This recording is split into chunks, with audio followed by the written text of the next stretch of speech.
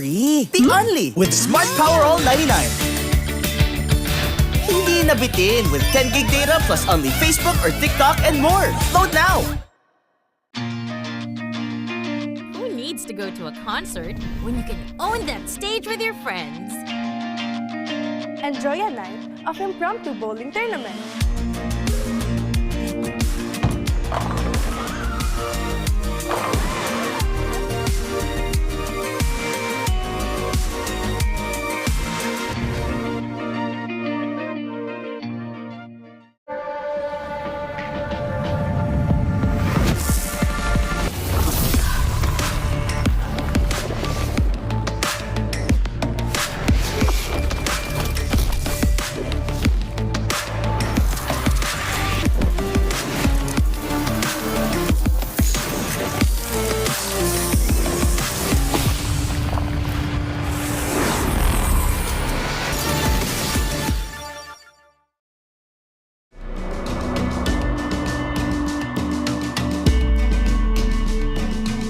Malakas ka ba?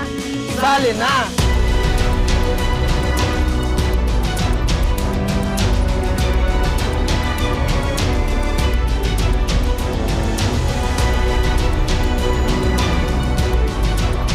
Kita Kids. Kita Kids. Kita Kids. Kita Kids Sa MCC. Season 2.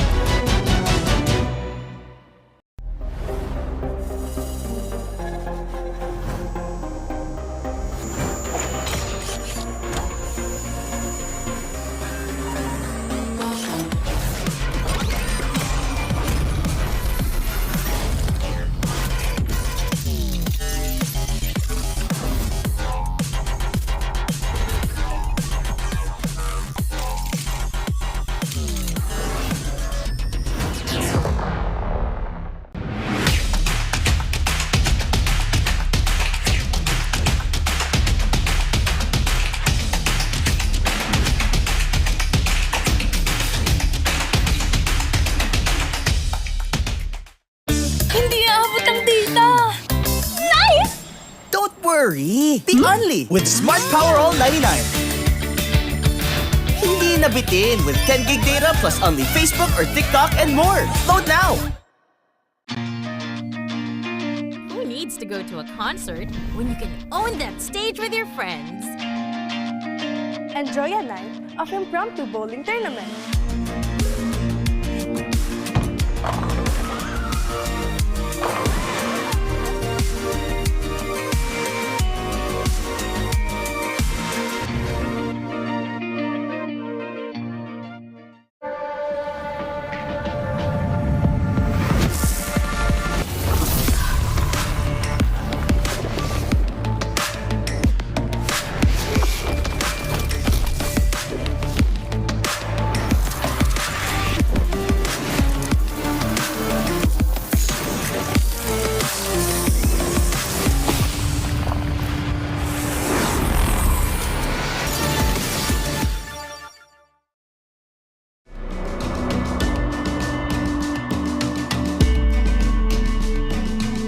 Malakas ka ba?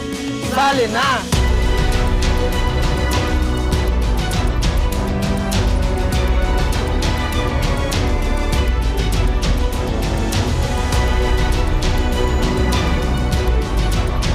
Kita Kids. Kita Kids. Kita Kids. Kita Kids Sa MCC. Season 2.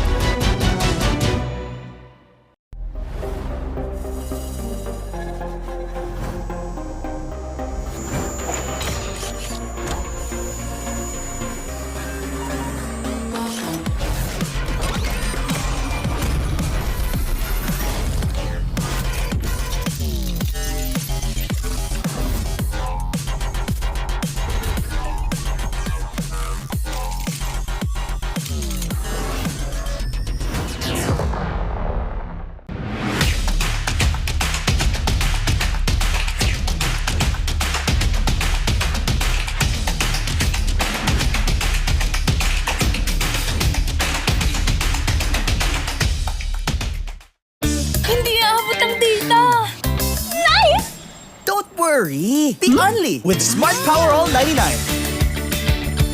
Hindi nabitin with 10 gig data plus only Facebook or TikTok and more. Load now! needs to go to a concert when you can own that stage with your friends? Enjoy a night of impromptu bowling tournament.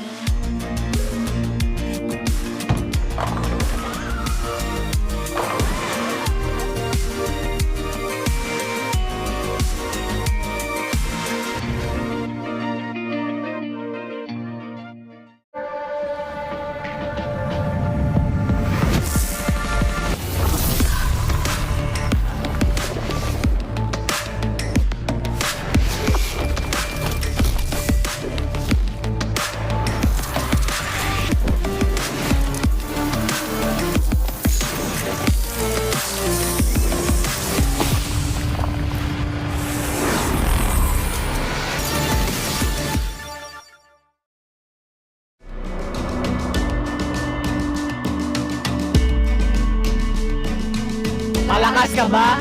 Sali na!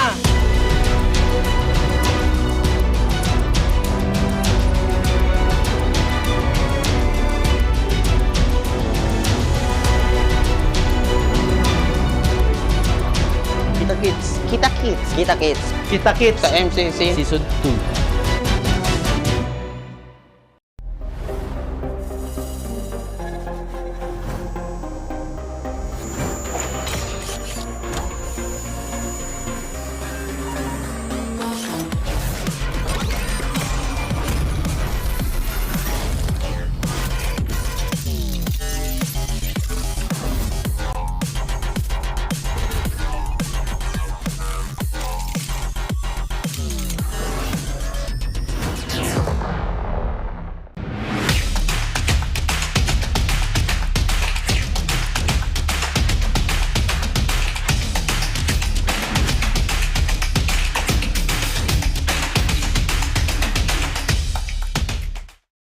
Hindi aabot ang data! Nice! Don't worry! Be only with Smart Power All 99. Hindi nabitin with 10 gig data plus only Facebook or TikTok and more. Load now! Who needs to go to a concert when you can own that stage with your friends? Enjoy a night of impromptu bowling tournament.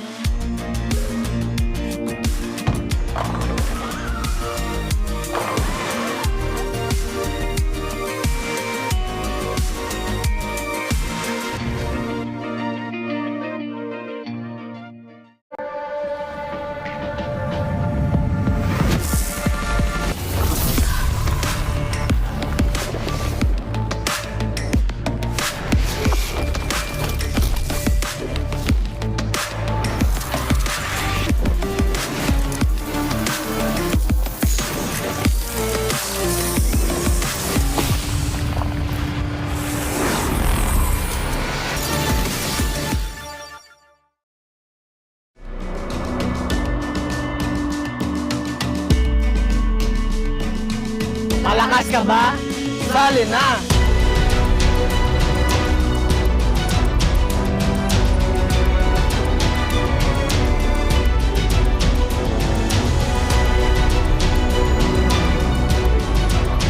Kita Kids. Kita Kids. Kita Kids. Kita Kids Sa MCC. Season 2.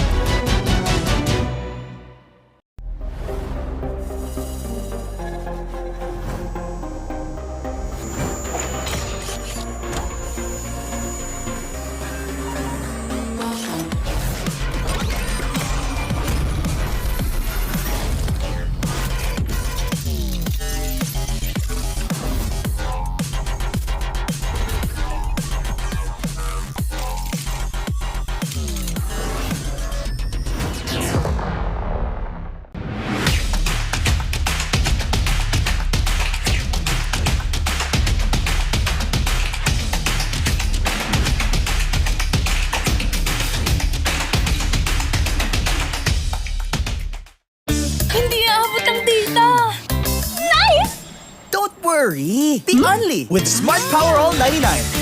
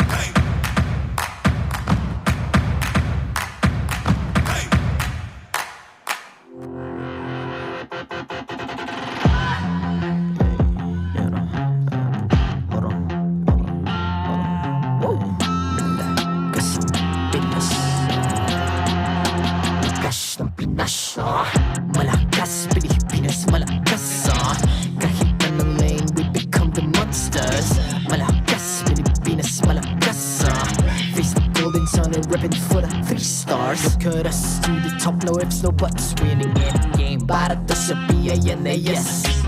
Di mo matitin ang aming boses sa new level. Nasa kalye man o mobile, you know I become a legend. Open fire, we unite, we winners. Built with pressure, the diamonds are made of. Switch in a lane na parang gera, HP racing, way reset. Built na kitang buhat, we hear that full load SS parang Laila. Susundan ko ang iyong bakas, kasama pataas, tagumpay natin to. Dahil tayo'y malakas, para sa Pinas. Nasa amin ang alas, hindi tuwa atras. Kinikilala sa taas kasi kami ang malakas, para sa Pinas. Nasa amin ang alas, hindi tuwa atras. Kinikilala sa taas, ganito kami sa Pinas. Wow! Hold on, yeah. Wala kasang Pinas. We are laging every beat, no surrender, no retreat. Pag nagsama-sama, just imagine what we can achieve. Lacking every beat, no surrender, no retreat. Giving 100 all my all, cause we just cannot be defeated. We are unstoppable, immune and invulnerable. Ready ang equipment, lahat frozen, malang crowd control. Pakita ko na jab like pow, beast of the southeast. So matawag proud and loud, cause every enemy we devour. Susundan ko ang iyong bakas, kasama pataas, tagumpay natin to. Dahil tayo'y malakas, para sa Pinas.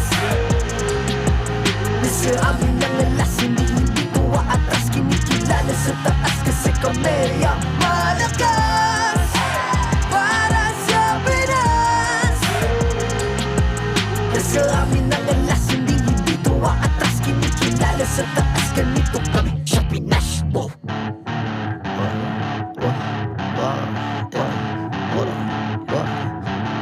Malakas, Pilipinas, malakas. Kahit anong lane, we become the monsters. Malakas, Pilipinas, malakas. Face the golden sun and weapon for the 3 stars.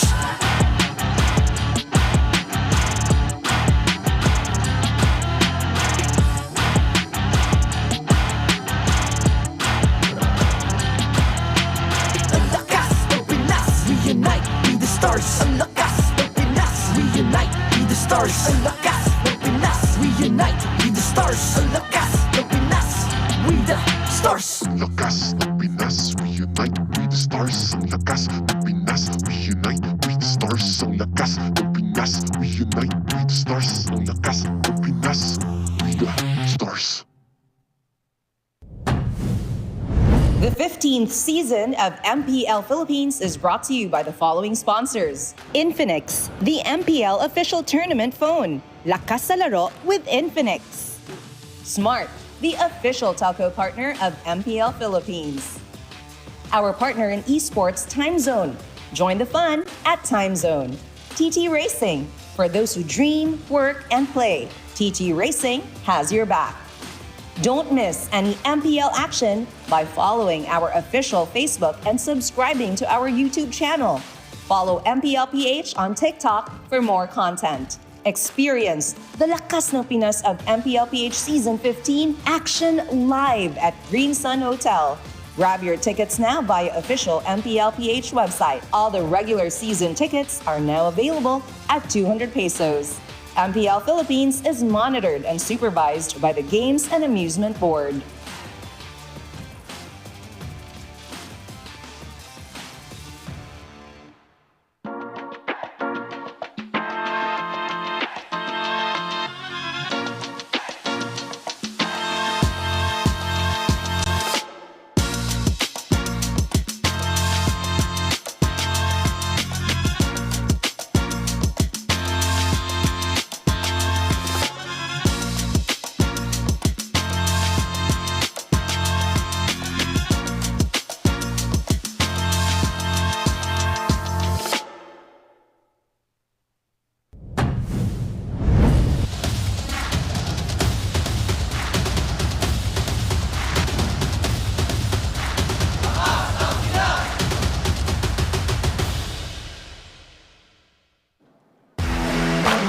Maligayang pagbabalik dito lamang sa MPL Arena. A good afternoon to all of our super fans. My name is Hans Galeria. At ako naman ang makakasama nyo ngayon, your very own Odin. Buksan na natin ang ikaliwang linggo ng MPL Philippines. That's right, Odin. In terms of what we've seen, especially nung week number 1, napakarami na mga intense matchups and surprising results in that previous week. Tama ka dyan, Hans. At sa ating natuklasan, Aurora Gaming at Team Liquid PH ang nasa tuktok ng ating standings ngayon pagkatapos nilang talunin ang kanilang rivals na Onic Philippines at roster ng Team Falcons. And you know what? Hindi doon nagtapos because we had the Phoenix Army representing TNC Pro Team finally making their way onto the winning column. Iba talaga no pag ang usapan ay lakas ng Pinas. Kaya ano pang hinihintay natin? Irekta na natin sa mga sumusunod na laban. Kaya sa mga nanonood sa atin ngayon, welcome to MPL Philippines Season 15! Who will reign supreme in the new era? We're going to answer that question in this week's opener. Leo, at your service, alongside Brigida and Renmar Santa Cruz. How has the week been so far? Are we ready for another week of MPL? I don't know if the previous week was enough rest or enough time to digest everything that happened for week number 1, because I believe a lot of those matches were very memorable for us for a number of reasons. And more to come for the next 7 remaining weeks of MPL. It's a very diplomatic way to put it. But yeah, it was a very interesting week number 1. Good to be back. Although it feels like I've lost a part of myself. I just can't explain, put my head on or hand on what that is actually. But yeah, I'm very excited, especially since we're starting off week 2 with a star match. It is going to be former world champions Falcons Philippines versus Onic Philippines, who, by the way, is coming from losses, both of these gigantic, colossal teams. So, in just a bit, we will be sharing with you, once again, the lay of the land, the schedule of tonight's matches. It's a back-to-back double-banger episode of MPL Philippines. But first, real quick, we'd like to let y'all know that you can play like a pro with Infinix GT20 Pro, the MPL Philippines official tournament phone. Grab yours now and use the voucher code INFIMPL to get 1,000 pesos off. That's right, up to 1,000 pesos off and exclusive freebies. Sa GT20 Pro, sigurado ang hashtag lakas sa laro. Oh, I mean, if there was anything that I could probably recall from last week, it's that it feels like a lot of successful revenge matches, right? So I'm looking forward to see a lot more happen this week. But if ever you do need pro level speed as well, make the smart switch and stay ahead of the game. Get your smart eSIM today for only 99 pesos and experience ultra-fast 5G connectivity on any device. No SIM swapping needed. Available now at smart stores nationwide or online via the Smart Online Store. There is a current power balance we're building up here in MPL Philippines Season 15. An upper echelon, if you will, and that is currently being held by Aurora, Team Liquid Philippines, and we're thinking who will finish this little triangle of power. And I think there's one more slot left in, you know, that upper bracket of power rankings. It's between Falcons and Onic Philippines. Yeah. And we're starting off the week with these two, and I wish it was just that they're fighting for, but of course it's also just making a statement of who's able to maintain their particular spot at the top after being considered world champions, the most recent world champions. So I feel like they're very much looking forward to facing each other as well after all this time.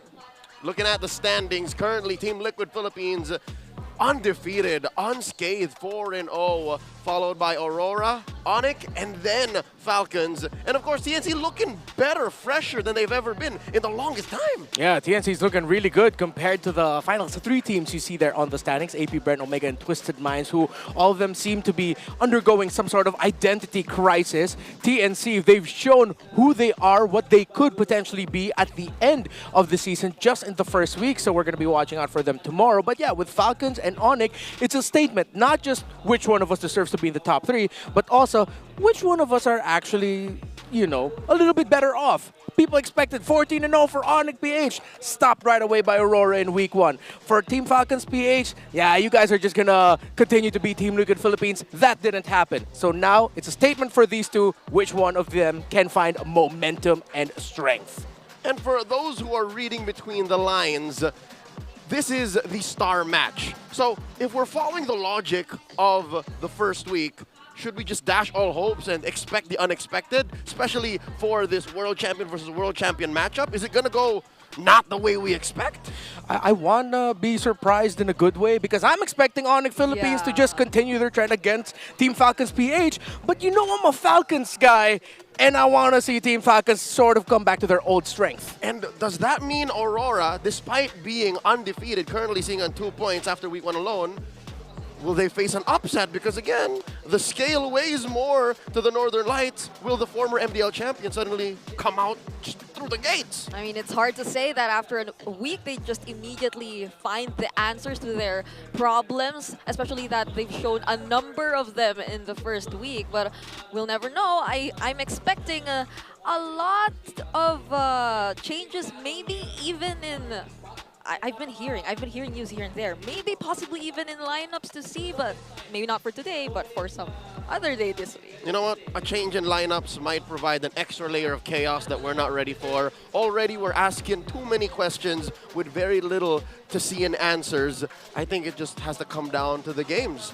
I think that's what allows for us to just have an open mind going into the matchup here today, because there's one more left on the podium, a slot for either Falcons or Onic. Given that last season, it was very similar. We're just missing one big part of the picture. Team Liquid Philippines, they had a rough season 14. But back then, it was Fnatic Onic, and then Aurora, and then just coming up short, the then Falcons AP.Bren.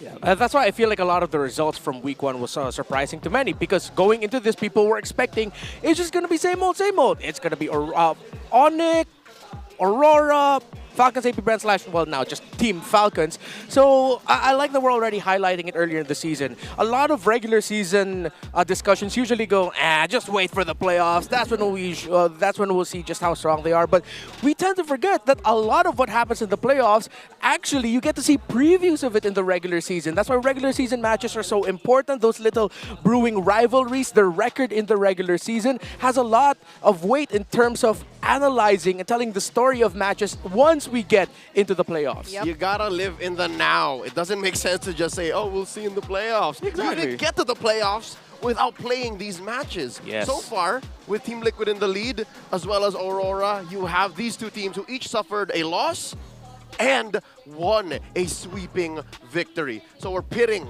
head-to-head here. Idol ng mga kids, Few versus the Monster Mage Super Friends. 11-14 games played. KDA way in favor of Super Friends. You know what? I take it back. All the rest of the stats going over to Super Friends. I think Few only has like one stat ahead of him. I that's season played. Yeah. This is probably one of the biggest reasons why a lot of people have considered Super Friends to be one of the most underrated mid laners. Because even despite seeing all these statistics based on the previous season, it almost feels like it took us a while to acknowledge Super Friends. Hey. And what is this staring contest that's happening? Yeah, it's like the two roamers just said, nah, let's not talk about the mid laners. It's all about us. Why is Brusco licking his lips at the camera? What is that? We did kissy lips. Yeah. All right. What are these icons of mid-laning magic without the rest of their team? You know? Yeah. It takes the perfect four to complement a strong mid. So with that said, again, you have to take all the stats shown with context. So is it safe to say that for once, and often throughout his career in and out, Few is the underdog, despite having been in the league for a while? Yeah, I think you could really say that based off of recent performances. We almost always see the monster. The monster within Few that comes out here and there. Because to be fair, for Team Falcons, there's of course, if it's not Few popping off, it's usually Kyle Teasy. A lot of eyes always on Super Marco. Flap Teasy coming out with the surprises. But there's something about a monster performance from Few that just feels so special. Maybe it's because we don't always see it, but Few really is just more of the I'ma stay low-key kind of guy, while Super Friends just goes boom. Yeah, and I think those particular timings from Few, I nearly combined their Super Few. Super Few. But like those timings tend to really come in clutch, or whenever it's a really do or die scenario for Falcons, or then Falcons AP.Bren. So Super Friends is leaning towards the more consistent side, but we'll see which will be more favorable for them this time. Folks, real quick, after keeping ourselves in the now, how about the future? Who do you think will be representing the country in the next biggest international event after MPL Philippines? Who are the top two? And will they be coming from the following? Team Liquid Philippines, Aurora, Onic PH, and Team Falcons PH. Yes or no? Is it one of these four that's going to the finals? I don't know if I want to say C. Yeah, I don't know why, but a part of me already leans towards A. Yeah. Right? There's just something about the four of them that's like, it has to be them, right? Yeah. Like in the top two. I'm okay with this multiple choice question so long as we're not asked to justify just yet. I still want to observe. No, that's what I tend to avoid during exams. No, but okay. yeah, so I'm also leaning towards A, but we never know. Also, it's very strong to say B, because logically speaking, we don't know what the other four teams are cooking just yet. We can't count them out. Again, you mentioned there's 7 more weeks of competition here. So if some way, somehow you can eke out those points, you know, take them all to game 3, and then some way, somehow make it into the playoffs as a monster with a 2-life advantage, you know? Yeah, there are already people saying anyway that TNC might actually threaten that power balance eventually come the regular season goes in. Yeah, yes, I totally did. My video is available online. Check it out, the breakdown with Renmar Santa Cruz. Ladies and gentlemen, we're about to get into the match once more, a star match between world champions. Let's check out this video before we have the players walk in.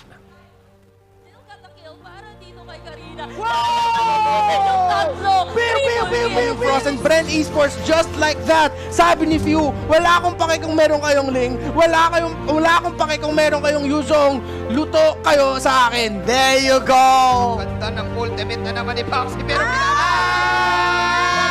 so pakinggan nyo ang kanta habang pasok kayo.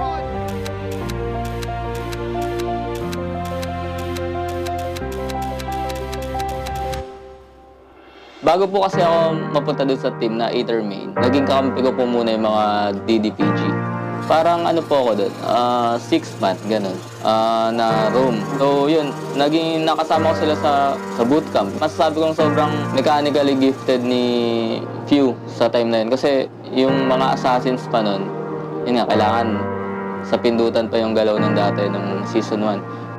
Parang ang hirap niya talagang labanan sa mga comfort heroes niya. Tapos nung Season 2 yun, naging ano na siya, nagkaroon ng mga Selena, ganun. Sobrang masasabi mo talagang idol siya ng mga kids. So, yung passion ko sa paglalaro, kaya tuloy-tuloy pa rin ako kasi competitive talaga ako eh. Tsaka gusto ko palaging naglalaro. Kahit ibang laro eh, parang laging gusto ko maglaro eh. Kahit mga casual lang, ganun. Kaya sobrang saya ko na ito na yung naging work ko. Kaya ayoko sayangin yung opportunity na hanggang ngayon, kung kaya ko pa, maglalaro pa ako. Hanggang may naniniwala sa akin. At that point pa lang medyo may makita ka na talagang spark sa kanila.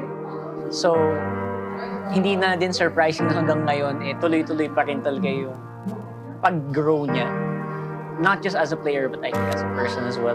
It's really amazing na panood ko din yung pag-grow niya na as a human being. Pero ngayon yung Few na nakakakita natin ngayon, iba yung buhat na ginagawa niya. Parang nililid niya yung team ngayon kasi as a captain na siya ngayon doon. Parang yung Few ngayon, parang mature na siya na yung parang nag-guide din doon sa mga teammates niya. Kasi para rin sa akin, kaya nandito pa rin siya eh. Kasi yun nga, iba rin siguro yung tiwala ng mga teammates niya ngayon. As a shot caller po kasi sobrang mautak din po talaga siya sa game eh. So, parehas po kami mautak, parang pag naglalabang parang mga utak namin yung gumagana. Hindi naman sabi kong kami lang, pero ayun nga, parang siya yung nag-iisip ng play para sa kanila eh. Tapos sa team captain naman, alam niya yung mga mistakes niya, tapos natanggap niya ganun. Rule number 5, trust in your teammates and yourself.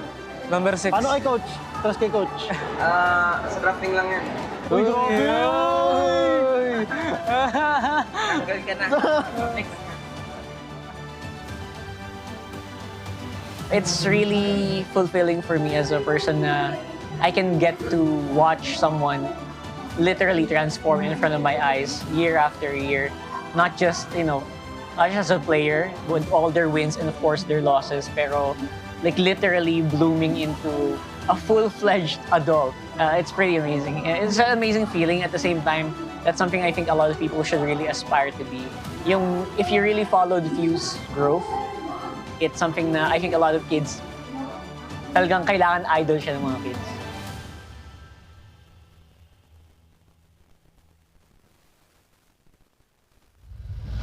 To oversee and uphold the tournament's integrity, guiding us through this match, our marshals, Joshua, Chico, David, and JJ. Flying to the arena for the second week, led by the walking legend, will they reign supreme in this battle of legends? It's Team Falcons! In the EXP lane, the Filipino cannon, Flap TZ!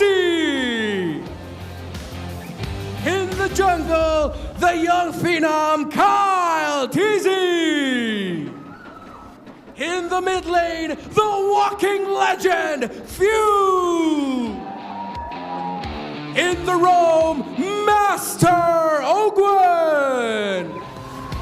And the gold laner, bulletproof, Super Marco!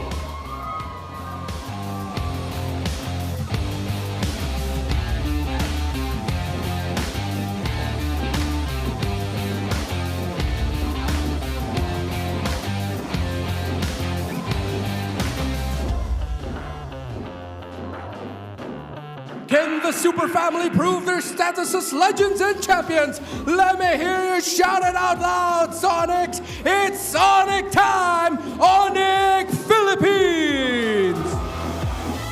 In the EXP lane, the Kirkitect, Kirk! In the jungle, the Beast, King Kong! In the mid lane, the Monster Mage, Super Prince! In the roam, the Bruiser, Brusco! And in the gold lane, the god of the gold lane, Kalra!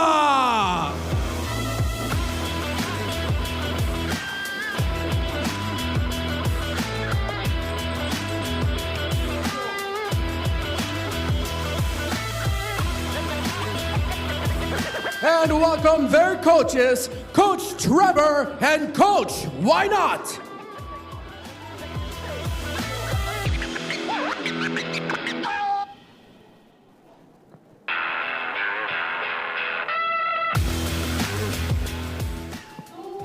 The former world champions 2023 M5 Rizal Memorial Coliseum. These 5 shook the ground and tore the house down. Team Falcons Philippines. They said it themselves. Flap TZ even mentioned there are no excuses this time around for Team Falcons. They've gained enough rest, and we've seen glimpses of them once again back in their form against Omega last week, and that is exactly what they need to bring into this match, especially as we are just about to cement this quote-unquote new era that we're in, and they also need to fight for that spot. Team Falcons Philippines now, though, I am looking at the mid lane. We put a lot of focus onto there. Few has got to show some of that monster out up against Super Prince. If you can be aggressive like Super Prince is sometimes with those flicker forwards while using his ultimates, why not? Talk to us about Onic Philippines, the super fam. Can they step up to the legacy of Team Falcons Philippines? Well, Onic PH, they expected a spotless start to their Onic era for Season 15. They didn't get that spotless start, but you can definitely say it is still their time with Super Friends in the mid. But of course, Leo mentioned that you got to take things into context. His partnership with Brusco, still one of the best. The trading of King Kong and Kelra in terms of who takes care of the side lanes, the far lanes, still one of the best. And come on, Kirk, he's still really damn good. The blueprint set down by the Kirkitech lay down the foundations for what the Super Fam want to do. Where the KK connection, the beast and the gold lane god, Kelra and King Kong, what they're going to do to help the Super Fam achieve victory. Let's talk about the Infinix keys to victory. What do both teams got to do to get the dub? Well, we mentioned it, few, you be the monster that you were. You were highlighted by Coach Yelly Hayes himself that during Season 2, those assassin gameplays that demanded peak technical abilities, I know you still got it in you, so show that. Prove that you're the new idol, Super Friends. If you are the monster, show why your sometimes tricky positioning makes you one of the hardest to catch mid laners in the world. Show that shade of veterancy. While for these two teams, stand in the middle. Play around few. Play around Super Friends' rotations for both of them. Play around your mages. Bridget, Alexandra, you are at the cusp of these two generations. You've witnessed both the prime of Super Friends and the prime of Few. Where do you stand in this whole thing? Because Few got a 5-minute video to tell us about his legacy, and everybody knows that Super Friends lets his actions speak for himself. Yep. What do you think is going to happen here in this matchup? Well, if Onic Philippines were again able to perform individually as they usually do, and the Falcons are unsuccessful in terms of stopping them, because as far as I remember, in the one moment or one series which we've seen Onic Philippines really not able to play the way they normally would was when they were completely shut down in terms of the early game, or when they were really read out like a book by Aurora last week. And that's an interesting take to it, because I feel like a lot of teams, even after all this time, have already gained enough information and have studied Onic Philippines well enough, but it is only Aurora, which we've seen, were able to carry out and execute those learnings in that match. And I think that matchup against the Northern Lights really skewed the stats. If you'll see, Onic Philippines have really bad early games, and their turtle take rate, abysmal. Let's see if that'll change here in Game 1. The draft is upon us. It's Team Falcons Philippines versus Onic Philippines, with the Falcons on the play, taking out the Luyi and the Harith, while Onic Philippines ban out the Zushin and the Matilda. Those are such red signature bans here. Yep, and you can already say they're probably going to ban the Fanny. If they don't ban the Fanny, which usually happens, then that means Falcons will take it, and then Onic have prepared for it. I feel like that's one of the things we have to consider a lot, especially this week too, if teams on the red side are willing to take that hero out, because the limit of you're always forced to ban Fanny, Jushin, Matilda has made this meta so far very blue-sided in terms of the power pick trading. So for Falcons, are they going to think about one of the jungles? Yeah, they take out Suyo, so now they're telling Onic, hey, don't take it out.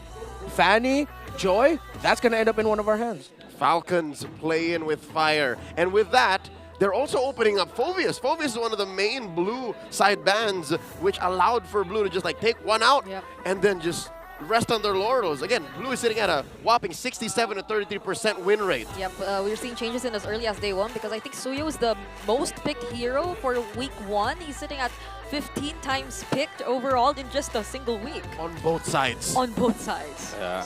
So, Onic, which one are you going to go for? The Fanny, the Joy? Are you going to open up both? Get one of the other? That means I'd want to see... I think Onic might lean to picking up Moskov as one of the first 3 picks on the red side, but surprise, Onic actually just straight up ban out the Phoveus, so they've really opened up all of the power picks. All right, we rarely see this. Fanny is coming out to play. If not, then both teams are just dodging the bullet, avoiding the elephant in the room as well. Mind you, Granger's open. Yeah. The Harith isn't, though, so that's another priority pick that's still left. that Falcons might really want to consider, but I feel like they themselves, they aren't really sure if they really want to go for the Fanny immediately now, or... Because if Falcon picks up the Fanny here, I wouldn't mind if Onic goes Joe. But yeah, no, they say, you know what, respect. You take out the only hero that, King Kong has a spotless record with so far in that Joy. So now Onic will hopefully not lean towards the rushing jungle pick right now. They can actually just pick up Joe Moskov if they want to think about taking away the counters against the Fanny, if they want to pick that up. Was there any time before that Falcons 2 was able to flex the Joy in a different role? Yeah, that was a long time ago. That was a long time ago. Yeah. In the current metagame, we've never seen Joy go anywhere. The last time in memory that the Joy went elsewhere was in the M6 World Championship in the hands of Sunset Lover. Yeah. And if I'm not mistaken, one game also on Fried Chicken, right? As the Joy EXP. Yeah, that's one of the surprise picks that showed up then. Only one of them got to win. Yeah, only one of them got to win, though. So, as we expected, Joe Moskov picked up by Onic. Fanny's probably going to come in here now, while Falcon, they pick up the Badang. Still, we don't know. That might be already a Flap TZ pick. Yep. So, with the roam pick of Ogwen, might want to go for a little bit more invade or stopping power. They can go Tigreal if they want later on. That's something that's going to be on the minds of Onic. So, yeah, first 3 picks of Onic predicted. There she is. The Fanny making a debut pick in the hands of the Beast. What the Sigma! We didn't expect to see Fanny come out this soon. Yep. It's the only hero left, actually, that allows for him to continue on his rampage in the jungle. He is topping the charts when it comes to gold gain. Regardless if they're winning or losing, even with that 3-game series against Aurora that they lost, King Kong still farmed out of his mind. Yep. Fortunately for Falcons, they already have at least one hero that can potentially interrupt. But this feels so great for Onic Philippines because they have both the Cho and the Moskov on their side as well. 2 heroes that I think you would want to get against the Fanny if you had the chance. Ooh, Onic taking away the Ruby, thinking that a counter for the Fanny is going to come in at the Roam for Ogwen, with Falcons taking away the Edith.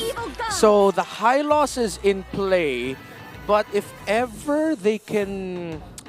I'm thinking they need something strong on the EXP. They might actually be thinking of a Hilda at some point coming in later in the draft, just so that you have that presence there that can come in, sweep of the lane, control it, and then just try to annoy the Fanny jungling pattern. But we also have to acknowledge that the best EXP laner in the game today, CC, is also very open. Yeah. But so far, all Badangs in MPL Philippines have been EXP. Yeah. So I'm like 99% sure that Flap TZ is going to be playing this. Yeah, so there's still the Tigreal, if ever. Falcons might want to consider that. This is Ogwen either way. And we still don't know the mid-duos of both sides. I mean, for Onic, there's a chance that it's already the Cho. A very high chance that the Cho will be the Roam. And the metagame currently sucks for mid laners. None of them can play to counter the Fanny. So we're in uncharted territories right now, wherein few has to worry about a Fanny. Yeah, I think Falcons would want to lean towards picking up an Aurora in the mid, just so that they have that. If ever King Kong decides to swoop in, fly in, you're just going to trigger the passive instead of killing the Aurora straight up. So they take away the Farsa, meaning that might actually be the case, because you wouldn't want to Eve against this lineup of Onic, so they go ahead and pick up the Valentina just to cover their bases in case somehow, some way Falcon decides to Eve here. This is but they shouldn't. Prince ascends to idol status. Yeah. Whoa. They really go, I am you. Yeah, anything you can do, I can do better. Yeah. So will they get the Aurora here, or Hilda? Is it gonna be a different hero for few? Are you saying Hilda Roam? Yes. I mean, one of the classic responses to a Fanny or Assassin in the Jungle, you go Hilda Roam. Or Hylos. Or Hylos if they want to take like the much safer route. I mean, he's the best guy for either invading or protecting your own jungle. The all-around roamer. Yeah, and at least you get to set your eyes on. Oh, of course. Fanny, okay. And the Faramis, interesting by Falcons. They decide to commit with just all in. They might not be able to reach the Moskov, but they're just gonna dive and then have the Granger to poke. And of course, Ogwin and Brusco, alongside JP, if I'm not mistaken, they're the players that have a spotless record with the chip so far this season. Yep. And across the pond, it's Witty. Yeah. If you're watching a draft and the chip is open, watch out for the Witty party incoming. One more for Onic. We still do not have the pick for the Kirkitect. What's left? I think the CC. Do you want to do that? I'd lean towards more Lucas is actually open, yeah. Yep. Better. Yeah, you can actually jump through the wall set up by Flapped Easy. So confirmed. These are the drafts that we have for Game 1. Again, Onic Philippines actually left a bitter taste in their mouth last time we saw them here in MPL Philippines because they lost. So I'm guessing that's why their draft is so clean. That's why their draft here is so aggressive. I'm a little iffy on that Faramis, man. Especially in the face of Super Princess Valentina. They have coverage. Yeah. Part of me likes to think that they just want to play this just as aggressively, or like they just really want to respond and not wait for Onic Philippines to set everything for them. But even, okay, looking at it right now, the entire index favors Onic Philippines lineup so much. In terms of the colors, I guess, but the numbers look good for Falcons. So I like that just to balance things out, it's a double Purify for the roam and mid. That's one of the ways that they could answer the fact that it is the Faramis that they're playing around with in the mid lane. Welcome to Game 1. It's a star match of Week 2. Two world champions doing glorious battle in the Land of Dawn. It's Team Falcons Philippines facing off against Onic Philippines. Checking out these early rotations again. I don't even know what to expect from a Fanny now in the current metagame in 2025. Yeah, whoa, look at the poke damage dished out by Brusca and Super Friends, bringing Few and Ogwin down low in the mid, already forced to pop their regens, while Onic Philippines Roman mid will have theirs. They can continue to just gauge the tempo like this. So with Onic reading the rotations of Kyle TZ, because with how Few and Ogwin are positioning, that's already a tell that that's where Kyle TZ is. That opens up the map even more for King Kong. So far, it's a good start for Onic Philippines. Yep, I'm starting to wonder if it's not the spotless joy that King Kong actually has in his hands. How efficient is he gonna be with a hero that is very high in mobility just the same? It's a Fanny, and even now, we know how King Kong tends to really play, especially if they're not, or if they're the ones able to control the riverside. But wait, he will be able to spot out Ogwin here near the purple buff. That's a Purify first out from Ogwin. Yeah, that's a good start there for Onic Philippines. Of course, with King Kong just a little bit faster.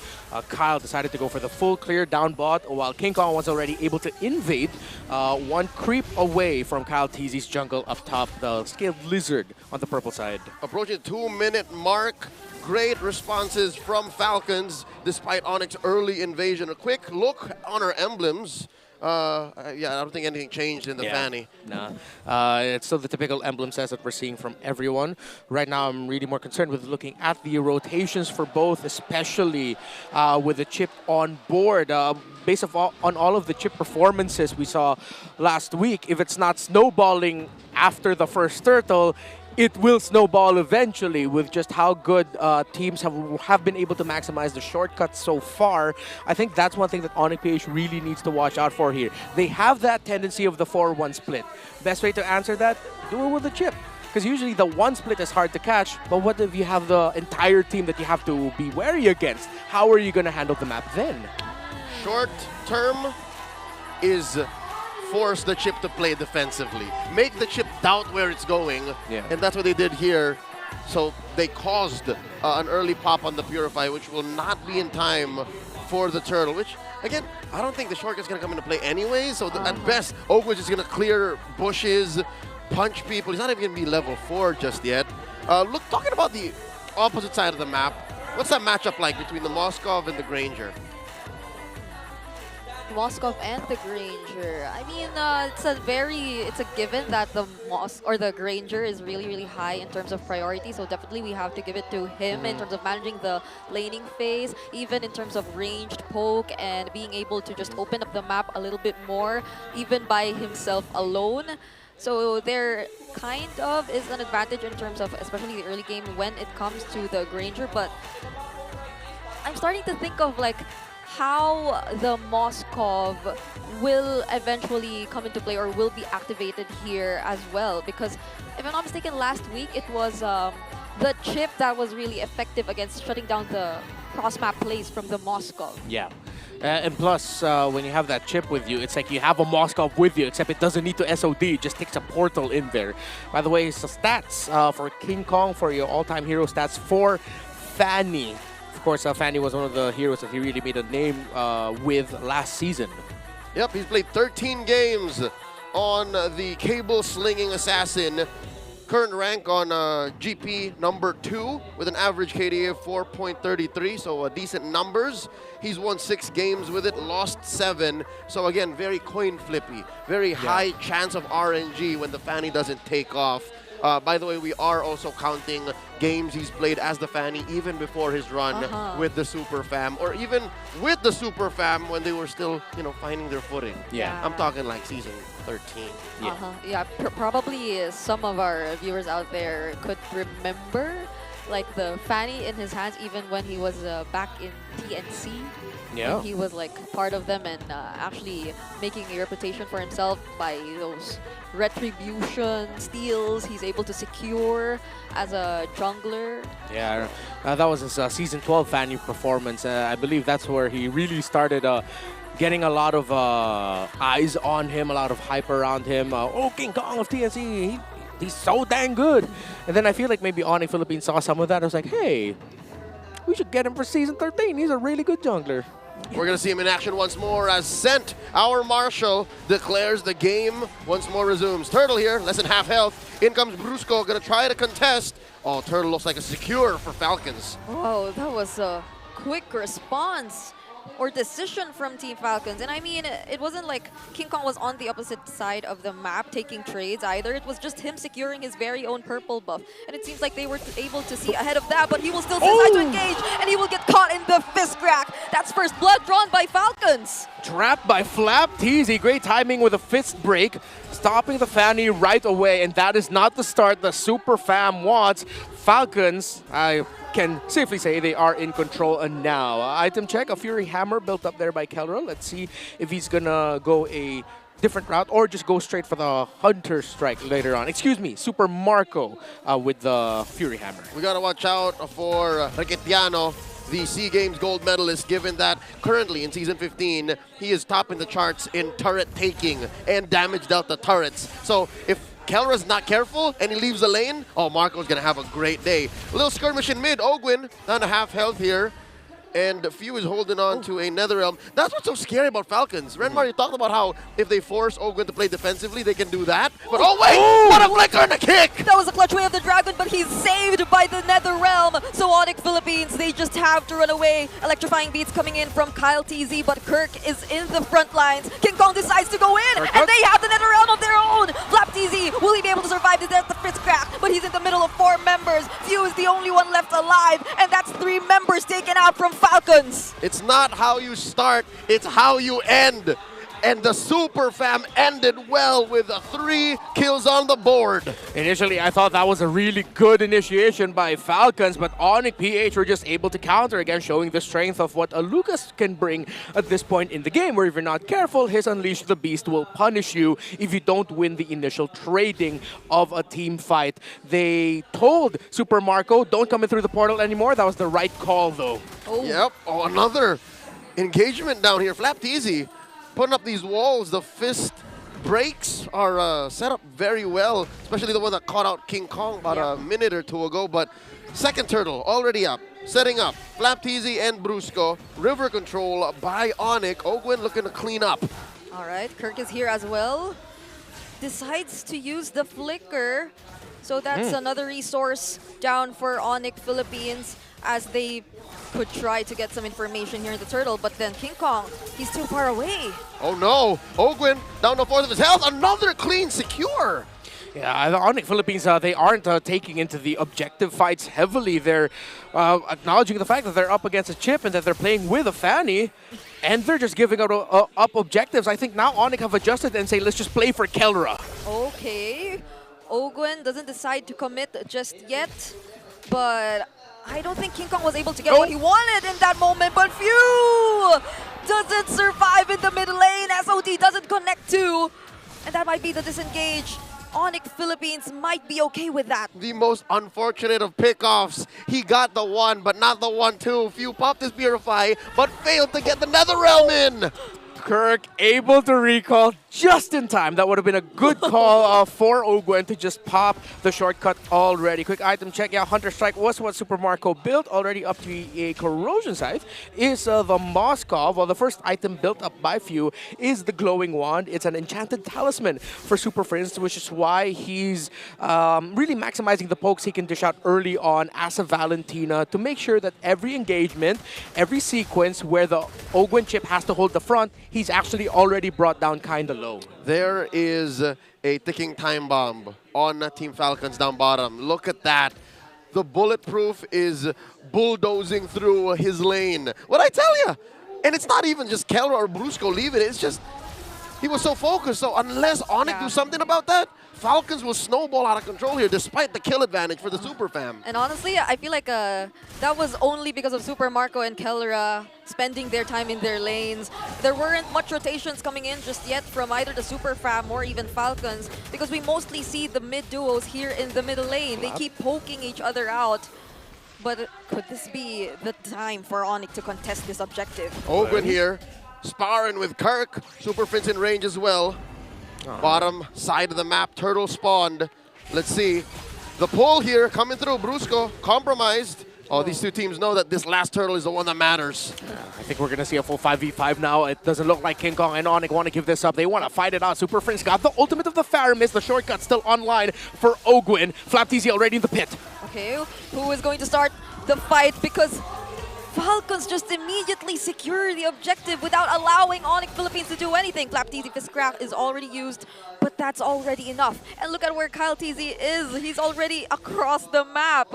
They're not wasting any time. Yeah, I think for Falcons Philippines right now, they're just not giving Onic any opportunities to shine with this Fanny. Few has a death on him, but so far we haven't seen a game wherein the Fanny's just tearing through Few and giving Few a difficult time in terms of positioning. So what was initially supposed to be okay, that can be a counter to the Fanny, or the Fanny is a counter to the Faramis. It's actually the time we saw King Kong go in, Few got to save his teammate with the ultimate. So now Onic PH really need to change up their game plan and acknowledge, yeah, they really need to find Few. Yeah. Even if it's read out that the Valentina counters the Faramis and the Fanny could counter the Faramis, it looks like Falcons have an ace up their sleeve. A minute from now, the turtle spawns, or rather the Lord spawns lower quarter of the map, and these two teams are just working the long lane here. Look at how many members are committed to top lane. Brusco spots Ogwen. I think Falcons have their eye on this tier 1. If they clear this tier 1, all the more Lord's gonna be safe. Yep, and Falcons, they're managing their waves so well. Not even the Fanny and Moskov in Onic Philippines lineup can actually efficiently shove up the opposite lanes in their favor. Not until now that they're really trying to get a turret for themselves, but Super Marco, he's not the easiest target to get at this point. Brusco can't even stand all those bullets anymore! And another! Super Prince is found! There's Kirk trying to battle it out against 3, but will he be able to sustain all this? There's the free hits coming in from Super Marco. All the way down bottom, you have Ogwen compromising King Kong's rotations, and just like that, with no casualties, Falcons may have won cross-map. Yeah, Ogwen has 1 death. That's his only stat line. But the invisible stat line is the chip is messing up Onic PH's rotations. They're overthinking everything. Is the chip here? Is the chip there? What if he uses shortcuts? That's why we're not seeing Onic really make a crazy move. But oh no, King Kong might get caught. Okay, he's able to use his cables and fly away, but that will mean he will have to reset, and there is a Lord. Kick! And he doesn't have a retribution! Oh, Netherrealm used by both sides, but look at Kyle TG just going in the back lines. Kirk is left alone, and he will be able to buy some time, but he might not be able to survive this as Super Marco takes him down.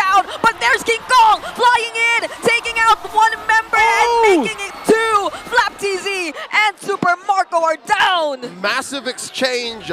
Onic Philippines, more than just back on the board. They are on a roll. Mid lane tier 1 falls, and now Kelra's gonna start stealing buffs and camps away from Falcons. And just like that, the equilibrium has changed this time, favoring Onic. Great entry by King Kong, and Super Marco was hurting because he already had 3 items. The Hunter Strike, Sky Piercer, and the Malefic Roar. If King Kong didn't take him down there, Super Marco already would have gotten 2 stacks on the Sky Piercer. King Kong shows himself again. ILTZ's low. They might have to buy some time for their jungler. But just the same, Onic Philippines, they won't engage just yet. Lord here at about a third of its health. Kelra throwing out these basic attacks, threatening a retribution jump in from King Kong. Ogwin looking for one. Flapteezy looking for one as well. This may be the point of no return for the Lord, down to a 5th. Yeah, it's a 50-50. Hard to call. All right, who will be securing the Lord? It's Super Marco! King Kong gets caught in the fist break. Brusco's there as well, trying to look for a setup, but Ogwen falls first. And Brusco will be the trade, but King Kong, he is far behind. Super Marco gets caught by Kelra though, and Phew might be next. But what a counter engage coming in from Falcons. Super Prince gets the last hit, taking down 3 members, but he will fall as well. That's a double kill for Flapteezy. Brutal. The exchange. Bodies rolling, bloods flowing. Falcons and Onic. Severe losses for both sides. King Kong looking to invade, but Phew is there to help out Kyle, but King Kong steals the purple buff away. Oh no! That was such a clutch fist break, fist crack combo, but he was alone. Flapteezy didn't have enough damage. All right. Despite the exchange in the purple buff, I think cross-map, Falcons still thankful that Marco led in and stole that Lord. Oh, flicker once more. Oh, they forced it out. And the crazy part of this game is we haven't seen a crazy shortcut yet. Ogwen's just been playing this like a traditional roamer, and there's a shortcut. There you go. And they find Kirk, but that's enough time for Onic to reposition themselves. King Kong as well threatening the back lines, and they will successfully take down the shortcut without any casualties. So far, with 1,000 gold up, Falcons are snowballing out of control. The map is blue, and Onic have to find a way once more to, I don't know, compromise Marco? Is that the thing? Like, if they can win a fight with Marco down first without anything else going, then maybe. Yeah, King Kong has to take the initiative in terms of hunting down Super Marco, because it's shown that Onic has the stronger front to back, because Falcons really just has the ultimate of the Theramis. However, Flapteezy is coming up as a surprise X factor for this lineup of Falcons, wherein if Onic use too much of their resources to take everybody else down, and Flapteezy's alive, and Kalteezy is still alive as well, that's more than enough to turn the post skirmish around. And that is what King Kong is doing here. He's sitting in these bushes, looking for a way to sandwich Falcons, whether it be Flap he finds, hopefully not Flap, Phew or Super Marco. Best case scenario, the rest of Onic will come a crashing, but it's easier said than done, given that Falcons have eyes on the back of their heads, especially since Ogwin can just dash and run in. All the CC be damned, he has a Purify. Now they're looking to compromise the orange here. Oh, all right, here we go. Falcons have confined King Kong to his side of the map. Oh, Kick!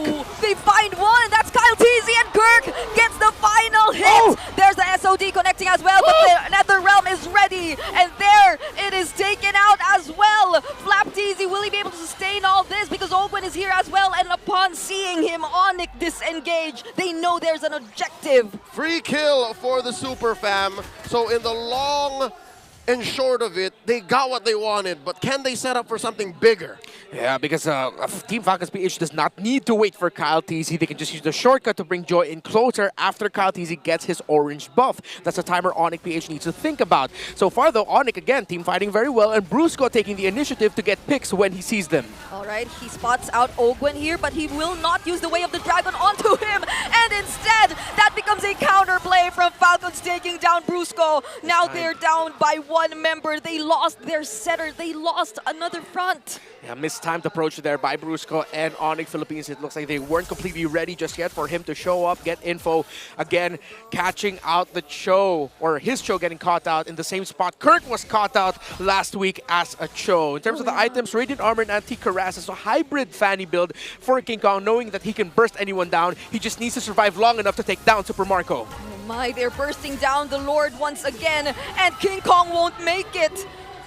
What a positioning from Falcons as well. They put up a body of meat wall to go through King Kong, and he could have just dashed in. Like, I think that's what he was setting up for here in this blind bush. Yeah, it looks like the moment that they saw Ogwen, it was like, nah, I can't do this. Great positioning by Falcons, and of course, with losing your Roman objective takes, even though you are 4, without the information, without holding those key shrubs, it's hard for you to enter the main objective area.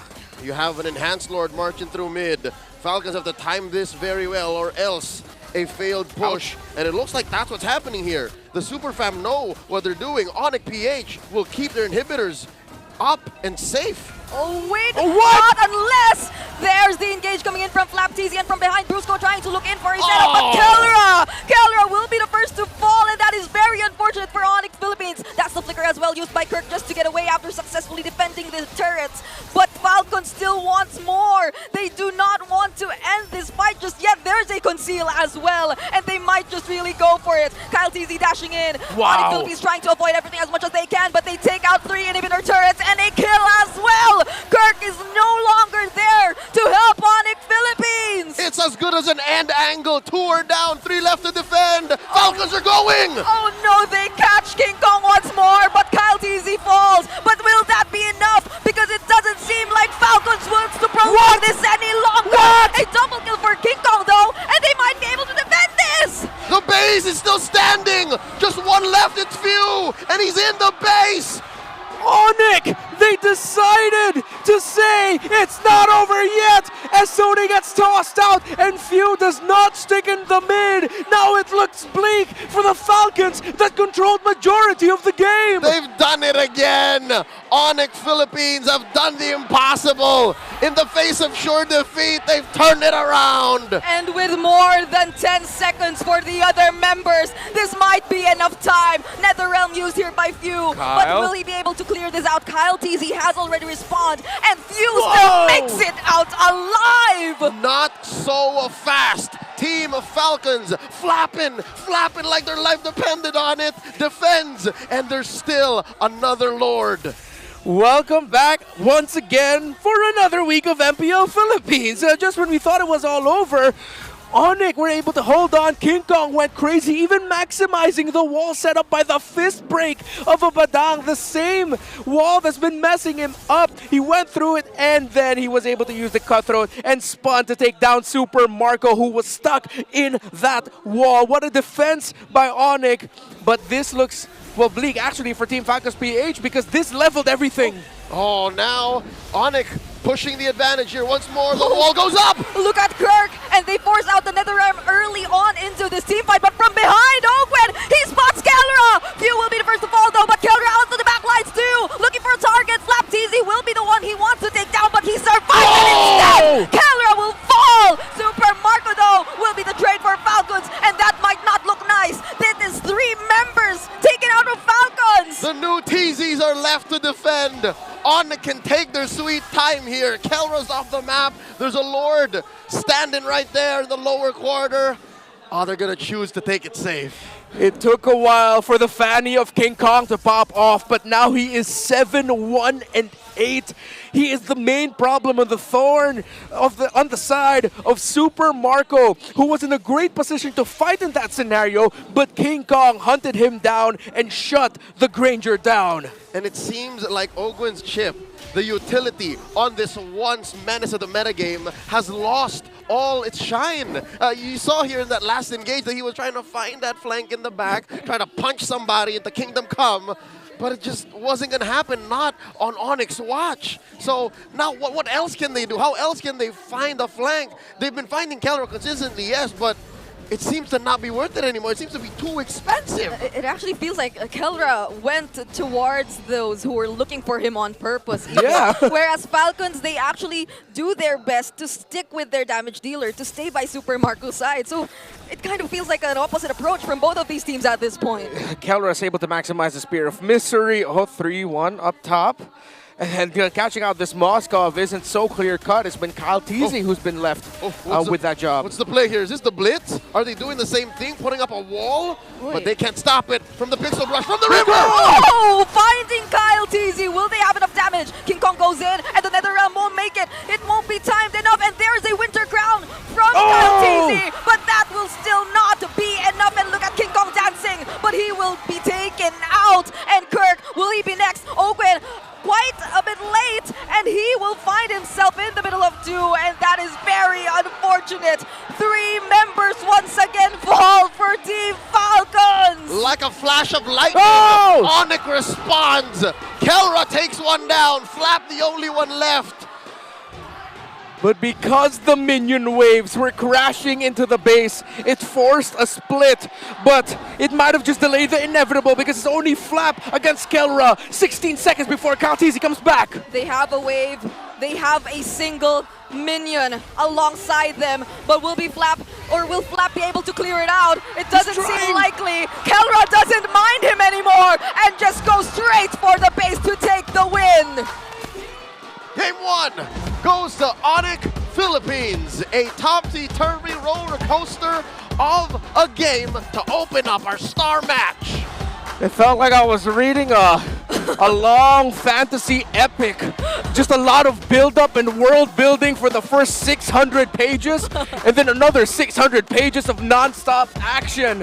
What a game by these two, and it all began because Falcons PH broke one of the cardinal rules when you're playing Pro MLBB. Get the heroes down first before you try to end the game. And I really liked how Onic Philippines felt so patient with that. It was not until they knew that Kelra already had his items, or not until they knew that they could really fight, that they decided to engage. It was all trades for Onic Philippines up until that moment. On both fronts, Renmar Santa Cruz, you brilliant, handsome man, you got it right. Draft-wise, Falcons PH walked into this draft willingly. They gave over the ult, they gave over the Fanny, and they played like, if we win this under 15, we're fine. And then, in-game, they actually traded so much, too much blood for early game objectives. Yeah, they penetrated the base. Yeah, they left them with a bald inhibitor spot, but very visual. But those all bit them in the behind, and they cost them the game. I really thought they got it there, though, but it's a Super Marco was also just caught out. And Bulletproof, he was not. It seems like he was susceptible to just getting blasted in this. And one of the reasons is because this guy decided, I have one job. I find Super Marco. I make him not bulletproof. I love you, King Kong! It's that guy again. He's back in the arena. What is that? Where is he from? Yeah, we can't seem to find the guy who just yells out, I love you, King Kong. I feel like he's somewhere on my right. Maybe. I don't know. This is the Sonic Republic side. Oh, yeah, we are on the side of where the Sonics are. Right. But yeah, King Kong's been brilliant. Again, the early game, it was like, this isn't Fanny's King Kong game, until it was Fanny's King Kong game. I think one of the main themes here you mentioned, Brigida, is patience. Eventually, Onic just started to get rewarded with King Kong's later entries, with them really buying time. And this is when the Lucas comes in big. Right. Because the Lucas does so much for their lineup to hold, to deal damage, so that King Kong can come in and sweep things up. Yeah. Him getting Super Marco down in this scenario, plus a double kill for himself as well, that was a big turnaround. Yeah, it felt like when Onic Philippines were prepared enough, when they had Kirk by their side to either take on even the Netherrealms coming in from Falcons, and just overall sustaining the damage being thrown at them by Falcons, then it was okay for Onic Philippines to take their time. It was okay for all the late entries to come in, and even for Kelra to just go in deep because he knew all the resources that were already taken out. But this was the sequence which really prolonged this game, this clutch cutthroat coming in from King Kong, even despite that well-positioned fist break or so, which we thought coming in from Flapteasy. Yeah, Super Marco was not in the right position there, and he was only put in that position because he wanted to damage King Kong, who was mid-air. Super Marco thought, I think I can take this guy down. He's already gotten a few hits, but King Kong got to heal, come back, and even take out Super Marco. That was just a little bit of salt onto the wounds of Falcons, and after that, they couldn't recover because they lost control. They lost the momentum that they had, which meant King Kong could just be aggressive alongside Kelra and the rest of Onic Philippines. I still can't get over how the Monster Mage both managed to be part of the fight and clear waves. That's what caught my eye, because he was rotating, and I could have sworn Valentina was going 720, just trying to clear waves and kill whoever was caught in the wall that Flapteasy also pyrrhically set for his own team. So in this 21-minute bout, our MVP, King Kong, evens the score. It's currently 7-7 now. His all-time Fanny Games career score. Yeah. I also really want to acknowledge that one of the reasons why King Kong eventually popped up, again, going back to showcasing Super Friends and Few and the roamers popping up, Brusco eventually popped off. His snap kicks, those moments, usually we see Brusco set up for a Way of the Dragon, but there were times they were just like, hey, I see him flicker Way of the Dragon. And he did that twice onto Kyle Teasy in key scenarios, which meant that Falcons had to react and respond to it, which meant that Onic were in a better position. Yeah, most of the times even felt like it was Ogwin, right? Like it feels like he's going after Ogwin. He's using the Jeet Kundo onto Ogwin, but those are just like moments of him trying to calculate where can he flicker in and use the Way of the Dragon perfectly towards Kyle Teasy. It's always Kyle Teasy, as you've mentioned. So it does work that we mentioned how patient the Onic Philippines really just were, because it applies to every single one of them, like in doing and fulfilling their jobs and their tasks, especially towards the latter portions of the game. And in many different ways, not in a singular linear form. That's what, again, is one of the main strengths of the Super Fam, Onic Philippines. They are individually, mechanically, and technically geniuses of the game. You make them all sync up and communicate and synergize the way that they do, and you end up with a team that is also powerful, which is why, again, the scales of the MPL Philippines power rankings have been, flipped on its head. That's why they're barely here grasping for third. And Falcon, I think they were just reminded, and probably this was part of their scouting report, looking back at their previous matchups against Onic Philippines, you really cannot mess up against this team. Everything has to go perfectly. It looked kind of sloppy at first, but then their very sacrificial trading, which is led them to controlling majority of the game. But then again, we acknowledge that at some point, Onyx flipped the script. King Kong, we cannot expect him to snowball, so readjust. Make sure Kelra can farm, try to draw attention to where Kelra is, so that King Kong can once again get farm in himself, for himself, and eventually King Kong and Kelra's farm just like met at the final destination and said, all right, we're both online, let's just go for it. It's the opposite of see you again. Yeah. Instead of going this way, they were going this way. Yeah. Right, meeting up there at the end. I would love to dive deep even more in the brilliance of Onic Philippines, but as well, when we come back, we'll talk about what else Team Falcons PH could have done better to maybe equalize in score. But for now, let's go to the All Access, talk about something for the ladies. Sonics, make some noise! My goodness! Odin, ibang klase yung naging laban in that game number 1. I'm sure all of the fans na nanonood, kahit sa kanila mga bahay, excited doon sa ating naging laban. But we're gonna toss it over to a short while kasi ngayon kasama natin walang iba kundi ang Chief Partnership Officer na walang iba ng CBZN Corporation, Mr. Jobert, User Jobert. Welcome. I'm sure that you've seen all of the happenings, right? Yeah, so good afternoon everyone. Good afternoon to all the people watching live stream and all the people that are watching here at Green Sun Hotel. Sobrang ganda ng laban, sobrang exciting. Lalo na yung last few moments na nag-back and forth in laban. Sobrang ganda ng match ng Falcons versus Onic. Ramdam ko yung excitement na meron nga si Sir Jobert Hans. Yeah, I mean, I also want to know, because you are actually the one behind operating one of the newest league that it is especially dedicated para sa mga kababaihan. This is a women's league. Mind introducing that to the rest of the people who are watching right now? So we're CBCN is organizing the first ever women's Mobile Legends league. It's called Athena League. And right now, actually, it's already ongoing right now. So we have the phase 1, which is the open qualifiers. So we after today, we'll be getting the top 8 teams for the final 8 that will be competing for 4 slots for the next phase, which is the close qualifier. So at the end of this, which will be on around May, the winner will represent the Philippines to go to the MWI, the Mobile Legends Women's Invitational / Esports World Cup. That's exciting. Everyone, can we hear some appreciation para sa ating Athena League, right?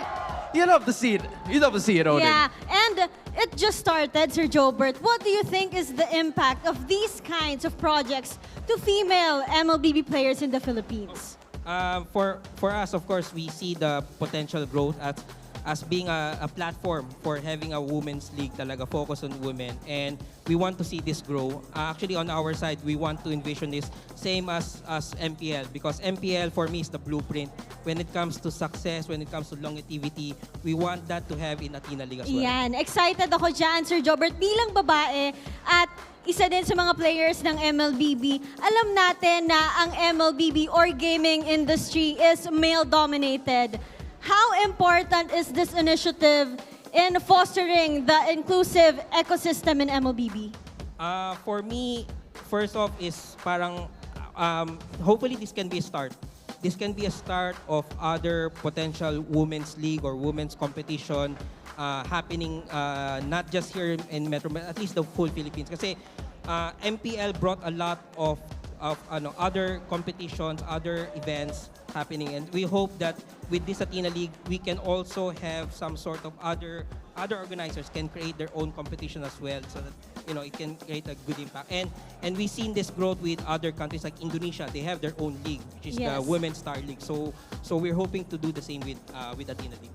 We're definitely looking forward to that, Sir Jobert, and Athena Cup is happening soon. This is an exclusive MLBB female pro scene and the official qualifiers for MLBB Women's Invitational.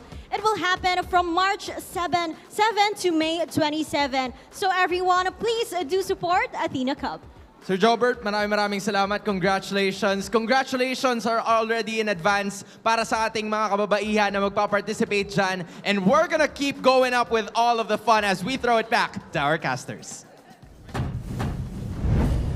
The Athena League brought to you by CBZN. Once more, the road to MWI has begun. That's this year's qualifier for the Philippines slot. Again, we are defending champions, mind you.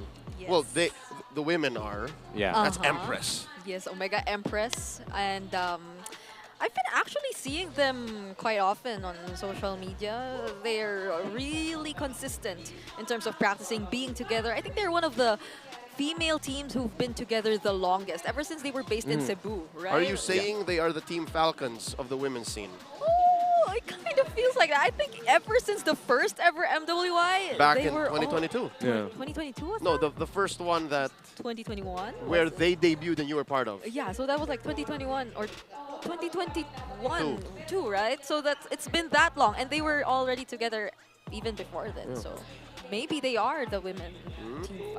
Excited to see who will come out of that once more. The Athena League will start very soon, and it will end and culminate in us having a representative to join MWI 2025. Back into the matchup at hand. It's the all-star match between Falcons PH and Onic PH. It's Onic picking blue. Once more, we're going to start skewing the stats again. Yep. It is always blue-sided, except for the last one, of course. But I wonder if Onic Philippines are gonna try out some interesting draft decisions, similar to what Team Falcons PH did in game number 1, with giving the Fanny priority into the Badang in the first phase, with them taking out the Suyo instead of picking it up themselves. So yeah. If they do, I can imagine that the Sonics at Marv's Gaming Hub are gonna go wild. Shout out to y'all who couldn't make it here, who are instead hanging out there, out in Concepcion Uno, Marikina City, the River City in the east here in Metro Manila. Shout outs to y'all. Much love. It's the official offline watch party organized by Onic PH themselves. So holler at y'all. I hope you guys eventually could join us here in the MPL Arena. Yeah, shout out to Marv's also. I've heard he has a pretty great gaming hub. It's huge. It's huge. Huge. Apparently, it can house the rest of the Sonics who couldn't join us here. So, speaking of the Falcons Nest, when are you guys going to have your watch party? And to everyone else who are in the middle and around, get your tickets now. You can still bag a few for tomorrow's matches, if I'm not mistaken. If not, get in line. Go to Slash, find tickets for week 3, 4, 5, 6, 7, 8 onwards. Hell, prepare to get them for the playoffs. Tomorrow, we do have TNC versus Omega, Twisted Minds versus Falcons PH, Team Liquid Philippines, and AP.Bren. So it's a triple threat happening tomorrow. So back to the matchup at hand. We know Onyx going to take blue. What do we expect Team Falcons PH to do in red now? What can they do? Should they be more conservative going into the draft? I'd like to see. I mean, they naturally have a very deep hero pool, right? So they can like adjust to whatever they are presented with, which in this case seems to be a more normal kind or more usual kind of approach to being in the red side. At least for now in terms of bans, because this is what we really always see being taken out. With the Harith taken away, I want to see Falcons end up with either, for Super Marco, a Moskov or a Granger. For Flap TZ, either a Hilda or a Lucas. I mean, CC's still going to be on the board, but pardon me. Vogus is there too. Yeah. Because Onic might rush CC in the first 3 picks. Falcons takes away the Joy. Do they want to end up with the Fanny? Or, oh no, excuse me, the Fanny's gone. Blue Yo! Blue Yo, but then... Among the planes exists ooh. the equilibrium. Okay, with the Joy and the Fanny gone, they decide to pick up the Eve. But they can go Suyo Granger here. What? This is a very Super Friends decision. Snubbed all game 1, suddenly a first pick for Onic. Yeah. Interesting take here. Experience wait, the so, euphony okay, of suffering. if they do get the Suyo here... Yeah, Suyo Granger, right? But there's no Matilda 2 for Onic Philippines, if ever, so they'll have to show us something else. I mean, they might end up picking up the Nolan later on, if it's available for them. I think they're not thinking about rushing the Suyo. They might be considering something else, like a high loss, but just get the Suyo. One chose me to push the shadow. I was going to say, what if there was a world where Falcons don't pick the Suyo? They just go, Jawhead. I mean, I won't knock it. Like, he's great. Kinda. It's a fast response here from Onic Philippines. Will they still go for the show the XP2 though, since they already revealed the Irithel, as you've mentioned, the early CC pickup, or will they just like save it for later? Or the high loss here now? Yeah, CC or high loss look very good here. It rounds out their main idea for their draft, but now they go for the early CC. So, do you pick up the Valentina now or the Farsa? Because you can maximize reach to try and whittle down Keller low. But then at the same time, it would be good to have the Terrify of the Valentina, plus, of course, being able to steal away the ultimate of the Eve. Yeah. We're not entirely sure as to what the gap closers are going to be for Onic Philippines, if any. Like what Brusco and King Kong will be deciding to pick up. So they go for the safer option. They do pick up range instead. That's a Farsa Granger in their hand. So that's a lot of threat in terms of range. I was going to say, if they pick the Valentina here, they would be severely outranged. Granger can't do his job alone. Yeah. But now, with the CC on the other side, where are you going to pick the EXP that can match his presence? Flapcho isn't the typical thing that they do. They're just going to end up with a Phobius? That glorious goatee on King Kong's dad. His dad is my dad, too. He could be all our dads. So there's the first ban of the second phase still withheld. Gaze. Oh, they are cracking down on the Nolan. Good read there by Falcons. And Onic cracked down on the Phobius. Well, what's left at this point? I mean, you wouldn't want to. There's the Lucas again. The Hilda too, but Edith like, is still open too. the glue? Yeah, the glue might actually be an option by Falcons, but I'd want something with harder catch. But they also need a strong front because they're... Yeah, it needs to be something like a glue in the EXP lane. They need to have a very tanky front line. Oh, excuse me, the Gata Kacha is still open. Yeah. For Rome. Yeah, I think Falcons can just pick up the Gata Kacha as the 4th pick. And then, if they want to, pick the high loss last so they have a double revitalize. There's so much that Onic has to ban out, so they're just picking their poison here. Yeah. One more ban for Falcons. Oh, that's a Hanzo. That's a Hanzo. Right. Well, still winless currently in MPL Philippines. Flap TZ though. Look at the reaction by Coach Tony. He smiled when he saw the Hanzo ban. Yeah. Oh, they caught us. Oh no, they did. Okay. They take out the So glue. what if Flap brings out the Baksha EXP again? Just kidding, no. No. I mean, he has a lot of like unusual XP laners, right? But no, not in this scenario. So maybe they're forcing out the either of any great matchup for CC right now, which is most of the matchups that are currently existing in the XP lane. It's also possible you just let that be a dead lane. Again, Yeah.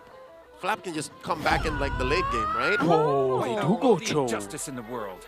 That's a roamer for sure. Yeah, it's not going to be an EXP Cho, is it? Because, yeah, they don't show that strat a lot.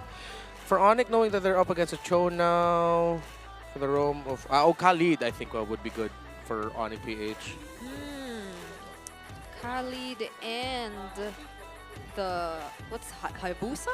Like Right, Haya is still on the board. Hayabusa since Let's fight to our heart's content. Oh, wait. Hold up. Wait. Lucas Jungle. Whoa. Oh no. I don't know how I feel about this. So it is going to be like a lot of gap closers. Yeah. I think you need to have something with a Revitalize here for the EXP laner for Falcons. But it's also possible that Onic get kited out of their minds, right? True. Once the real world manipulation goes and you slow-mo dodge the implosion, Onic's gonna have to chase you and get in there with all honesty. It's just, come here, let me punch you. Since Falcons decided to go for a pickoff, they're not going to be losing the slow front to back unless this EXP laner is really good. Well, we did mention at Hilda earlier, so, team fighting alone, I'd pick Onic. The easier lineup to pull off in a team fight. But for Falcons, I don't know what they're thinking about with this one. The Cho surprised me. I really thought they'd just meet body for body and go for heavy, meaty dudes in the front. But if we learned anything from Falcons, if not just from Game 1, but from the past month, ever since they were acquired by this huge established esports franchise, they're so willing to trade. Is that just me or is that their 2025 identity? Like they're willing to like, all right, we will give bodies, but we won't fight you. We'll try to get turrets, objectives. Yeah, it's like they're just trying to be crafty with it, with their approach. Too crafty. I don't think Yeah. it's necessary to do that that often. In the beginning, I'd like to think it kind of worked. It went hand in hand with stopping Onic Philippines too from getting the better rotations. But now that they're in the face of this kind of lineup, which feels like Onic Philippines just wants to, as opposed to what happened in game number 1, keep on fighting, that might not be an easy task to pull off if you were Falcon. Save for that King Kong Lucas, this looks like the kind of draft they would pull off at the grand finals, the very last match of a best of 7. That's what I'm smelling from Onic here. They're going for the throat. Falcons, again, let's see how many turns and barrel rolls they'll have to take in the skies to take us to game 3. But, ladies and gentlemen, it's match point for the defending champions of MPL Philippines in our star match of week 2. I think I'm going to double down on the thought of the easier lineup to pull off is most likely going to be the one that wins. Onic PH has the easier lineup to pull off. Yeah, and I don't see any this revitalizes too, or anything to match up with the sustain. So it's not even a Hilda revitalize, it's a Hilda sprint. so it's really wanting to just keep fighting. All right, assuming that that's there to like really get into King Kong's face, if that's gonna be the matchup we're looking at, because again, CC into a Hilda, like I reckon the CC would just bully the Hilda, right? Yeah. Even that's a losing fight because the Lucas eats the Hilda alive.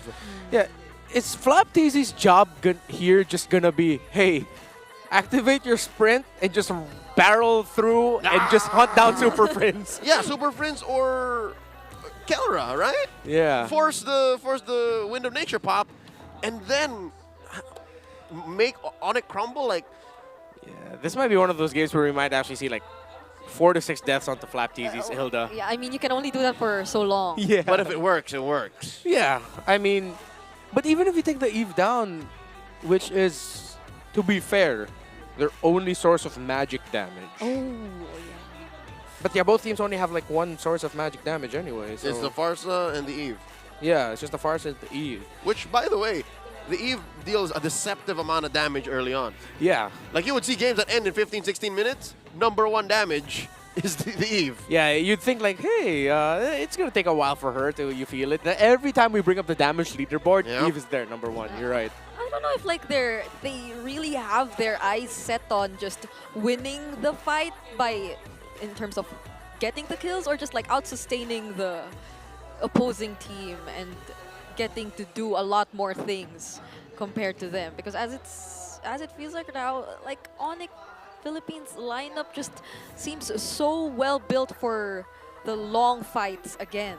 Yeah. And they might just be able to keep going, and they don't need to just keep recalling as much or repositioning themselves, if any. Welcome to Mobile Legends. That was sent with a conceal, telling us it's time for game #2. It's match point once more for the Super Fam.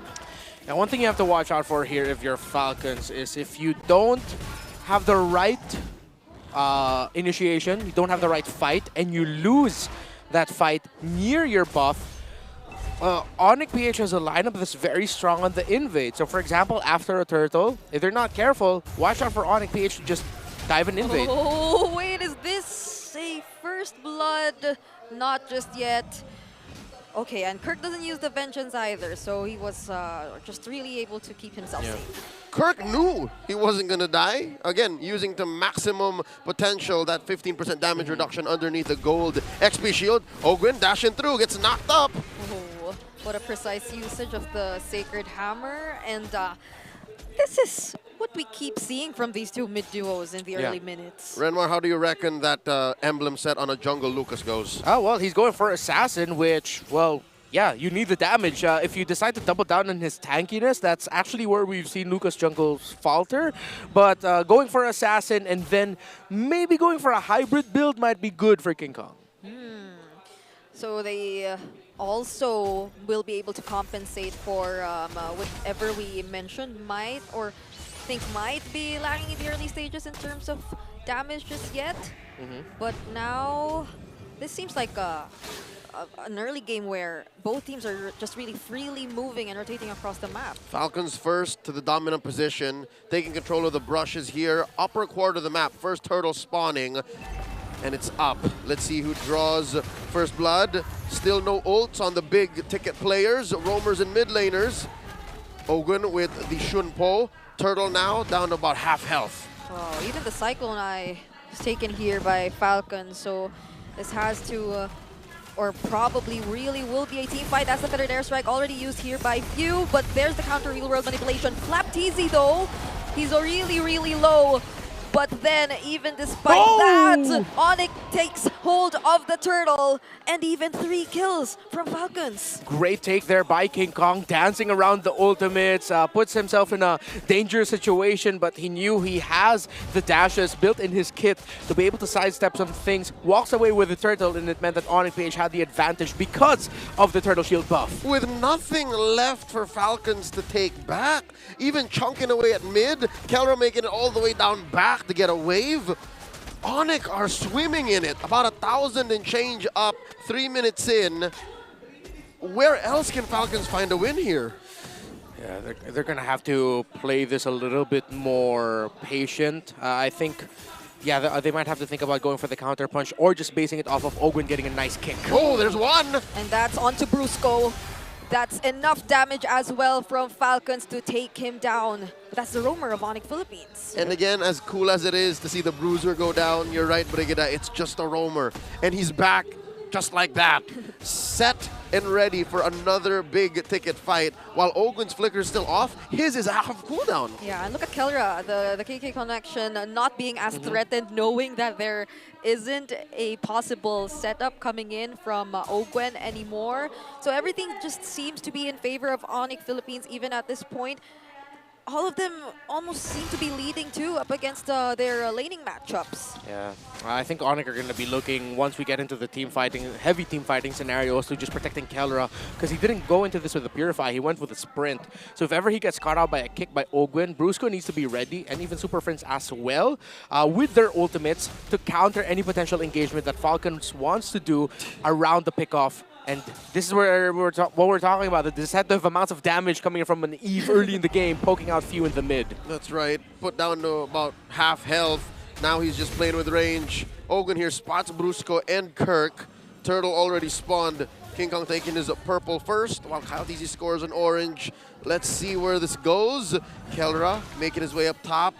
And he will not be spotted. He's keeping himself scarce. Yeah, and Flap TZ too, positioning himself onto the back. Oh, they decide to go for Brusco first. Kyle TZ gets the kill, and the turtle too. Kelra though, dancing in the middle of everyone, taking down Few and Kyle TZ. That's a double kill for him. Oh. But Falcons won't let him live. That's the kill taken by Super Marco, and they're trying to chase after Onic, but they will decide to disengage. Man, Super Marco held on. I really thought that Kelra coming in from the perfect angle would just mess up Few and Super Marco, but Super Marco said, I'm all right here. Eventually, Flap and Ogwen are going to come in and help me, and yeah, good sidesteps by Super Marco, able to stay alive, 1-0 and 2 now, and that's what they needed there, because if he gave a kill to Kelra and ended up with the Airthal having a triple kill, that would have been a nightmare start for the Falcons. I'd reckon if Kelra did that maybe 2 or 3 minutes from now, yeah, it would have worked out, but currently he's sitting on just a Haas clause. That's not enough damage output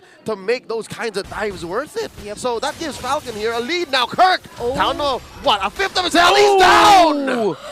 Evil Queller to finish him off, and they don't allow anyone to fall either. They might just be able to get their hands on the first turret too. It's a clean pick off on the Kirk attack. This will open up the upper quarter of the map. King Kong holding his ground. I just want to take my purple, man. Leave me alone. And now Flap is going to mess him up. Oh, King by Ogwin! Oh no, Kelra, not even with a heavy crossbow, gets to survive. 2 members of Falcons. And how unfortunate is this? You already mentioned it. He was already on a killing spree, but that was immediate shutdown gold for Super Marco, and he gets another. Across the map, the Super Fam are falling like flies. And all it's taken are these little micro movements from Falcons. Yeah, Ogwin and Few are controlling the map right now. Few going with Kyle, Ogwin going with Super Marco. That's a good split.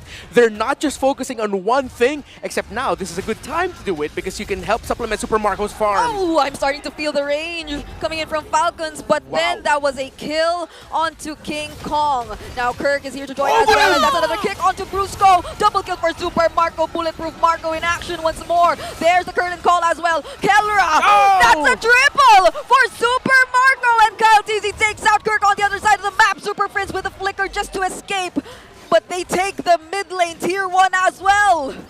From a dominant start to suddenly playing like a team I've never seen before, Falcons are putting Onic PH in their place. King Kong here, unleashing the beast only to run away. The beast runs with its tail between its legs, and Falcons How do you do that? Was that a chicken or a... That was a crying dog. How do you do that? That was a great sound effect, Brigida.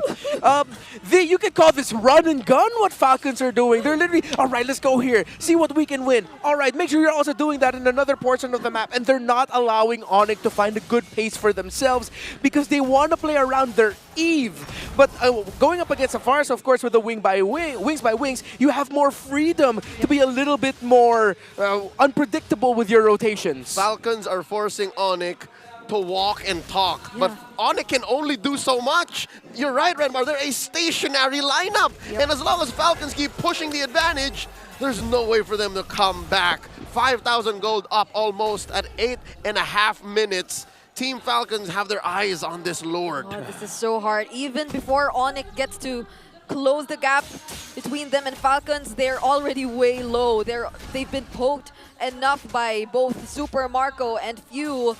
There seems like just no way for Onic Philippines at this point to gain access towards these two damage dealers. Oh, Feathered Airstrike put in by Few. Ouch. Cancelled after just a couple of salvos. It's enough to put Kelra down to a third of his health.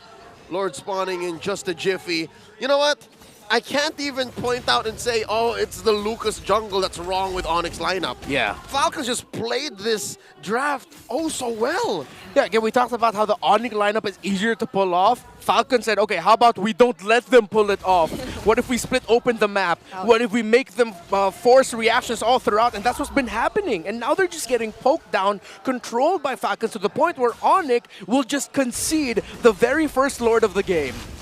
Yep, they do not want to fight Falcons anymore at this point. Even when the entire idea of their lineup is to fight, they couldn't withstand the damage that Falcons is able to dish out at this point. Look at that. Few again, just confident enough to keep throwing out those feathered airstrikes. And even the chunkiest frontliners of Onic Philippines, they can feel the damage. You know what? There's only really one chunky frontliner, and that's Brusco. He's the only one who can afford to take these hits and stand as Onyx Vanguard, because that aside, Kirk has to fight, King Kong has to fight. Their chunkiness and their lifesteal is defined by their capability to strike back, but Falcons are going so fast, they're not allowing for that. Yeah. Run and gun, and it's working out so well for the Falcons. Just don't let Onic play their game. Who knew it would be that simple? I never thought it's actually that easy. Yeah, I actually can't think of a way for Brusco to use the implosion at a perfect timing right now. And Falcons might just get their hands on their first inhibitor turret away from Onic Philippines, but they successfully defend either way, but at least for the Holy Shields, they will not be intact anymore. That's right. A minor objective, you could call it. A free wave clear. No longer there for Onic Philippines. Falcons continuing this onslaught of attacks. Conceal play here from Brusco. What are they looking for? They spot Ogwin, and best case scenario, they kill him. But again, that's just a roamer. Falcons will continue barreling forth across the map. This is almost a 10k gold lead, and oh god, 576 stacks and 40 on the Sky Piercer. At 11 minutes. Oh, Conceal. Now this time, that might just be Falcons looking for a fight. Kirk barely surviving the feathered airstrike. There's the counter railroad manipulation.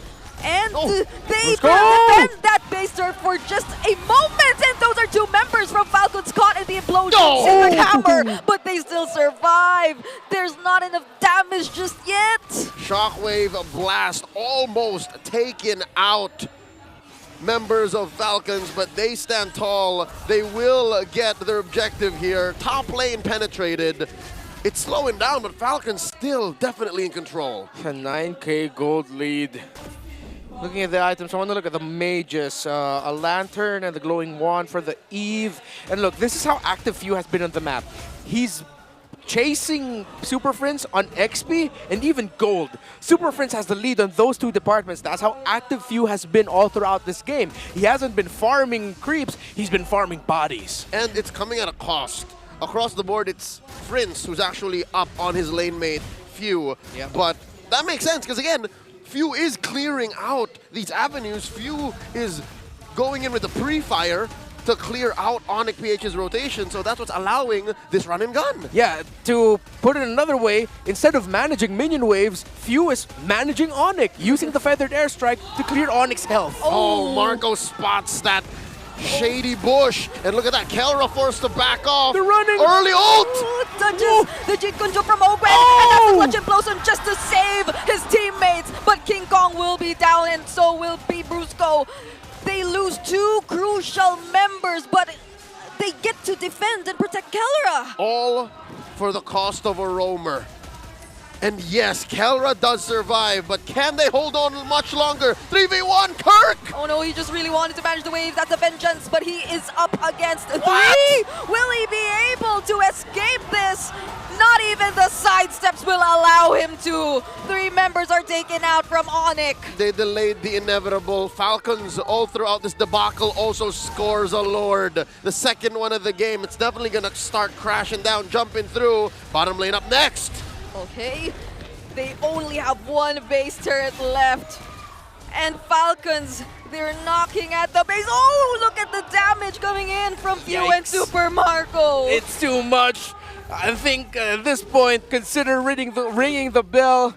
But you do still have a Tigreal and Eve on you. You still have Kelra, who got to sidestep that Jeet Kune Do entry by Ogwen, which is why Ogwen got punished and Kelra walked away scot-free in that sequence in the top lane. But with the Lord marching in and Falcons having all the item advantages, especially a 4K gold lead for their Granger compared to the Iritha, this could be it. All waves synced.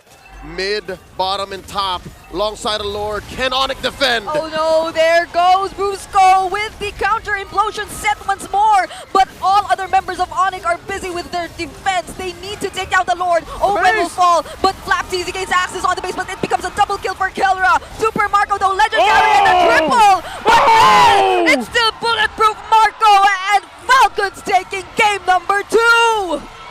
Falcons are here, and we're going to game 3. It felt like Super Marco in that game just went, oh, Renmar said, I'm not bulletproof, and he took that personally. He went deathless in that game and got the initial salvo there, or the final salvo that solidified the Falcons win. Marco was nuts. Bro, I'm about to anger the thousands, the hundreds of thousands of Kelra fans, but the way Marco played here, he made Kelra look like the dude in the gold lane. It was so hard, even on the Irithyll. Stay hydrated. Look at that. You see, he didn't even know that a camera was on. He was like, oh, game's over. This guy, Super Marco, even when the early game sequence just worked so well from him. I mean, that was an early shutdown gold, which he got from Kelra, and then he just kept going from that point onwards. He maintained it so well. Yeah, and again, when you play around your mid laner, which is one of the keys to victory, and you control the center of the map, the happiest person in your team is your gold laner. Because that means no one's messing me up so much in my farm here. I'm okay. It's me against this other dude who they say is a god, but I'm making him, as Leo said, look like a dude in the gold lane, showing him why I am bulletproof. It seems like not even the bullets or the arrows of a god can pierce through Super Marco's bulletproofness in that game too. Bulletproofness, that's an actual stat that we've been running here in the MPL for the past couple of years. Yep. And he did not, did he die once? Nope. No, not at all. Not at all. So we're back to prime Riquetiano, ladies and gentlemen. Yep. Safe to say he is the MVP. I don't know if anyone else can grab the bag here. Can they? Nah, it has to be him. 12. Okay. So guys, if you look at it, the reason why we call him Bulletproof Marco is the guy like rarely dies. Yeah, it didn't go well in game number 1, but 12-0-4, 1,022 GPM, and yes, we're lowering our voices because Super Marco just said to quiet down a bit. He said. That's what he said. That's what Super Marco's saying to us. But yeah, crazy game here, considering that Ogwen and Few controlled the map for Team Falcons. 12-0-4. When you whisper, I can barely hear it. Okay, 12-0. We can talk normal, I guess. Yeah, we can talk normally now. He's fine. He won't take it. He won't be so bothered with it. Yeah, see, he's okay with it. We got a double thumbs up. This time around, it felt like Ogwen was the one who wanted to show off with all those beautiful Way of the Dragon setups towards Onic Philippines every single time. it didn't feel like the easier to pull off lineup, quote unquote, even in terms of just the matchups, the laning matchups generally worked for Onic Philippines. I think even when you look at the XP lane, wherein it's a CC up against the Hilda, even if you look in the gold lane, where come mid to late game, you would find it harder as a Granger to target your bullets towards an Irithel, it didn't feel that way at all for Onic Philippines. Yeah. Let me get real scientific here. You know what makes power, you know what makes something hurt when it comes at you? It's not the size of the thing, nor is it what it's made of. It's the speed! And that's what Falcons have brought here in the draft for Game 2. The speed of which they execute their lineup compared to Onic, who, have to go step by step. Kirk has to be able to sit in front of you, throw the yo-yo at you repeatedly, swipe away from Super Friends, the perfect implosion setting up for all of this. And King, not to mention King Kong, man. He has to be able to get you with a DOT that a Lucas brings. So all those put together, yeah, it's easier to do, but Falcons would always just run away from it.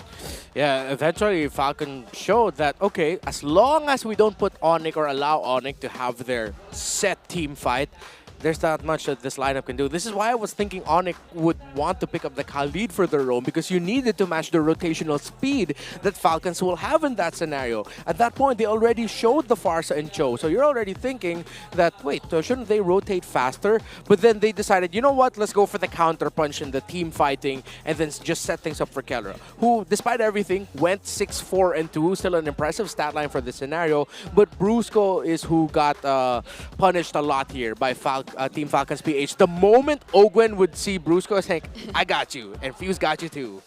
It felt like such a slow-paced approach from Onic Philippines towards what was needed of them, or as opposed to what was needed of them. So it was a clear downfall for Onic Philippines when they weren't able to fulfill what could have at least kept them in the game against Falcons. And when Falcons was just able to secure that near perfect way to turn things around in less than 5 minutes into the game. Yeah, you can't make this up. The way Falcons play this game is amazing. You got double Marcos, double flaps, 102 something, 102 something, and then what was Flap? Oh, right, Flap was playing the Hilda. He put the run in gun. Yeah, again, I was really doubting this Hilda pickoff, but then eventually, since Few and Ogwen got to control the map, Flap TZ could just like, all right, let me press sprint and just run towards them. And at that point, because there was like a 4K, 5K gold lead for Team Falcons PH, Onic, every time they saw Flap TZ, was like, oh no, it's the Hilda! Break formation! And then eventually, Falcons would just collapse on them. Yeah, matchups be damned. Technicalities of the heroes' kits and their damage outputs thrown out the window. Falcons were just going way too fast for Onic to answer to what was coming at them, which made sense. I think we mentioned this some way pre-game in the draft, is this lineup has the potential for Onic to go, let me just hit you, stay same place, please. Yeah. But Falcons never let that happen. That was almost 100,000 damage taken by Flap TZ. I think one of the most high mobility heroes which denied that wish from Onic Philippines to just stay in place. He was always constantly on the move, and there was no one who could stop him. I think you would argue that the implosion was a nice, or was a great way to stop all that, but you wouldn't want to use it on Flap TZ. You want to use it on key targets, which were most of the time far away from everyone. So it was a very difficult situation for Onic Philippines here. Even during those clutch implosion plays towards the end. Yeah. Well, one thing I wish I saw more of though from Onic in that scenario was if Kirk and Brusco got to talk and say, Brusco, why don't you back up a bit? Let me be the frontliner here. Make it a sacrificial CC so that if ever Brusco decides to go for a kick, or excuse me, Ogwen decides to go for a kick, Brusco can just counter set, but we barely saw the counter set up until the end. We saw it maybe once or twice when they were losing bad. So maybe if they somehow find a way to get in that position, again, if it is necessary in Game 3, we see the Super Fam win. Ladies and gentlemen, let's go into an all access before we resume the match. Thank you, casters. Alam kong sobrang heated ng ating match sa loob ng Land of Dawn. Kaya naman, magpalamig muna tayo dito sa loob ng venue kasama ang ating on-ground streamer na si Ajax. Ayan, what's up mga tol? Wow! Gusto ko yung energy niya, Hans. Oo. O sige, Ajax. Kamusta? Akin na muna yan. Kamusta, Hawakan ko na Ajax? muna yan. Ayan. Ajax, O sige. bilang part ng Munton Talent Search, ngayon ikaw ay isang on-ground streamer. Kumusta naman ang pakiramdam? Siyempre, sobrang excited akong mag-restream for Munton and nakakagaan ng pakiramdam kapag kasama mo yung mga audience dito sa mismong venue ng MPL para mag-restream. Ano bang feeling? Kasi, di ba, kadalasan, pag audience ka, doon ka nakaharap eh. Di ba? Dito ka nakaharap mismo sa laptop. So like, does that give a significant amount of difference or parehas pa rin given na nandito ka naman? Yung feeling, yung vibe ng crowd, naramdam mo yung arena, yung sigawan nila, same pa rin kahit na nandito ka sa harap ng laptop. It just gives a different approach kasi yung mga audience online yung kasama natin. Ayan. And you know what? I think isa rin siya sa naging produkto nung caster search or talent search. Correct. Right? You've been a part of that as well. Yeah, nauna akong batch sa kanya. And Ajax, alam natin na caster ka and ngayon streamer ka. Ano yung feeling na nandito ngayon sa MPL Arena na hindi ka caster? Ano yung ginagawa mo dyan? Still feels like home Wow. na nandito ako ngayon as a streamer. Kasi parang pareho lang din naman yung ginagawa ko. Nagbibigay ng kwento and parang nagkakas lang din. Ayan, nakikita ko nga si Ajax kanina dito sa tabi natin, Hans, para siyang nagka-cast. Ngayon, invite mo naman ang ating mga fans to watch dito sa venue. Ayan, sa mga MPL superfans natin, I invite you guys to go here sa Green Sun Hotel sa Makati para manood sa MPL Philippines Season 15.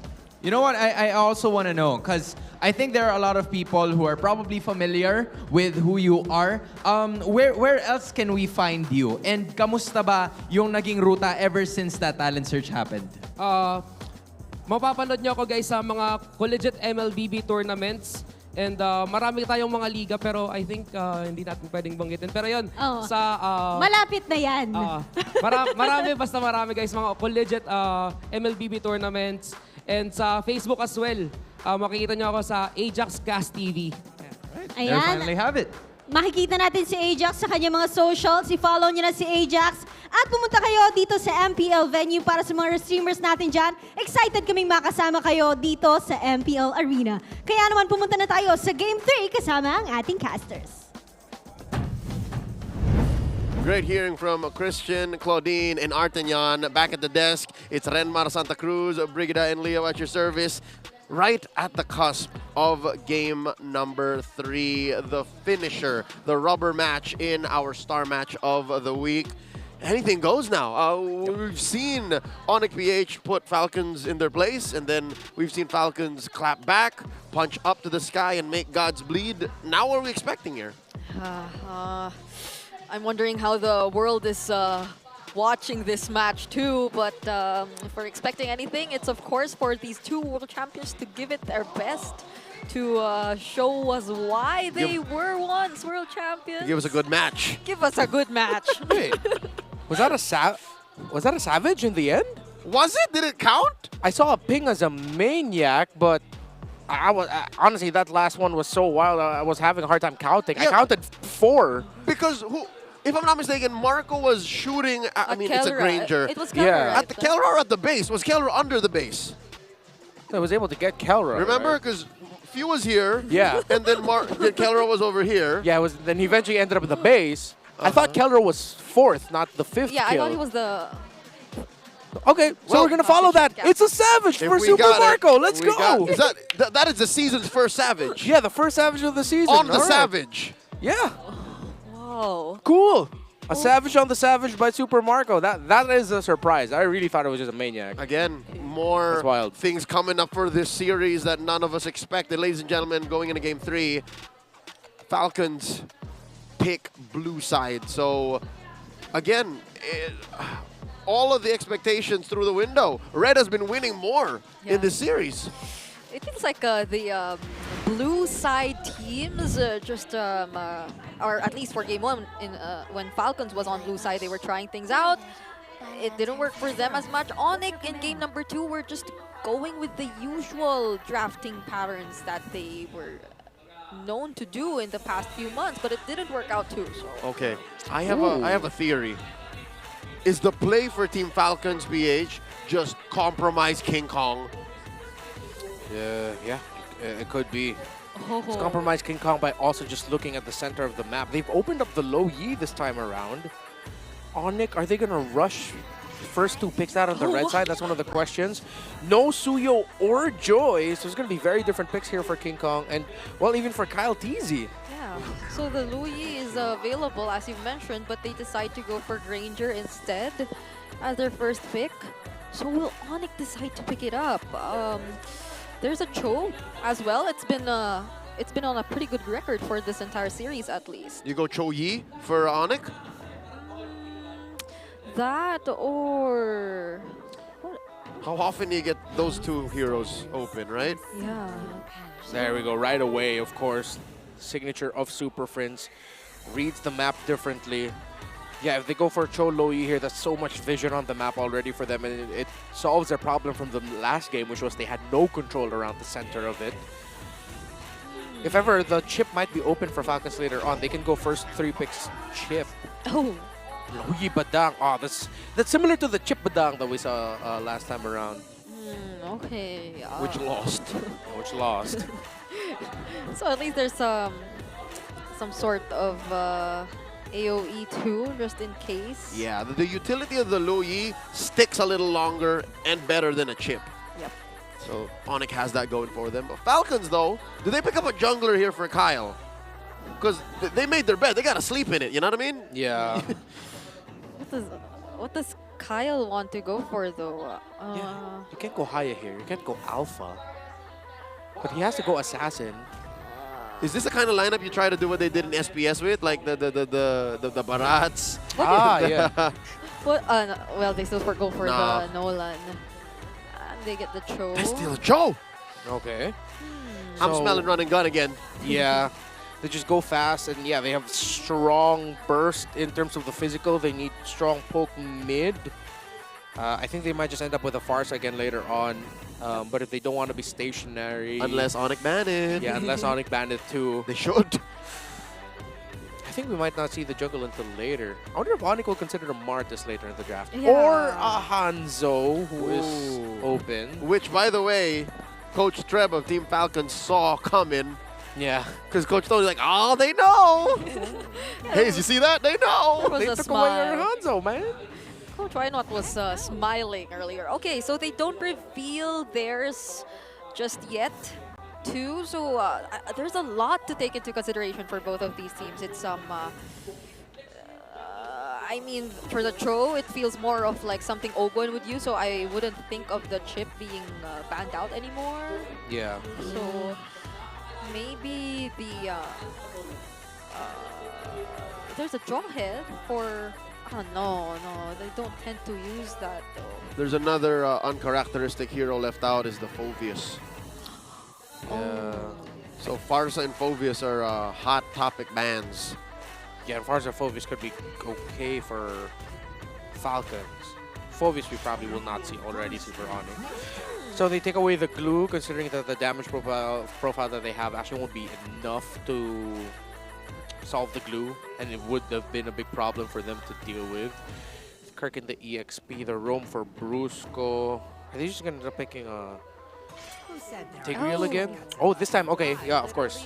Take out the chip. What if you goes Faramis again?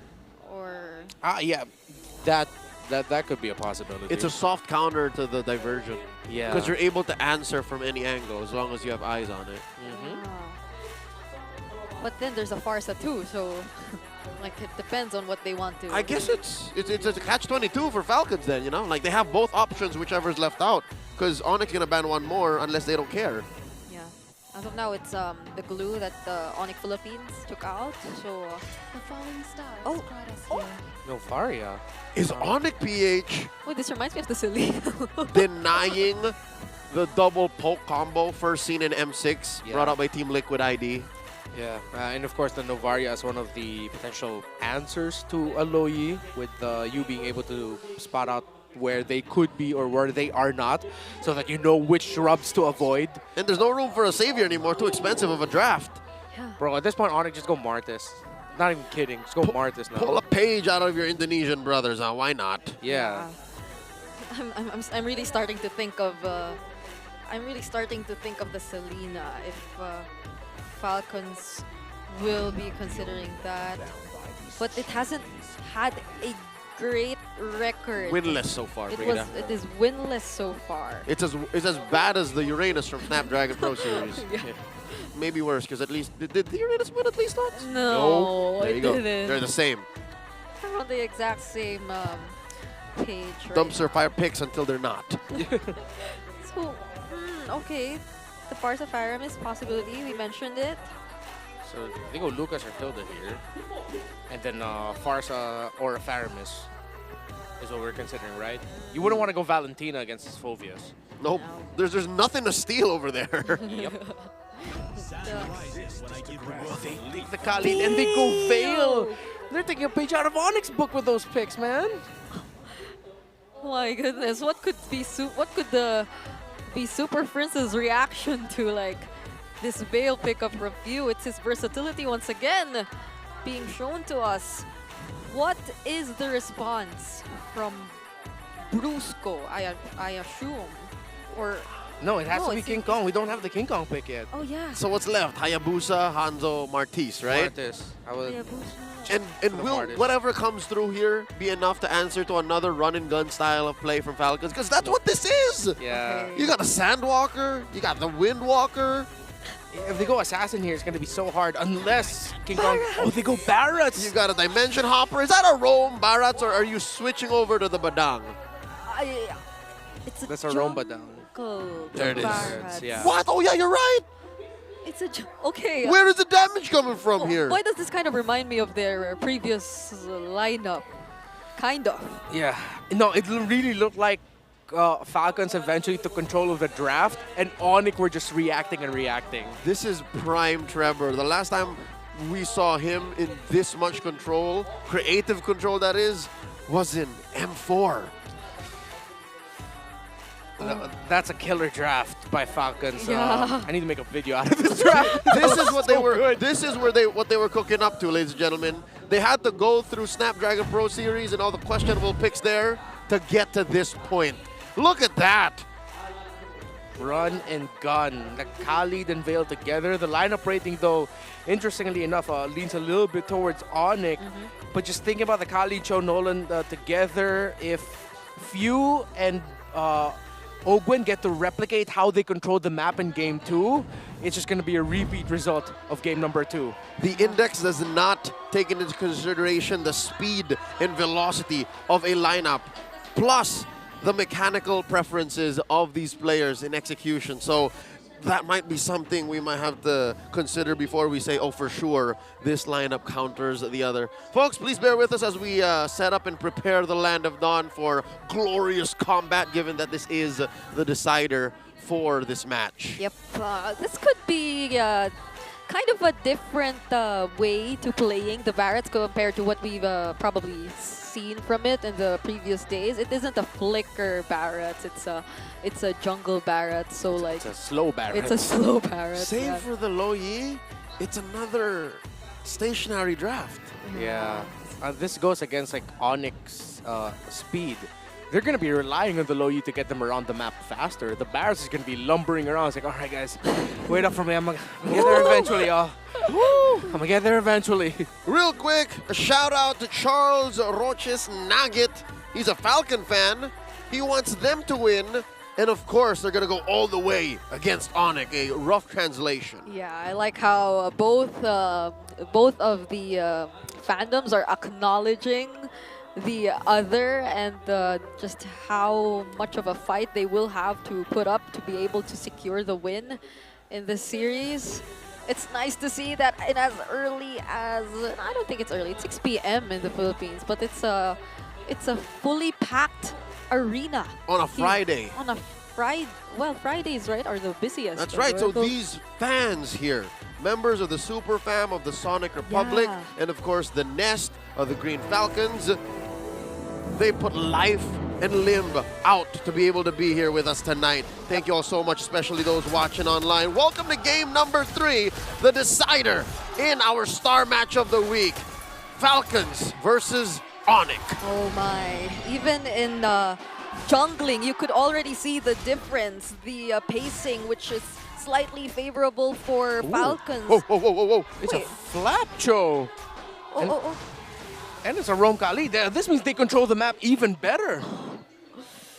How do you move as Onic Philippines, knowing that this Kali, this guy Ogwen just keeps looking for you? Yeah, the duel though against Phoveus for Flap TZ might not be so easy for him though, because all the dashes that he has will allow Phoveus to get his enhanced basic attack quicker, which means lane dueling is going to be a bit tougher. So Flap TZ went for double boots, Wilderness Blessing and agility so he can walk faster. Whoa, wait, does Ogwen survive this? He still gets away. And there's a quick sand guard too, which allows him to get back faster in the fight. The master refuses to go home. He's like, I'm going to take some of these green pellets over here, quick sand guard, and continue rotating. Oh my goodness. Now we're seeing Kyle TZ2 potentially looking for someone in the mid lane. But Super Prince will stay or keep safe. Lane per lane, it seems like the only real losing lane for Falcons is top. Is that aforementioned Cho versus Phoveus lineup. So if they figure that out and they play that well, maybe even these turtles should look good. Ooh, Kurt gets bursted down. And that's something King Kong might not be able to do without the help of his teammates. And speaking of, he will be together with Brusco right here, but they're being zoned out really, really well. There's almost no way for Onic to find their way in the turtle pit, and Flap TZ will serve as a sacrifice, but that's a turtle for Falcons. Yeah, let's look back at history. Oh! No looking back, they found Brusco, and he blasts him. Never mind, nothing is free. Yeah, my goodness. And again, this is what we're talking about in the draft. At some point, Onic, they're just gonna base it off of counter punches. Did Ogwen steal it? No, he didn't. Okay, so the Barrett still got it in the end, but had to use his retribution. Yeah, and look at King Kong. He's behind by a level. He's just not used to playing this kind of jungler. We're not used to seeing this too. Again, that's what we were talking about here. King Kong's is going to be like, all right, guys, just wait for me. Give me a moment. I will get there. And the moment he gets there, they're already somewhere else. The beast is used to being the hunter, not the hunted. Yeah. So here he's a big lumbering piece of meat. It'll take some time. It'll take some time for Onic Philippines to group up and be confident enough to engage in a fight against Falcons, because as it's looking right now, Falcons, even without the other members, they can decide to at least take on a fight, a skirmish, then just immediately get out of it alive. And I don't think that's something Onic Philippines with their lineup can do, especially if they immediately decide to use the diversion. What we might see here is sort of like a replay of game number 1, where, except this time, Team Falcons PH don't need to sacrifice so much. Yeah. They don't need to sacrifice anything to take control of the map. Naturally, they will take control of the map, but then Onic can just wait and say, let's allow Irithel to farm up. We don't need farm on the Barretts, we just need the Barretts to eventually catch someone. What we need is our Irithel to be able to get to the point to deal damage. What we need is Super Prince to be able to pull off some great diversion plays to get past enemy lines and surprise Team Falcons. So that's what Team Falcons needs to work with here. The thought that at some point, Onic might just blow up in their faces. They gotta watch out for that. Again, easier said than done. This is assuming that Falcons will take it lying down, and lying down is the total opposite of what they're doing. Is they're constantly on the move. Their most stationary member would be the Granger. Yeah. So I'd say best case scenario for Onic is that they can find Super Marco. Bob's your uncle. We're cooking here, but unless you don't, if you can't, then again, contrary, I think we're back to game 2 situation. More for you, it's a little bit more like game 2. Yeah, you're going off of momentum here. It's literally what, almost half the lineup looks like run and gun. Yeah. Well, most of the lineup actually. Yep. So it's really deciding to time these engages well. I think Onic Philippines might have a way to work around with it. Especially as you've mentioned, if they do get to buy some time for Kelra, there's the diversion, there's the setups. It's not just the Daytona's welcome. I think King Kong this time around might be really more of a utility, just soaking in the damage. It's not the typical King of the Jungle gameplay which we're so used to seeing from him. Yeah, But this is just straight up Kong. it's just Kong. Just Cyric. Oh, Yeah. there Here you we go. go. Sen says it's go time, and indeed it is. Once more, elapsed in-game time, 3 minutes. Team Falcons PH up by about 800 gold. Yeah, at the level gap, Kaltiz is still always in the lead compared to King Kong's Barretts. Let's see is he gonna rush the cursed helmet? Because the last time I think we saw that it did. He can. He's on the way. Yeah. He got the cloak. Oh, here. wait. Could they actually look for an engage right here? Uh-oh. Does Marco know? I think Ogwen sees it. I think Ogwen saw it. Yeah, they read it well. Because the moment Ogwen got the information that, okay, they're using their diversion, Super Marco decided to hug his tower just a little bit closer and got closer to the wall so that it wouldn't be easy for Onic to dive him. And then Ogwen, well, we saw him coming up, and then he was like, no, I'm not going to pass through here. Again, the cost of running Barats in the jungle. If you were a flicker Barats, you can maybe catch Marco, spit him out the other way. Yep. Yeah. But since you're honest about it, he can just hide. Yeah, and since Falcons just always keeps Onic within sight, just being able to damage them at least once always reveals to you wherever they're headed using the diversion. So that was very unfortunate for Onic Philippines.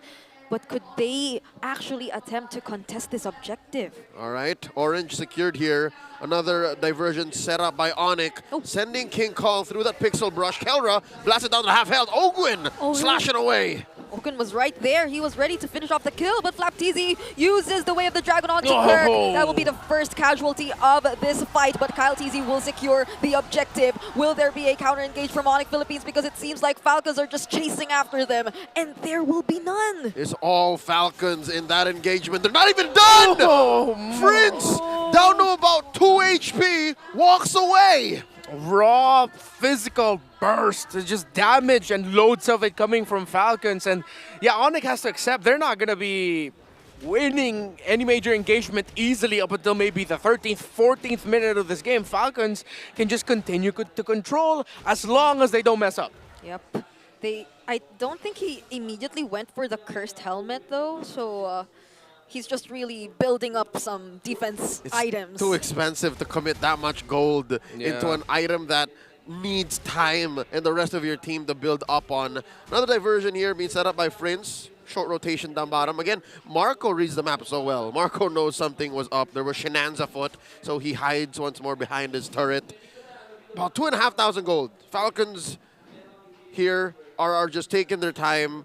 They're setting up for this next turtle. They know that they don't have to rush it. They don't have to go too fast because Onic is literally on a rail. Yeah, and it feels so hard for Onic and their positioning reliant heroes to actually look for a or the best position whenever there is going to be a team fight. I think even recently or previously, Few was able to reserve the Windstorm so much that Onic Philippines were just so cautious of it. Yeah. And in the last time we saw Few use his ultimate, he read where Kelra would eventually enter and follow up. So this is just familiarity by Falcons, and might be on the way to seeing them get their revenge. But every time I say that, it gets cursed somehow. We got 10 seconds until the turtle spawns. That's the curse of the champion, you know what I mean? Like, eyes on you all the time. Flap Teasy here gets caught by a wall. Fist break set up by Brusco. Quick diversion. Whoa, no one home. Oh my god, this whole time Ogwen was keeping tabs on everyone. Yeah. He just knew. The master knows. He felt it. He was like, something is wrong with the sands. Oh my Dude, goodness. I will not go here. And look at where he stands. He's always right there. So whenever someone actually gets low, he's ready. Whoa! He's ready for it. But it seems like Onic Philippines are the much more ready team. They go in for the engage and start the fight, but they don't know where Kyle Teasy is! And Kyle Teasy steals away the objective. Also will be taking a kill with it, but it goes to Ogwen. Flap Teasy on toward the backlines. Kelra might just be able to go for the trade, but he won't be able to dance away from all this. That's Super Marco on a killing spree. Where's Fritz going in the middle? Taking down Few. Looking for one more. Can Kyle survive? Prince finds at least one in the exchange. Grand Theft Turtle, Kyle Teasy. Too easy for a Teasy. And it could be another kill. Oh, wow! And Bulletproof Marco is still 4-0-3. No one can get to touch the bulletproof Marco. This is looking scary. Can't touch this. So he's 2K ahead of Kelra. He's doing it again. He's making him look like a dude in the gold lane. If he goes back-to-back bulletproof here, you could definitely say Super Marco is back. And Team Falcons PH, tremendous draft. Run and gun, except this time it's just running, but they're fighting! Oh, phew, he's way, way low. He will be the first to fall. Super Prince will be traded as well. That's 2 mid laners down. But there is the quick sand guard canceled out by Onic Philippines. Kelra still looking for the free hits. Caltizino goes in for him and takes him down just before he's about to do anything. Gets a double kill as well. And Super Marco once more unstoppable on the Granger. And the Barats, left to his own devices, just smashes through a turret. I bet at a pace that King Kong's not used to. He was playing the Barats like he would a Suyo or a Fanny. Yeah, if he wasn't a different hero, you'd see King Kong show up there, clean up house, and then turn things around for Onic. But then all he could do is get a kill on the turret. Yeah, this entire scenario between Super Marco and Kelra, it reminds us of how it has always been, even last season. It seems like in terms of performance, comparing these two gold laners, Super Marco getting the advantage almost every single time tends to go unnoticed. In a vacuum, yes, Kelra does have an edge over Marco. But you look at their career all across the board, you would be looking at Marco and saying, yeah, we have to reconsider if this is as even a fight as we once thought. Lord Spawn down bottom. This is the first Lord of the game. What? Oh, I can't believe the words coming out. It's the first Lord? Yeah, so much has happened. We're at 12 and 5, not even 10 minutes in. And he's still level 11, whereas Kyle is 15. Approaching the 8-minute mark. 7.3, around that K gold lead for Falcons too. The 8K gold lead, rather. This is... I've lost it. What? I cannot believe what I'm seeing as well. But it still Locked feels in. like Onic wants to contest this. Regardless of that gap, regardless of this lead. They have to. They have to try. But Falcons, they are in a really good position right now. They shift 3 into the middle side brush. Oh, okay. They've sort of let go from the objective a little bit because they saw so many members of Onic. They sent Kyle TZ up top with Ogwin shadowing him just in case. And that baits the diversion? No, it doesn't. And they can afford to do this. They rotate much faster. They find one! Super Marco nearly knew it, but their target was Flap TZ. They will successfully take out the XP laner for Falcons, but that's the Raging Sandstorm. They get to target Kirk, and they will be traded too. Both XP laners are gone. So if the math checks out, about 8,000 gold is equal to a hero. They traded Flap just for the firepower enough in Onic to not be a valid game changer anymore. Yeah, and Falcons are continuing the trend of letting go of the Lord. Okay, we're not going to get anything there since Flap's down. They're slow pushing up top, which Onic has to think about. They're going to lose that tower, but they're willing to give it. And Superfriend's still looking for angles for diversion, which you have to watch out for the shrubs in the lower part of the jungle of Falcons, but Falcons are rushing this Lord. Oh no, will they be able to make it? There's the rush by Falcons, and they get a clutch way of the jungle of the Superfriends as well. Takes him out of the diversion and takes him out of the game as well. There's the Daytona welcome onto Super Marco, and they will be traded out. But will that be enough for the Super Fam? Because they lose 3 in the process, and they're just trying to minimize the damage. Kirk decides to go in, saving Bruce at the expense of his life. And now 4 members are down. There's still a Lord marching up top. Idol na mga kids survived that whole debacle. A soft veil in the middle of 3 chunky boys walks away like nothing happened. And now Onic look like they're gonna crumble. Minion waves are still gonna be coming in. They are tanky, they can hold. The Phoveus takes a while to go down, but they still do not have the damage. 8,000 is the gold lead for Team Falcons, and priceless is the control that they have on the map. If Onic were happy with one thing, it was that they were probably able to shut down Super Marco in that most recent sequence. The stacks onto the Sky Piercer also slightly minimized, but that's just that. Wherever the gold went, it went to the wrong person. If some way, somehow it went to Kelra or maybe Prince, it would have been worth it. But if I'm not mistaken, it went to Brusco or Kirk, one of them.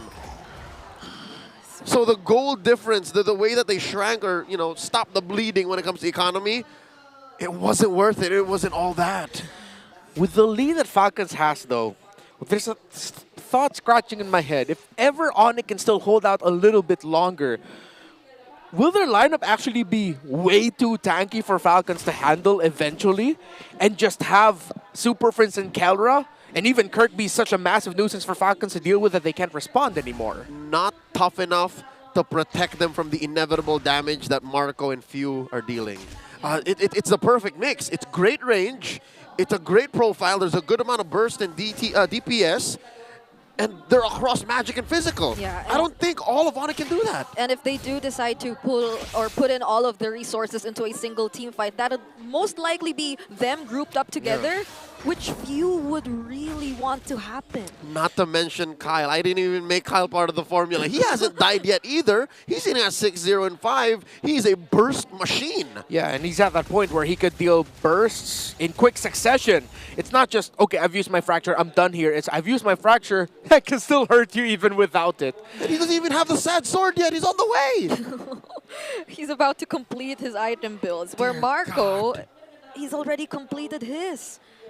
So this is like an additional layer that Onic Philippines has to consider, the wind of nature for Super Marco. Uh-oh. Oh, but wait. This could be massive. They're positioned really well. Onic waits. Oh, wait. Kyle. They can sense it, though. They have a... Oh! Oh! The use of the buff! All right, that's a quick response with the conceal play. Oh, they catch 2 members, though! But there's the counter Raging Sandstorm, but look at the damage coming in from Kelra, and they will be bursting down Flap TZ first and foremost. They lose their XP laner right before the Lord. For the first time in about 15 minutes, Onic actually find a winning trade for free. Nothing paid for. Flap TZ just drops. Onic PH. Not gonna lie, I think we might be getting closer to my fears, but they're chasing King Kong! Oh, the Cyclone Ice saves him from the windstorm! And he even uses his Detonus Welcome really quickly to dash right away! And he lives! Oh, the jungler for Onic Philippines survives for this Lord take. And Falcons, they lost Flap TZ earlier, so they're making extra effort just for the openings, but Kirk gets bursted down just as I mentioned it. And who will be able to get hold of this objective? It's going to be King Kong at the expense of Brusco. There's Raging Sandstorm, but he doesn't have the flicker to go in anymore. King Kong being chased by 3. Super Prince and Kelra running away because King Kong can no longer survive. A Barats like that ain't walking away from the type of damage Falcon is outputting. Yes, they took the Lord, but it will be in vain. Onic PH still staring down the barrel of a loaded gun. Kirk 6 seconds from coming back. It will be 5 versus 3. It's going to be a tough defense, but doable for Onic. Bruce goes back in 7. Ogwin goes in, tanks in some of the turret shots. Flap TZ doesn't have the way of the dragon just yet, but they will be able to take down all the base turrets. And they might be contented with just that.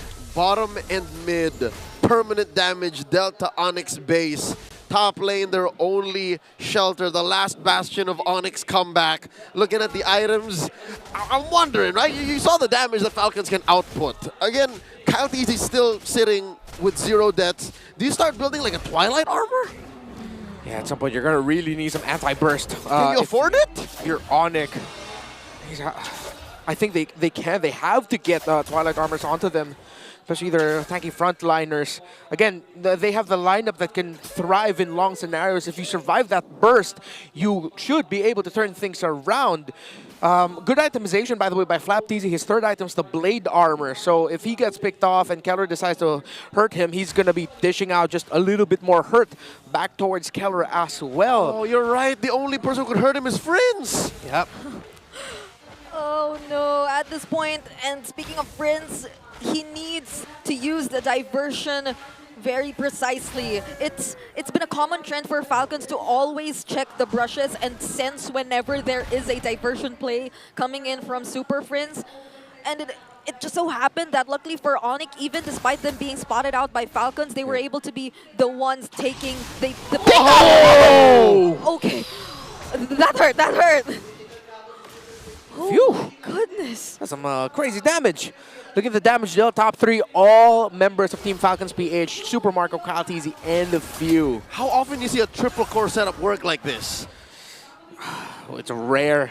It's greedy, some people would say, but again, with the speed that Falcons played this, it worked. Yeah.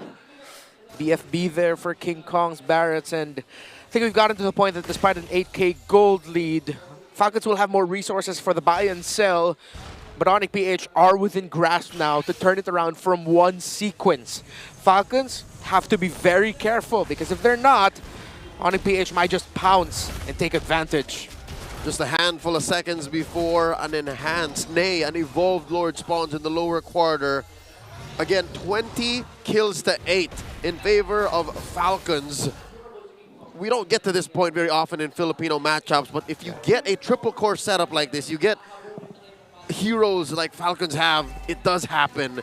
Oh, triple core setup. The cores of Onic were sent into that fence brush. I wonder if Falcons know.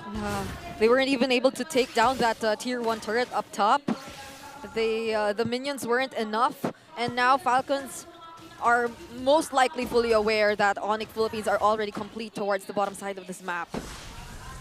Looking at the items, already a Twilight Armor there that we mentioned earlier, built up for Kirk. Only one on the side of Onic PH. Immortality already built up for Flap Teasy's Cho, as he is the most susceptible to getting picked off. Yep. And he is the one getting frontline vision. So this is what we were talking about earlier in game number 2, is Flap Teasy getting vision for Ogwin. Yeah, and Super Prince also has the Winter Crown, just in case there are some clutch plays that might come in. Yeah. So it's so even right now. Again, this is what we were talking about earlier. Falcons have acknowledged it, that Onic have caught up in terms of the resources. How easy with the potion. It's going to be a lot of damage dished out by this Nolan. Yep. And they're keeping him scarce. Like, he would show up just now, but then hide again. Diversion. Lower quarter catches Few. They find Few and force out the Windstorm too. But it up. seems like Kirk, he's found his target. He's on to Super Marco, forcing out the Wind of Nature, and he will fall. But they zoned out Falcons really, really well. Even forced out the flicker from Master Ogwen, and now they're in full control of this Lord. But will Kyle Teasy make something happen? Will he actually get to close in onto the members of Onic Philippines? There goes the Detona's welcome, and on the other side of the map, it's gonna be Brusco traded too. It's a double kill for Super Marco as well, and it seems like they're chasing after Onic. And they're not done. They can actually finish this. Friends gets compromised. No! There's the Winter Crown used, but a second too late. It's only Kelra, the gold standard, left alone. And in the battle of the world champions, Falcons shall prevail. Falcons are here, and they take the series 2-1. What a series showed up. Falcons sent down to the lower bracket in MPL Philippines Season 14 playoffs by the team that they just beat, by the team that just won the World Championship SPS, and I'm pretty sure a couple more in between there somehow, some way. The Falcons are soaring higher than ever. Back-to-back losses for the defending champions. This is a position we haven't seen them be in at least the past 6 months. Yep. What is going on? The theme of revenge is still intact. Yeah. Even up until week number 2. So many turnarounds, upsets even for some, if you would consider it to be one. This is just such a surprising turn of events, and I think Onic Philippines themselves, they know it. They also have to do something because of all of the teams, they're just keeping up. Super Fam takes their bow as they take the next. Well, when is their next? They don't have a match tomorrow. Yeah, they don't have. So they can take tomorrow off and figure out what's going on. Their next is next week. Yeah. An L to Aurora, an L to Falcons. And the next team they face is Team Liquid Philippines in week 3. Currently top dog in Season 15. You said that RORA, Onic was a new era. What about now? We really can't define it just yet. I can. It is welcome to the toughest region to play MLBB in. Ladies and gentlemen, once more a victory by Team Falcons PH.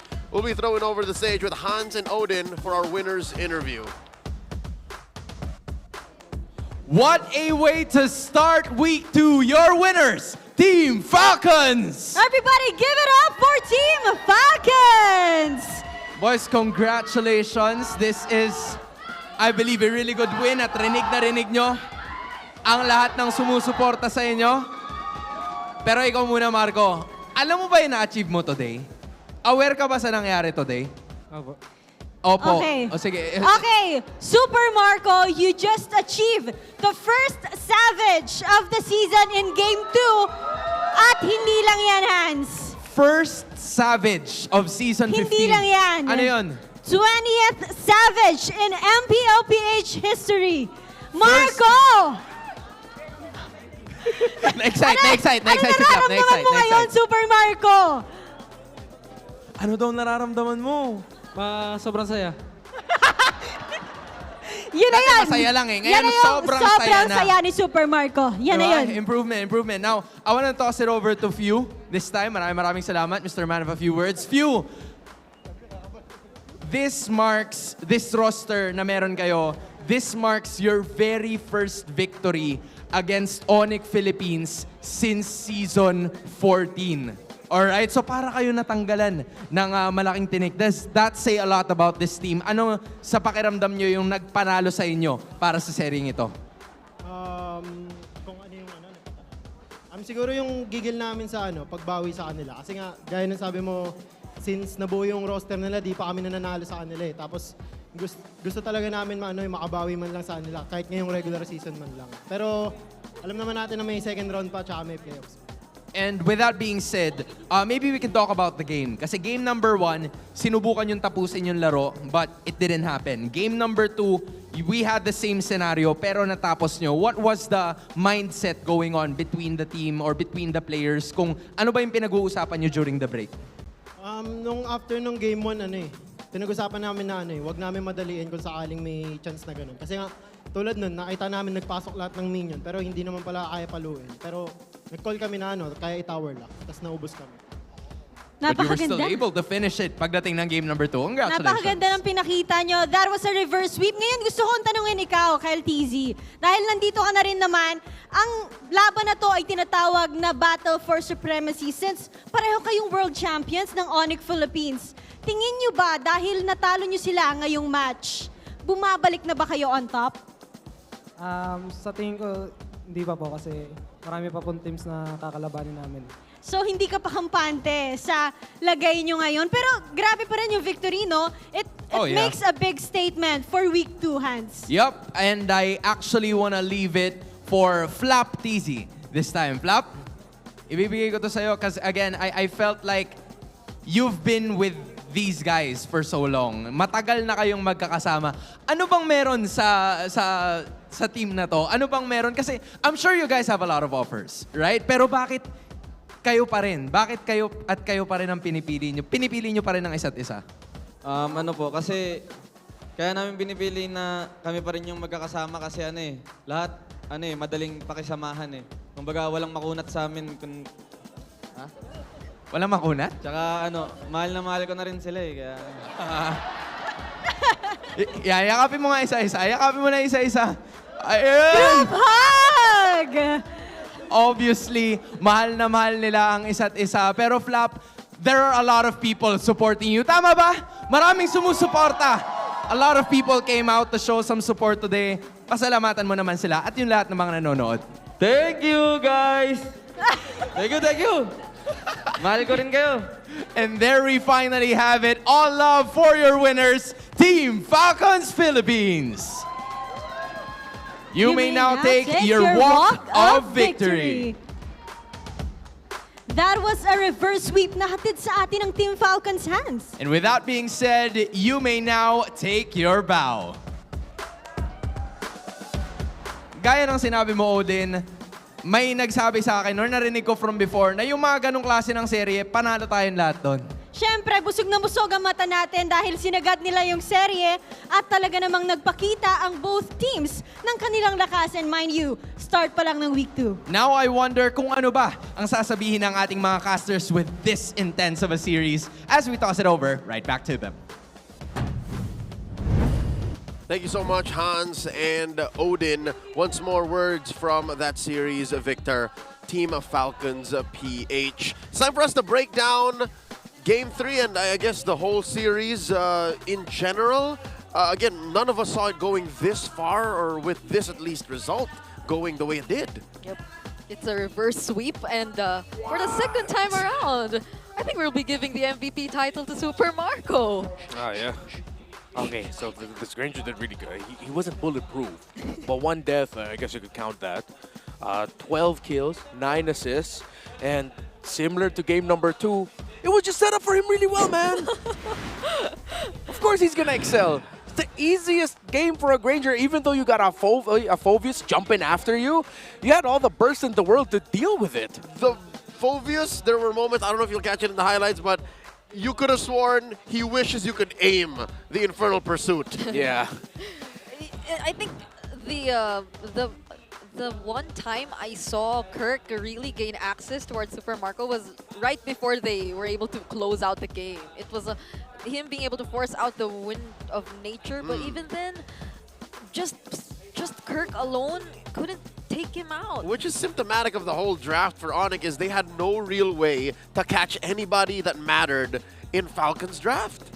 Yeah, and again, for these 3 series, for these 3 games, excuse me, Falcons have, if I'm not mistaken, they've controlled a good amount of the games that we've seen. And then now, again, with run and gun as the key themes for games 2 and game number 3, Onic just couldn't catch up. Again, they were drafted into the corner. They decide to play it very safe, and they pick up a Barretts. They just thought about, let's just make sure King Kong doesn't get taken down, and if ever we have a very chunky jungler, they'll be difficult to deal with. But Falcons just ran away with it to the point where King Kong could not get to a comfortable spot for himself. Green means go, and at best, Onic was playing with an orange light. You're looking at a dive comp, if I'm not mistaken. This is as dive as you can get, right? Yeah. Trying to make sense of where in the spectrum of drafting this falls.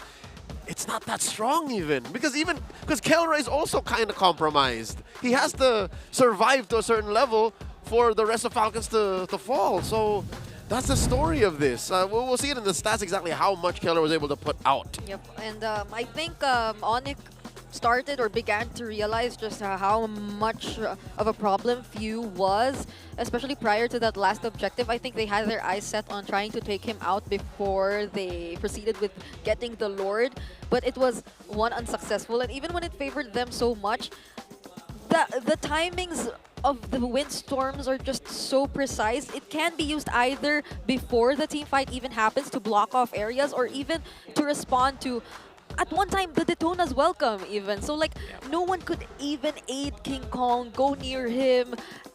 It was just so hard for Onic to position themselves in this entire lineup. Yeah, King Kong's pose right now, that's what he felt the entire game. Womp womp. It's just, it's sad. There's not much you can do. Again, you're up against a Khalid and a Cho that, yeah, you're thinking as a Barretts, oh, they're not going to kill me, but they will mess up your rotation. They will read your rotation. They will send the info to the rest of Falcons, and you're just going to be red all throughout. There's no surprise factor. You mentioned earlier, Leo, this is an honest Barretts. You know what you're going to get from this lineup. It's just them throwing bodies, making space for Kelra. Kirk's gonna die just doing what he's supposed to be doing in this lineup.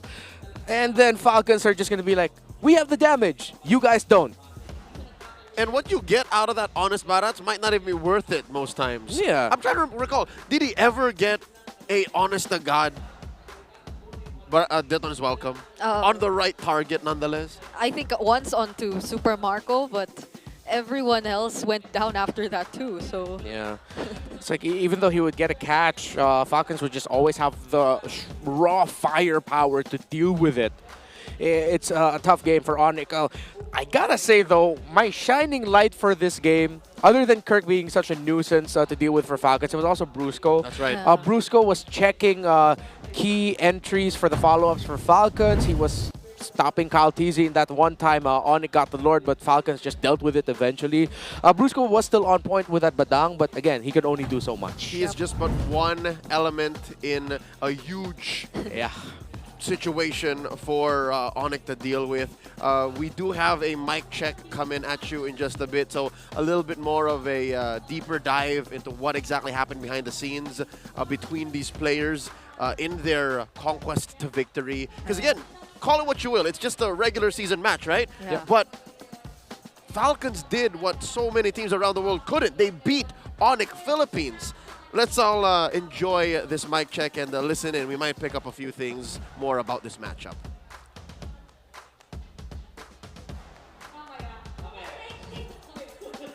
This is where it should have played, right? Yeah. But I guess we'll hear it in just a bit. We'll hear it later. Was I supposed to press a button? Is it my fault? Was it you? I don't know. Brigida starts the game. So if it pauses and then you wait, it's Brigida who says go. But I think this was yours. Yeah. No, there is no button. I wonder what they It's said. not on though. me. Is it mine? Maybe it's still Brigida. Brigida. You know Mine? what? We'll figure out where the mic check comes in, but I guess I have to say it now. There's a question looming around the MLBB universe, the Sonic Republic, and everyone who watches MPL Philippines. Even my baby sister. It's her birthday. Happy birthday. She messaged me, what's going on with Onic? 2 back-to-back Game 3 losses. What's going on? So It's the drafts. They're getting checked in the drafts. It's the drafts. She messaged me. Yeah, even she knows it's the drafts. Yeah. It's the drafts plus the something else. Okay, we'll dig deep into this. Rem, are you ready to press the button? Yeah. All right, let's play that mic check right now. I will press it now.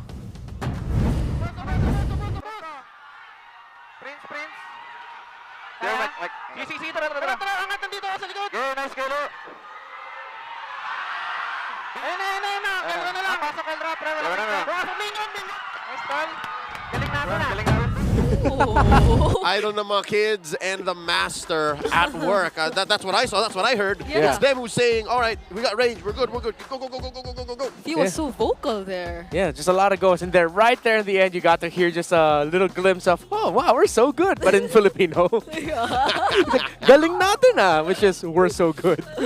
That does put an end to our star match, our first bout of the day. Coming up next, it's the MDL champions, now MPL contenders, AP.Bren, facing off against Aurora, who is on a win streak. Brigida, are you excited? Oh yes, I'm excited to see the MDL quote-unquote graduates try to bounce back, but that might be quite difficult knowing Aurora has been on a really good record, 2 consecutive wins just back in week number 1.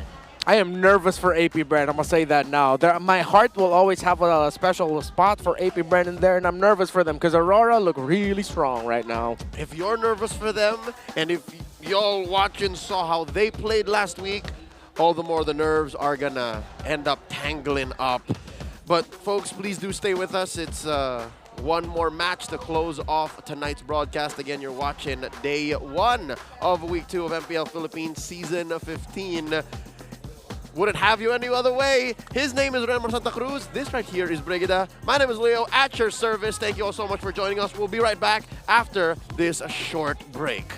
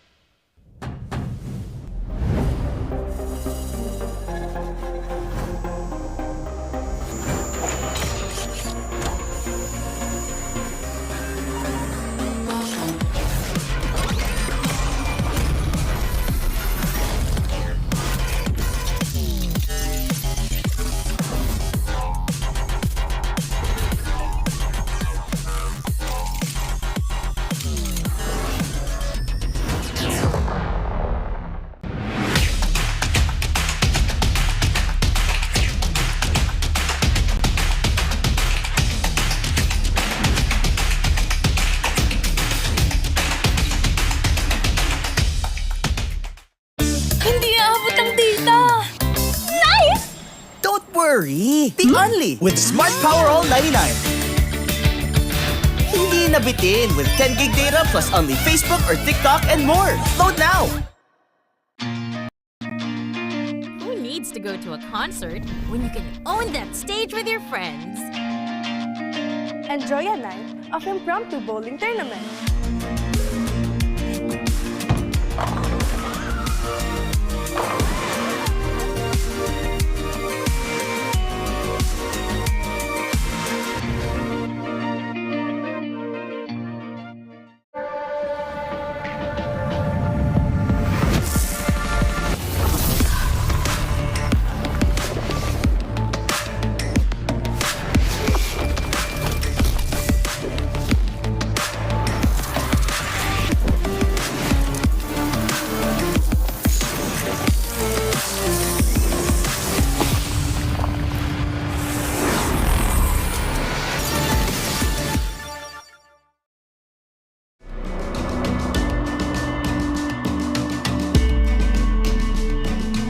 Malakas ka ba?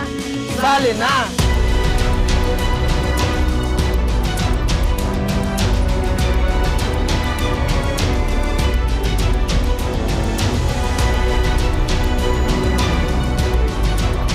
Kita Kids. Kita Kids. Kita Kids. Kita Kids. Sa MCC Season 2.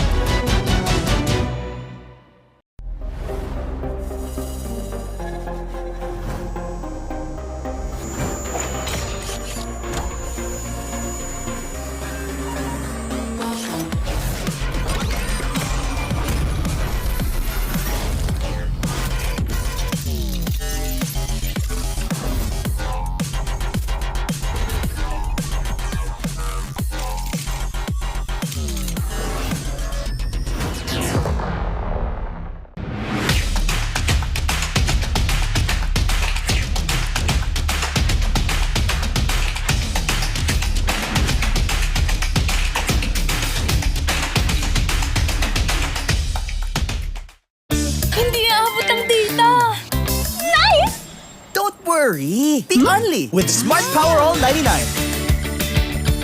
Hindi nabitin with 10 gig data plus only Facebook or TikTok and more. Load now! Who needs to go to a concert when you can own that stage with your friends? Enjoy a night of impromptu bowling tournament.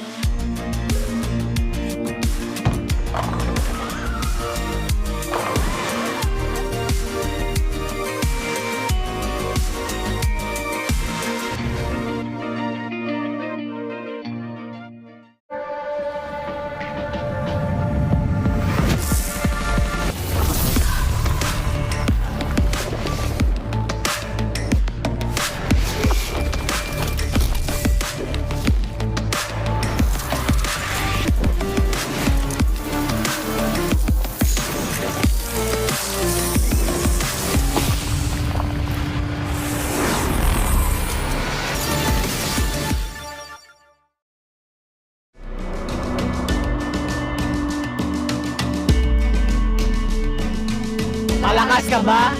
Sali na!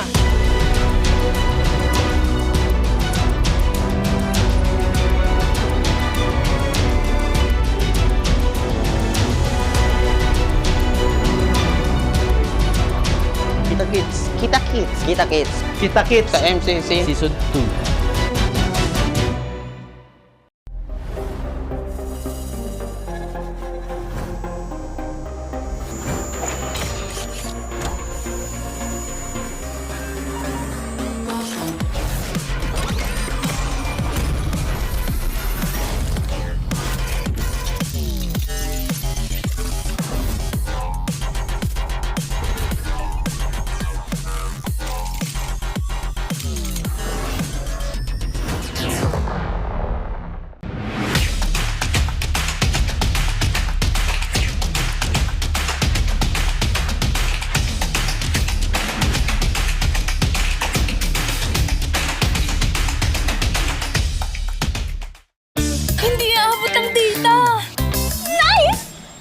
Worry! Be only with Smart Power All 99. Hindi nabitin with 10 gig data plus only Facebook or TikTok and more. Load now! Who needs to go to a concert when you can own that stage with your friends? Enjoy a night of impromptu bowling tournament.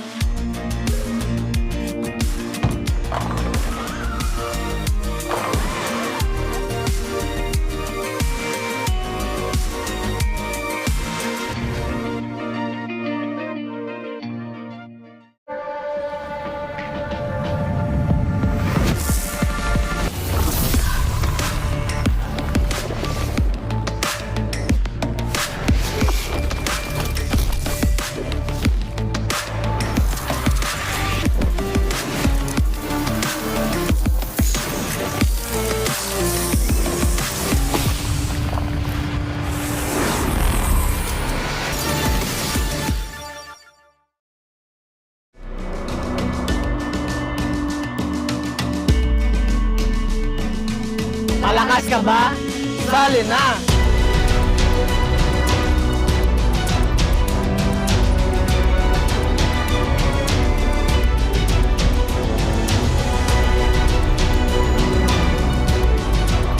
Kita Kids. Kita Kids. Kita Kids. Kita Kids. Sa MCC Season 2.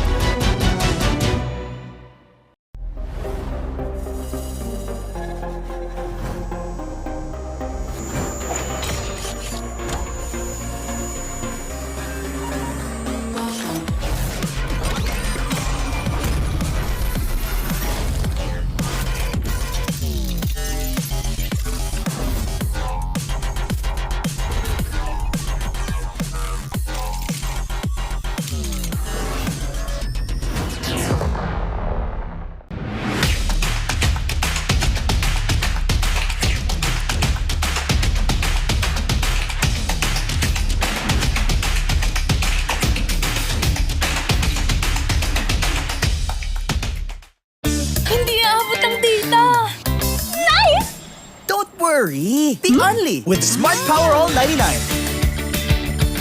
Hindi nabitin with 10 gig data plus only Facebook or TikTok and more. Load now! Who needs to go to a concert when you can own that stage with your friends? Enjoy a night of impromptu bowling tournament.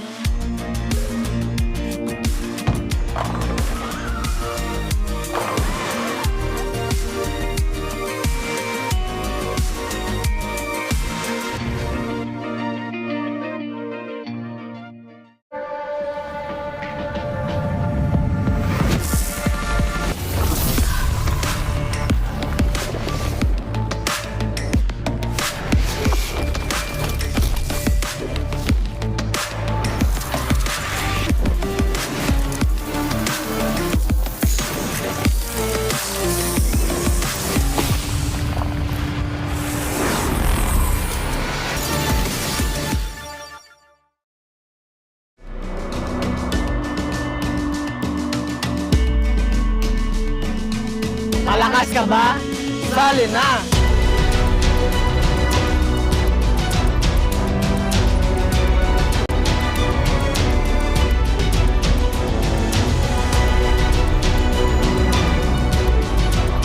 Kita Kids. Kita Kids. Kita Kids. Kita Kids. Sa MCC Season 2.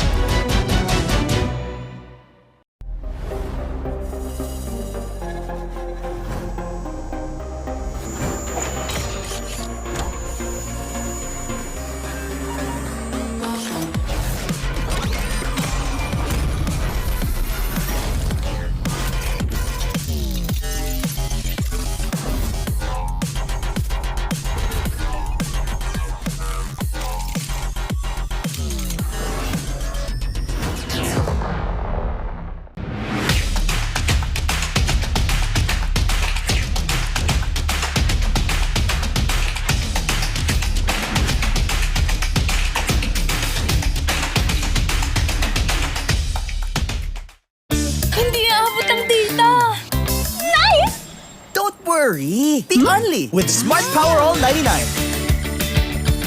Hindi nabitin with 10 gig data plus only Facebook or TikTok and more. Load now! Who needs to go to a concert when you can own that stage with your friends? Enjoy a night of impromptu bowling tournament.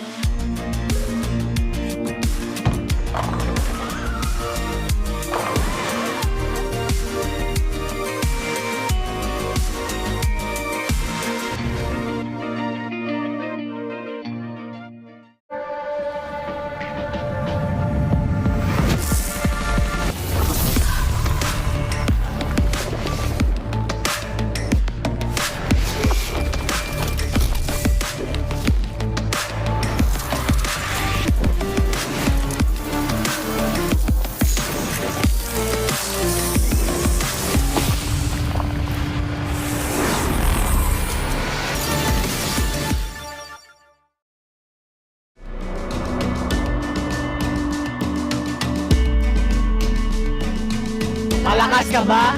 Sali na!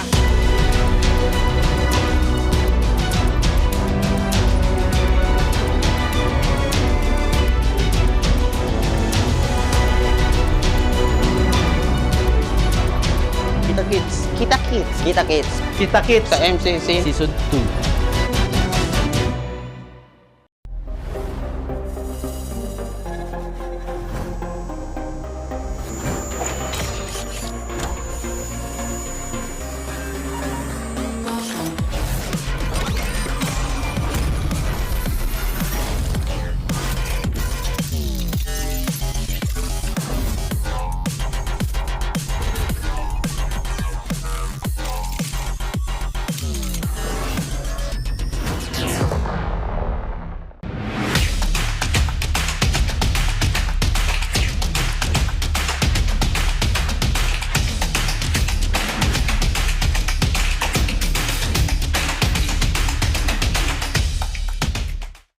Hindi aabot ang data!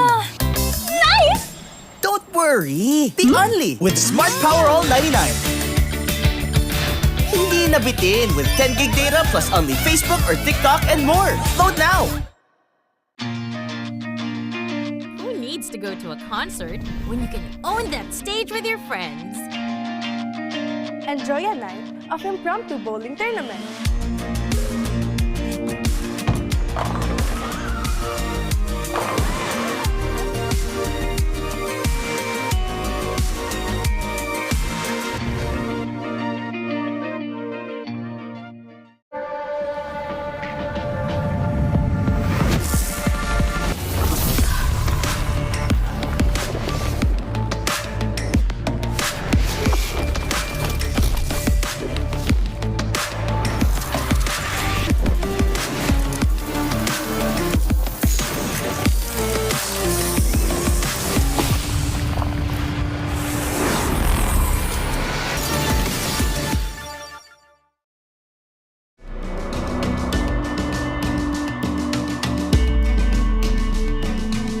Malakas ka ba? Sali na!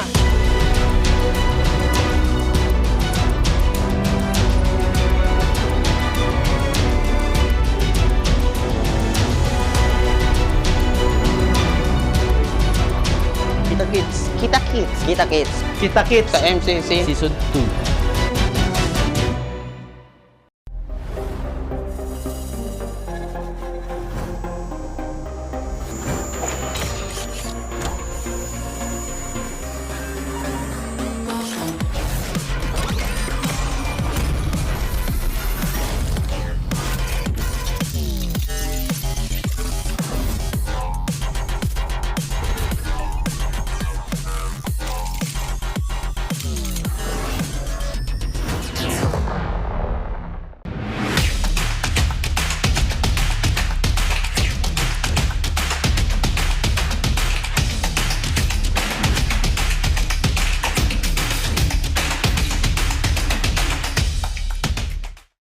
Hindi aabot ang data!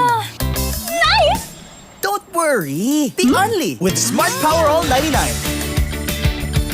Hindi nabitin with 10 gig data plus only Facebook or TikTok and more. Load now! Who needs to go to a concert when you can own that stage with your friends? Enjoy a night of impromptu bowling tournament.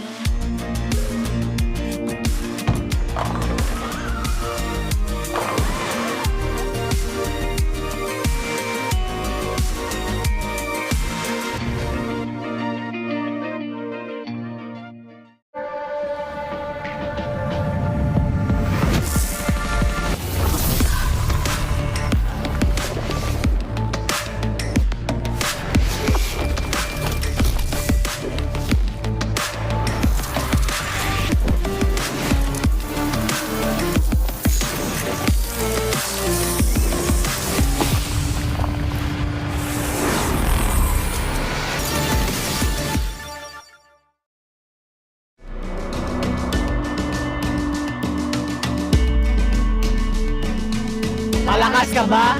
Sali na!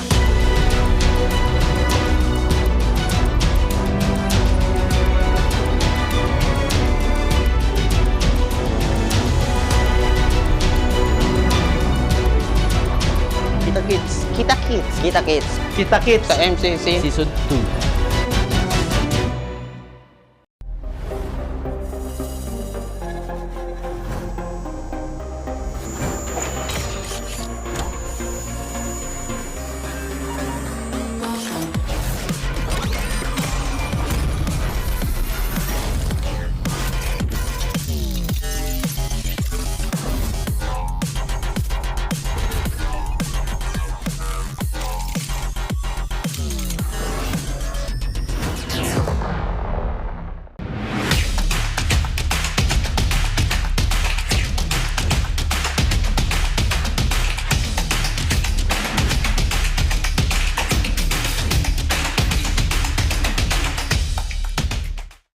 Hindi aabot ang data! Nice! Don't worry! Be only with Smart Power All 99. Hindi nabitin with 10 gig data plus only Facebook or TikTok and more. Load now! Who needs to go to a concert when you can own that stage with your friends? Enjoy a night of impromptu bowling tournament.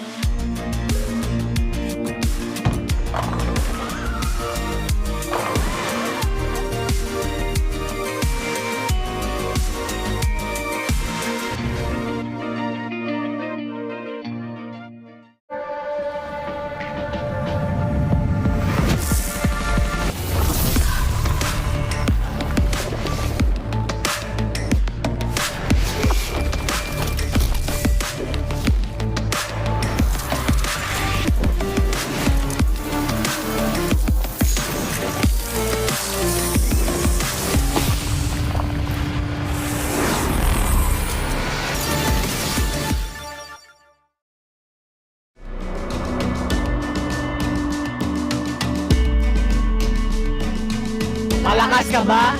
Sali na!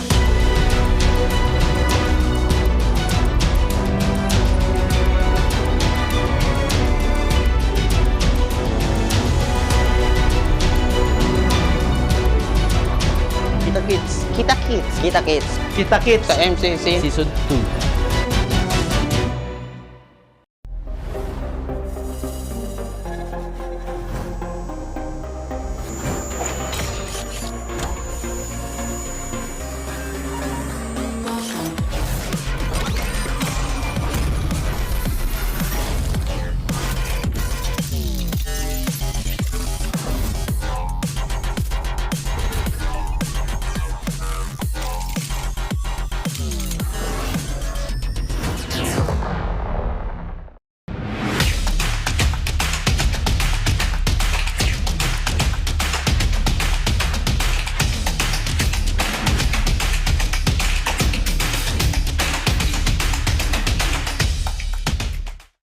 Hindi aabot ang data! Nice! Don't worry! Be only with Smart Power All 99. Hindi nabitin with 10 gig data plus only Facebook or TikTok and more. Load now! Who needs to go to a concert when you can own that stage with your friends? Enjoy a night of impromptu bowling tournament.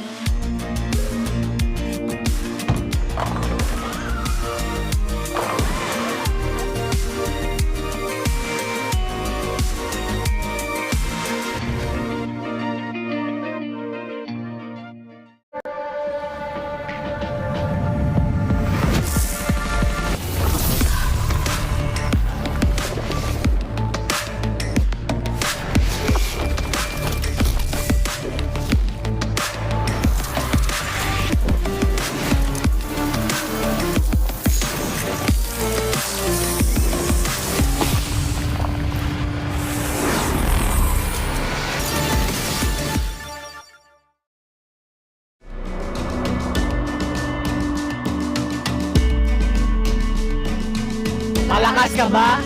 Sali na!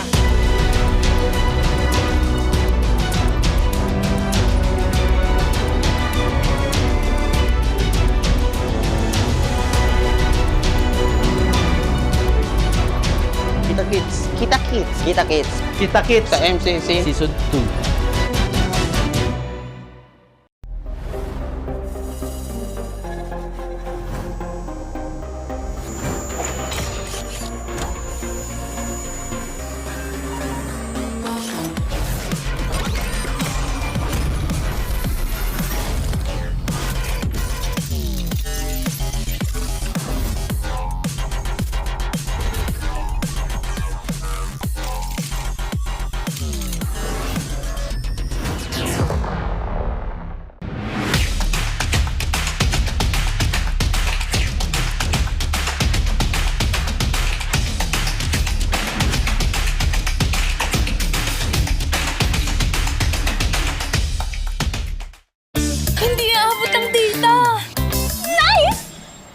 worry, be only with Smart Power All 99.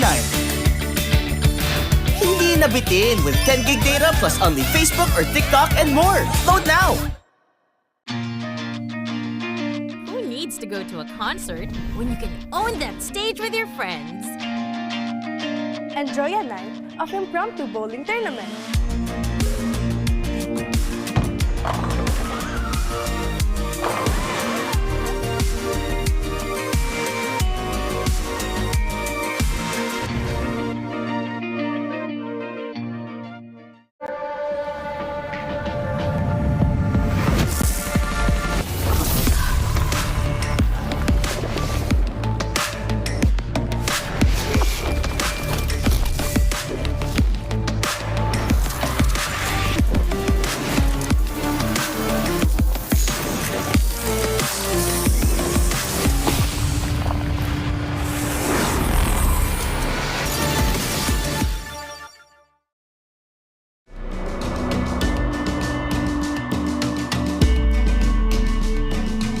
Malakas ka ba?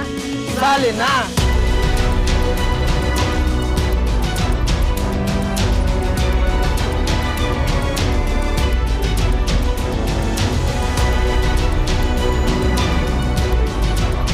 Kita-kits. Kita-kits. Kita-kits. Kita-kits. Sa MCC Season 2.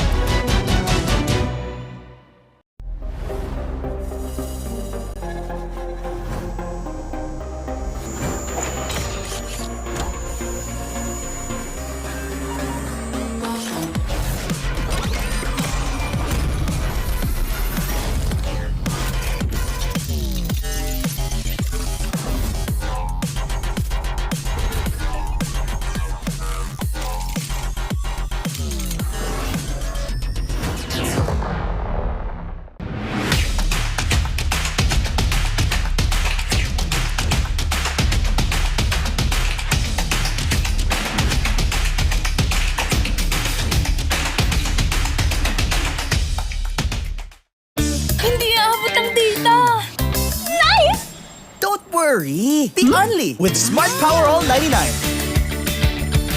Hindi nabitin with 10 gig data.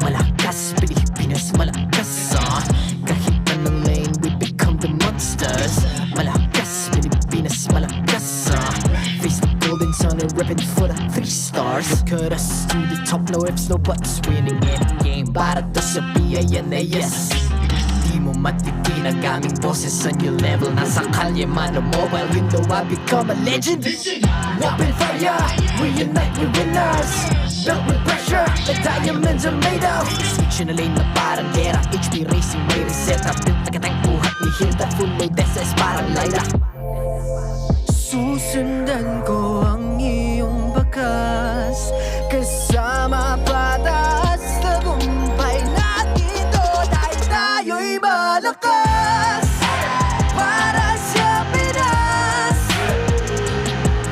Nasa amin ang sa taas kasi kami ang malakas para sa Pinas. Nasa amin ang alas, hindi to aatras. Kinikilala sa taas, ganito kami sa Pinas. Wow! Hold on, hold on, hold on. Yeah, wala ka sa Pinas. We are laging every beat, no surrender, no retreat. Pag nagsama-sama, just imagine what we can achieve. Lacking every beat, no surrender, no retreat. Giving 100 all my all, cause we just cannot be defeated. We are unstoppable, immune and invulnerable. Ready ang equipment, lahat frozen, malang crowd control. Pakita ko na jab like pow, east to the southeast. Sumatawa, proud and loud, cause every enemy we devour. Susundan ko ang iyong bakas, kasama pataas, tagumpay natin to, dahil tayo'y malakas para sa Pinas. Nasa amin ang alas, hindi ko aatras. Kinikilala sa taas kasi kami ang malakas para sa Pinas. Nasa amin ang alas, hindi ko aatras. Kinikilala sa taas, ganito kami sa Pinas. Wow!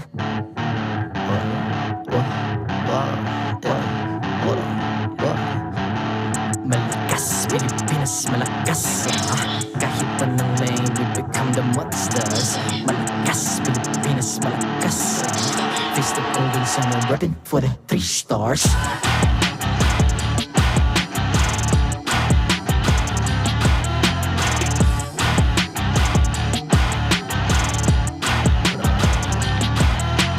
Ang lakas ng Pinas, we unite, be the stars. Ang lakas ng Pinas, we unite, be the stars. Ang lakas ng Pinas, we unite, be the stars. Ang lakas ng Pinas, we the stars. Ang lakas ng Pinas, we unite, we the stars. Ang lakas ng Pinas, we unite, we the stars. Ang lakas ng Pinas, we unite, we the stars. Ang lakas ng Pinas, we the stars.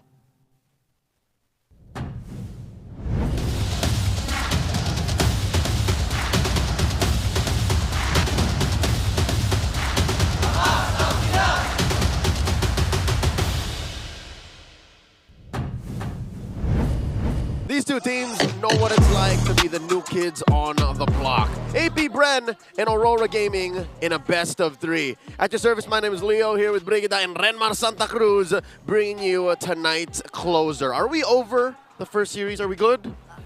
I'm not sure if I am, but I need to get myself prepared for this next matchup for sure. I'm okay. I'm all right already. I've accepted it. And again, the Falcons fan in me is happy with the result.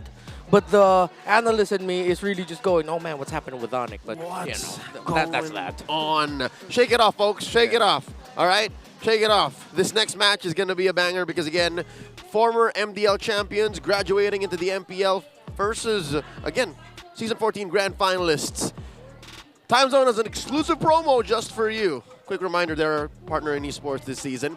Get 400 pesos power load for only 200. That's value. All you have to do is register on the Time Zone Fun app, insert the promo code TZXMPL, that's TZXMPL, and redeem the voucher at any of your favorite Time Zone venues. Don't miss out on this amazing deal. Also get a chance to get a 2,000 peso discount on your next purchase by using the TT Racing X MPL Philippines exclusive voucher code. That's MPL 2000 over onto their website at ttracing.ph. Plus, don't miss out on exciting TT Racing gaming share giveaways during MPL Philippines. Can we win? Can we win? I want a chair. Stay tuned for more info. Just remember, for those who dream, work, and play, TT Racing's got your back. Now, back to the match at hand. These are the new kids on the block joining a age-old franchise in AP.Bren, facing off against Aurora, who is currently on a winning streak. Yep.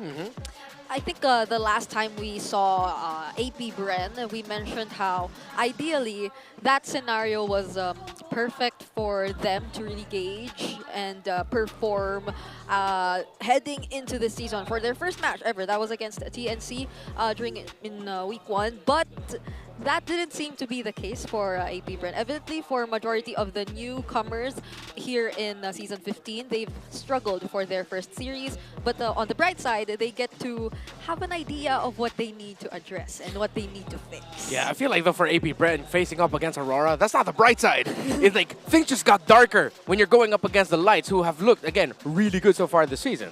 Days getting blinded.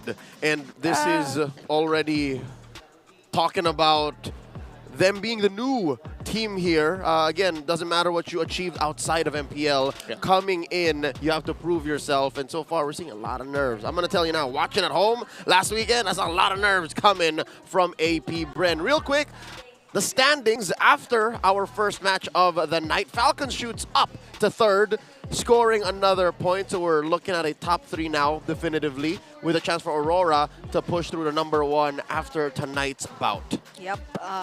Luckily for those teams who are on the lower half, especially for Omega and AP.Bren, they've only had 1 series for the season, so they have much more chances to actually climb up their ranks.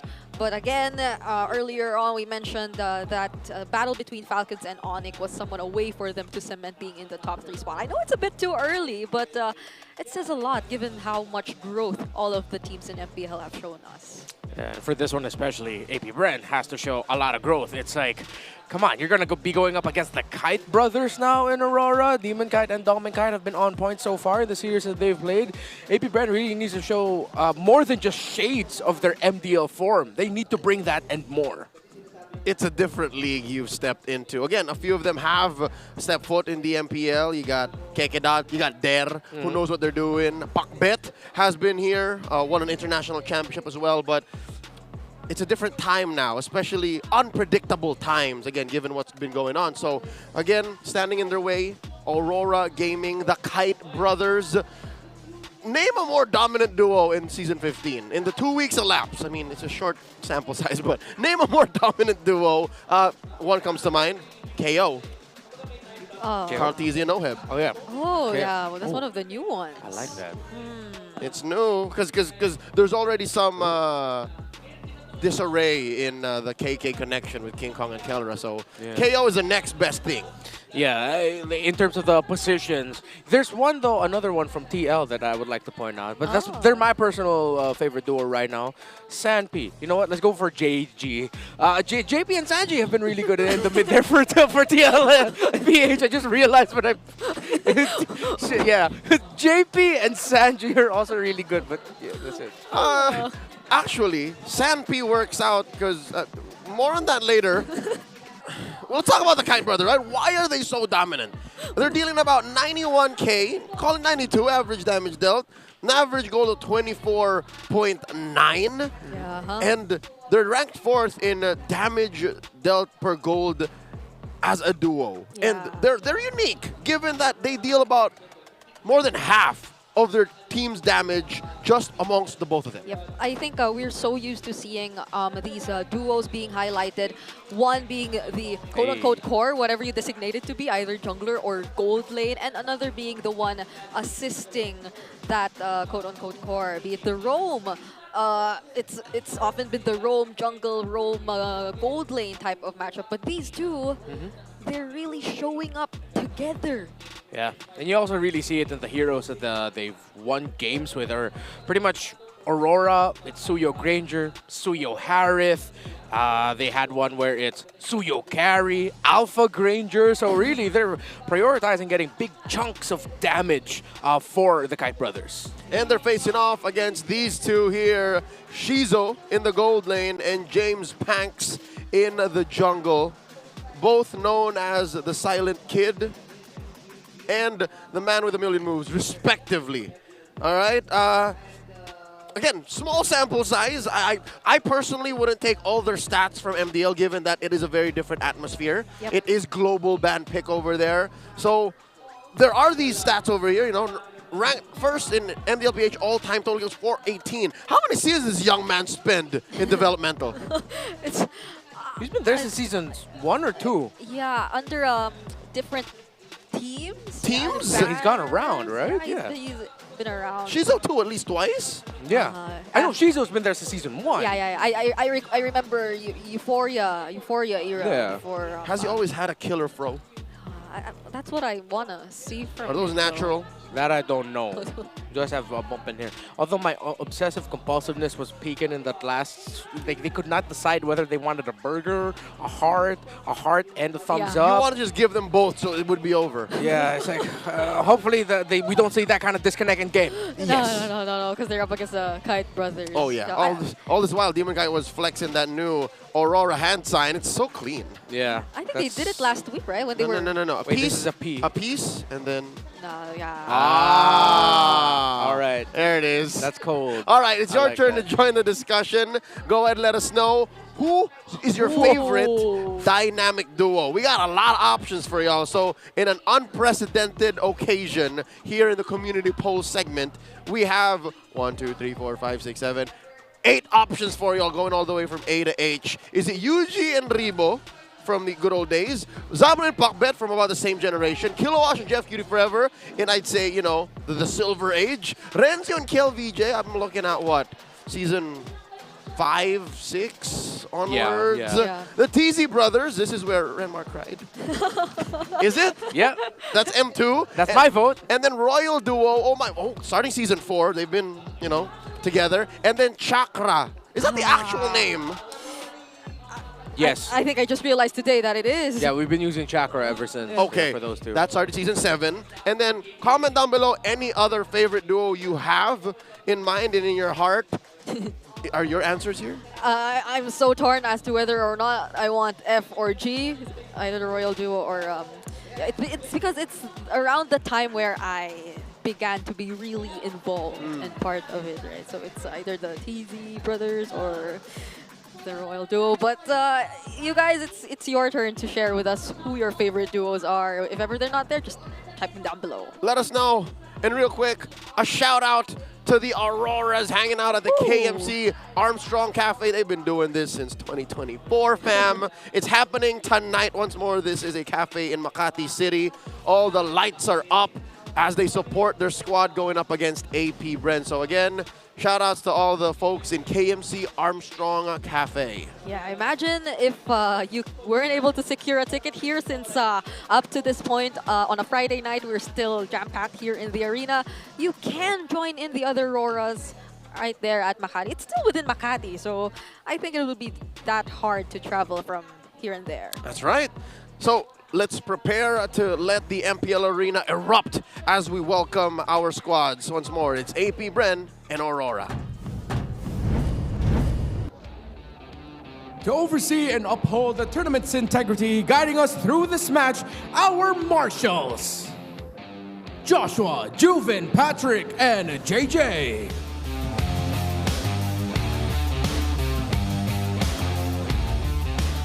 It's a different game here at the MPL, and this is the Hive's time to step it up. It's AP.Bren. In the EXP lane, it's there. In the jungle, the man with a million moves, James Punks. In the mid lane, Joe Skirt. In the roam, it's Kekadon. And in the gold lane, the silent kid, Shizo.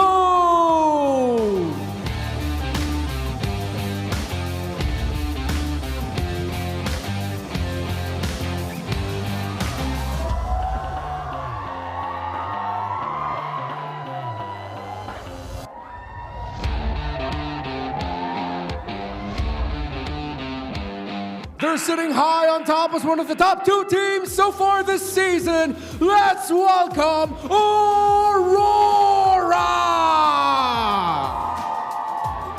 In the EXP lane, Mr. Consistent, it's Edward! In the jungle, the last raider, Demon Kite! In the mid lane, I know who it is, US! In the roam, the Hitman, Renegade! And in the gold lane, the next standard, Domankind!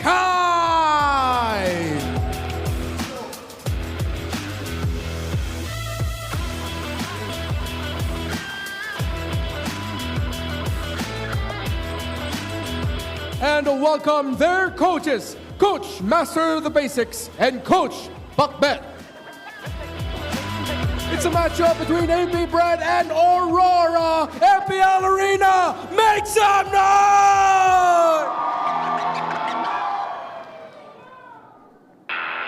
I'll tell you, from about that far away, I couldn't tell if it was Coach CJ or Coach Buckbet. Either way, it's one of them, and all this while, both of them leading AP.Bren into this match. Yep, this situation is no easier than where we've seen them last week, but this is all the more reason for AP.Bren, the new members of the Hive, to step up and show us what they're capable of as they enter this new battlefield. They weren't able to show as much in the last time we've seen them play, but this time around there is probably a little bit more element of flexibility, probably a little bit of changes here and there in terms of what they want to prioritize and use in the drafts. I mean, for one, we haven't seen Chopskirt on his most signature hero picks play just yet in this season or in the past week, which we've seen them play. Yeah, hopefully I finally get to feel what I've felt for the longest time watching AP.Bren, that roster in the MDL. Man, they deserve to be in the MPL. Hopefully they can show that, but again, it's looking bleak. They're going up against the lights. Edward, Demonkite, Yue, Renegade, Domankite.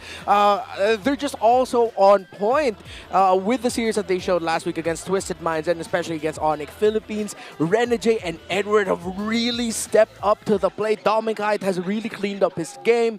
I mean, Demonkite's always there, man. It's a personal favorite, but there's something special right now with how Renegade, Edward, and Yue have been moving around the map, have been covering their bases and sequences that make Aurora so terrifying.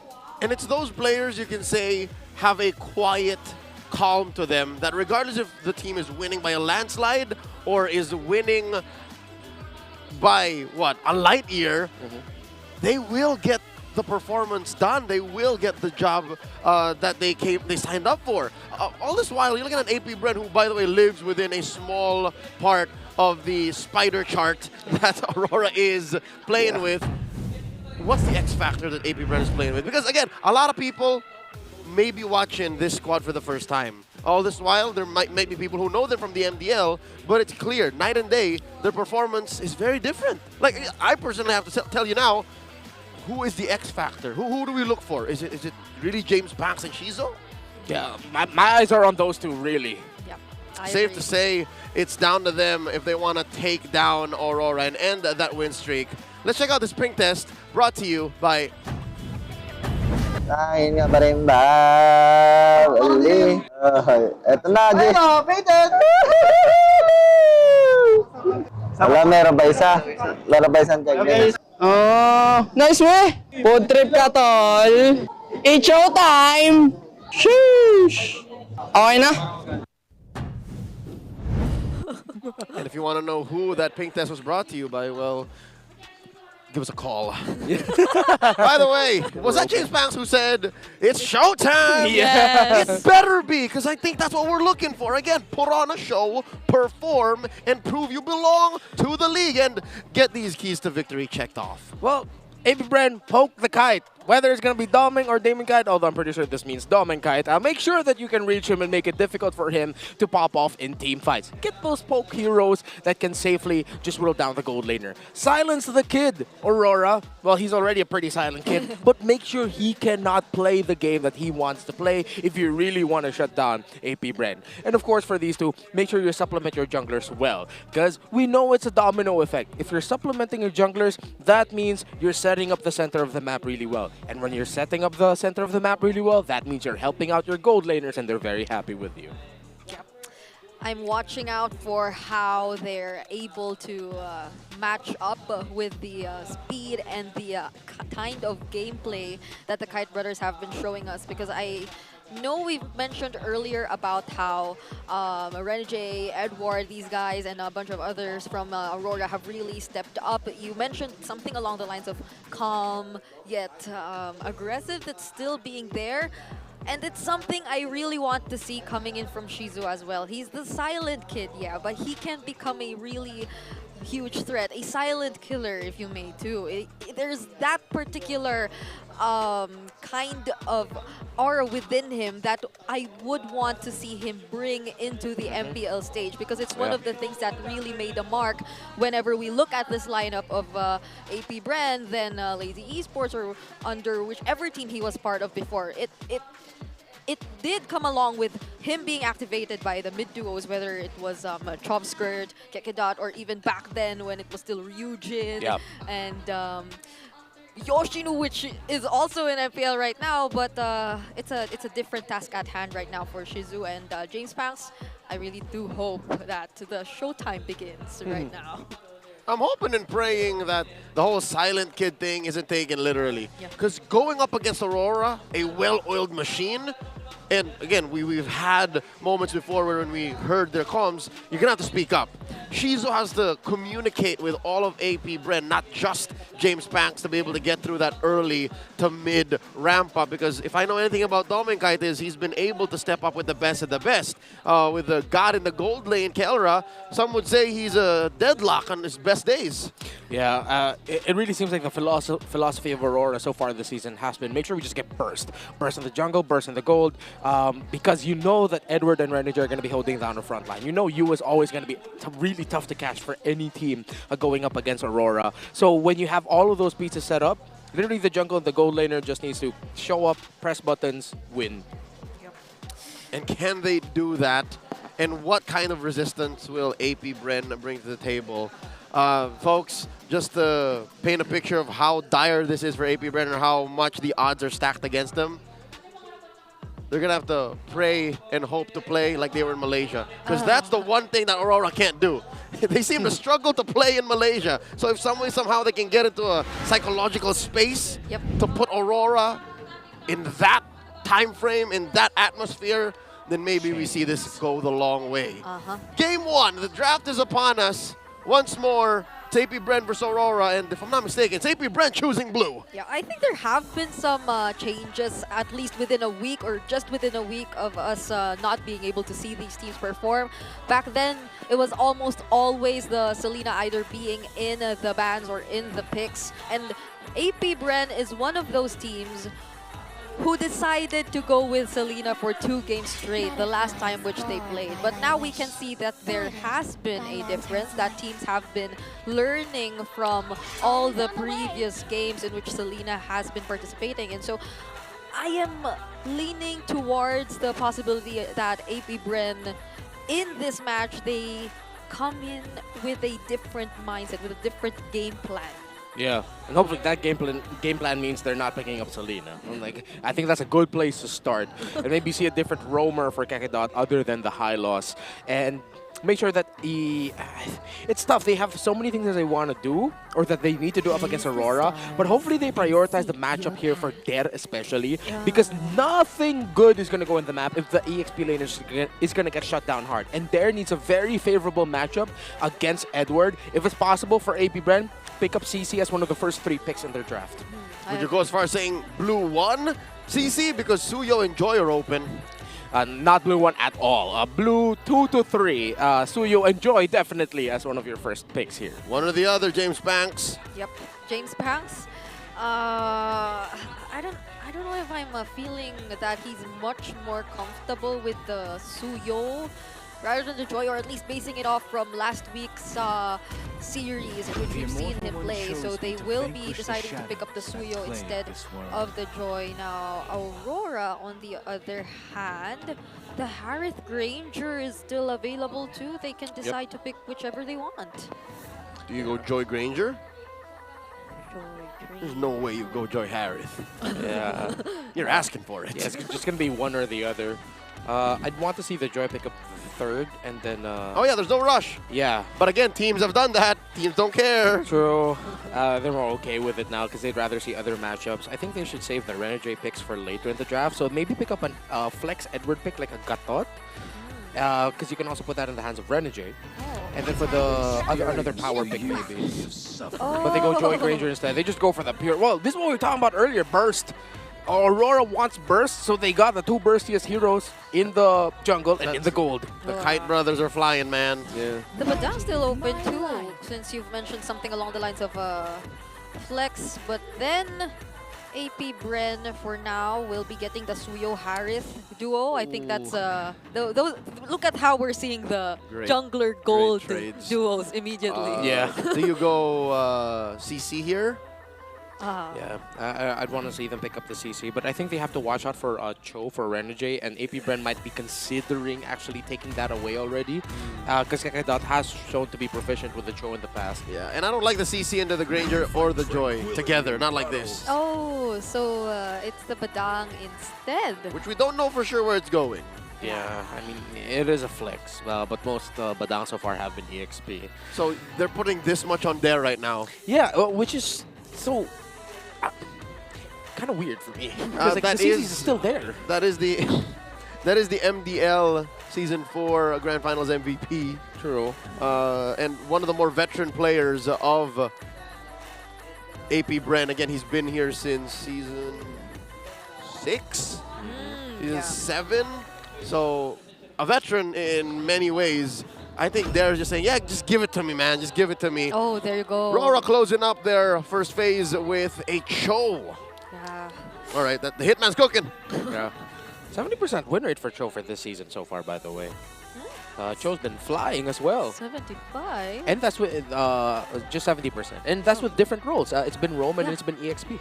Yeah, so now we are yet to see the mid lane choices for both of these teams, but there has been a lot of attention put into, for Aurora at least, some of the options for 12 Skirt. So now they take out, what else could be interrupting and denying this lineup so far for Aurora? Something that, I mean, they have the Badang, but like... Kakadot might just end up playing the high loss again, which I would not be a fan of here. But in terms of like the safest pick possible, I think they would just think about that, but then that makes the mid lane pick all the more important. You're not going to play an Eve anymore if you're 12 Skirt. So you might end up with something along the lines of Vixana if it's available for him, or if it, For Sa, if you want to outrange the Granger, hit him at least. The Farsa too. Yep. Yep. Although you will be playing that into the Cho and the Joy. Yeah. And if you're a high loss, you can only poke like one dude. Where are the Vixanas of the world these days? Yeah. What happened? We're the Auroras of the world. Yeah. Aurora, I get. She's such a specific utility pick that naturally the world just, pushed her out. But Vixana, though, Vixana was one of Aurora's favorites. Yeah, and even for like Few, for instance, he was one of the players to really use the Vixana every single time or as much as possible back in SPS, but entering MPL, right? Yeah. He's been using different heroes, even the Veil earlier. I just realized AP.Bren can actually lean into a Sicilian pick if they want to. But then they need a really big control roam here. Like a big wall is the hunk of meat. Oh, they banned out the Valentina though. You know what? I would not be so remiss for a Ruby pickup for AP.Bren. You can go for a Ruby roam, but then their mid laner, Sicilian, yeah, but then that's when you'd think about the Farsa already for AP.Bren, even though they're playing it into a Joy and a Cho. Yeah. So just to have a little bit more ways to stop, like an additional stopper. There's the Badang already though, but the Ruby would help a lot. I mean, in buying some time and letting just Shizu do his thing later on. But will they really opt to go for that kind of roamer though? I mean, it works well against the Cho too, so... Yeah. Aurora might consider Edith and a Vixana as their last two picks. Edith's still one of Edward's best picks in the game. Aurora with a steal. There's the Farsa. Now what you gonna do? AP.Bren are outranged. Yeah. The Ruby reminds me of the Kufra 2, like in theory, the bouncing ball and how it's able to stop all that. No, but Kufra. Why not Kufra, right? Yeah, so... Against the Cho, the Joy, the Farsa. I wouldn't mind a Kufra for AP.Bren. Even the Granger, if you can catch him, yeah, he's stuck. Yeah. So if they're thinking of Rom, whereas Kufra would be great. Yeah. And then just pair it up with the Vexana. I mean, that's a lot of ways to... oh, okay. Okay, they go for the Jawhead Suyo combo, but... Which, by the way, is fun and good, but... Hope will find a way. It's... even when all is So it's a Vexana. We were looking for the Vex. Yeah. Okay. Paint me skeptical. I just don't know how to read AP.Bren's draft right now, especially in the order that it got revealed to us. I think like they can make a lot of things happen, even with just the Vexana Jawhead, the Vexana Badang, or either of these heroes combined. But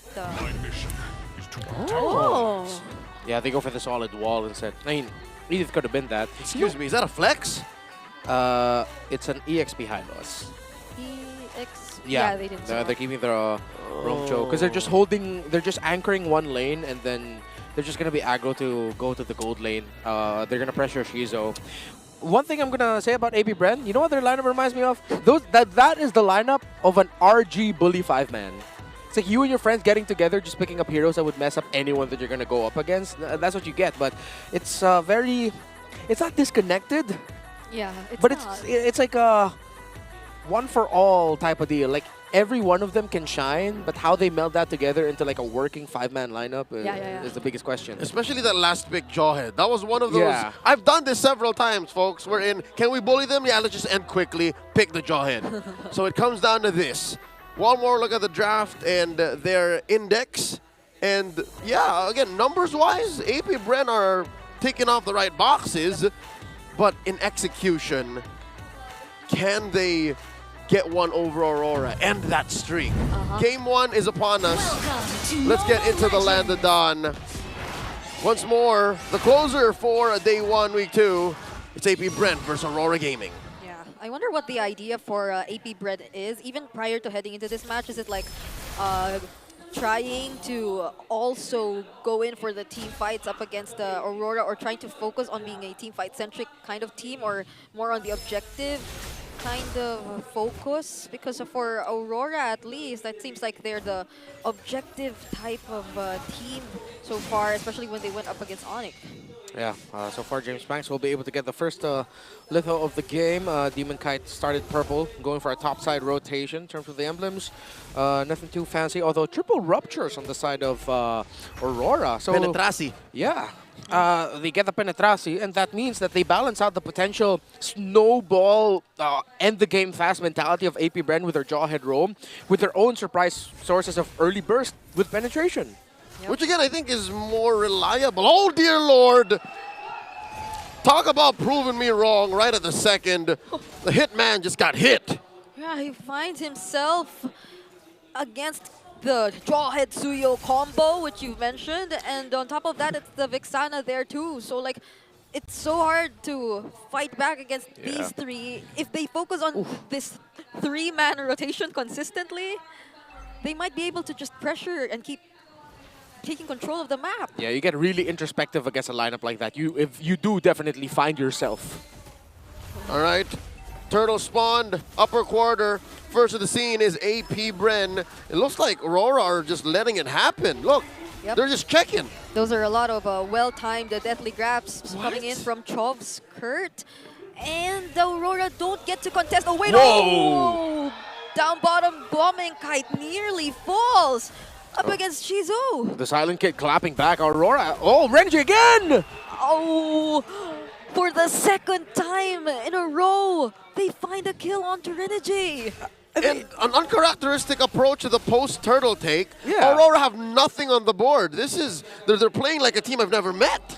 Yeah, right now it's just Demon Kite farming around the map. Aurora might be waiting for their timers, but look again, the aggression, the 3-man rotation of the Jawhead, Suyo, and the Vexana together. They're just being aggressive, setting the tempo, and I think Aurora might have actually sort of folded in the early game, just somewhat. They're acknowledging the fact that AP.Bren can snowball and run away with this if they're not careful. So now they're just like, all right, I think we're just going to wait for our timers. We'll try to get some things, but Aurora might just be looking at 6-8 minutes into the game before they really start fighting back. Yeah, the three-man rotations were already interesting enough, but even when it came to the gold lane, Shizu was able to take or get an advantage against Dominkite. So it was a very unusual turn of events for Aurora. So across the map, you can say it's all AP.Bren, up by 1,000 gold, 3.5 minutes in. One more go, the second turtle, all right? This is going to be the tell whether Aurora is willing to go toe-to-toe, forget the first 2 minutes, or if it definitely is just them hunkering down saying, yeah, we definitely dropped the ball. Yeah. After clearing out this mid lane minion wave, I'd want to see Chovskirt actually go closer to where Kekadot is right now. But they've sort of adjusted. They're sticking the mid laner and the EXP laner together. It's the Badang and the Vexana. That's a deadly duo. We saw TNC Pro Team shine with that against AP.Bren. So they might be taking a page out of TNC Pro Team's book. Yeah, and whoever decides to pass through this area has to be extra careful, and it's going to be Edward receiving the ejector and the Deathly Grasp. There is there to try and zone away the damage dealers, but that's a successful way of the Dragon, but it might just be a punish. Renegade gets taken out, and so will Edward. Demonkite trying to overturn, and he looks and gets James Paxson there. Dominkite is here as well to join the party, and it's a double kill for him. Alas, the Prestige, the Magicians of Aurora reveal their grand plan. A trade of Edward for 4, and suddenly the Northern Lights take flight. There is the clapback around the joy. Didn't take 6 to 8 minutes. It only just took the second turtle. And I will have to correct myself. AP.Bren drafted the exact same lineup that they went up against. This is TNC's lineup in their game 1 against AP.Bren.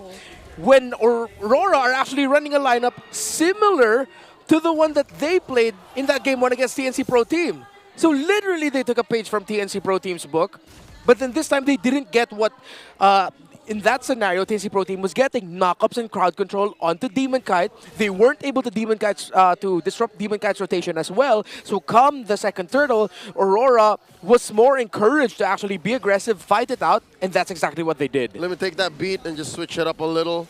Release the same song. Now suddenly Aurora's up 2,000 gold, and across the map, the last raider ruining things. Dominkite gets sandwiched by 2.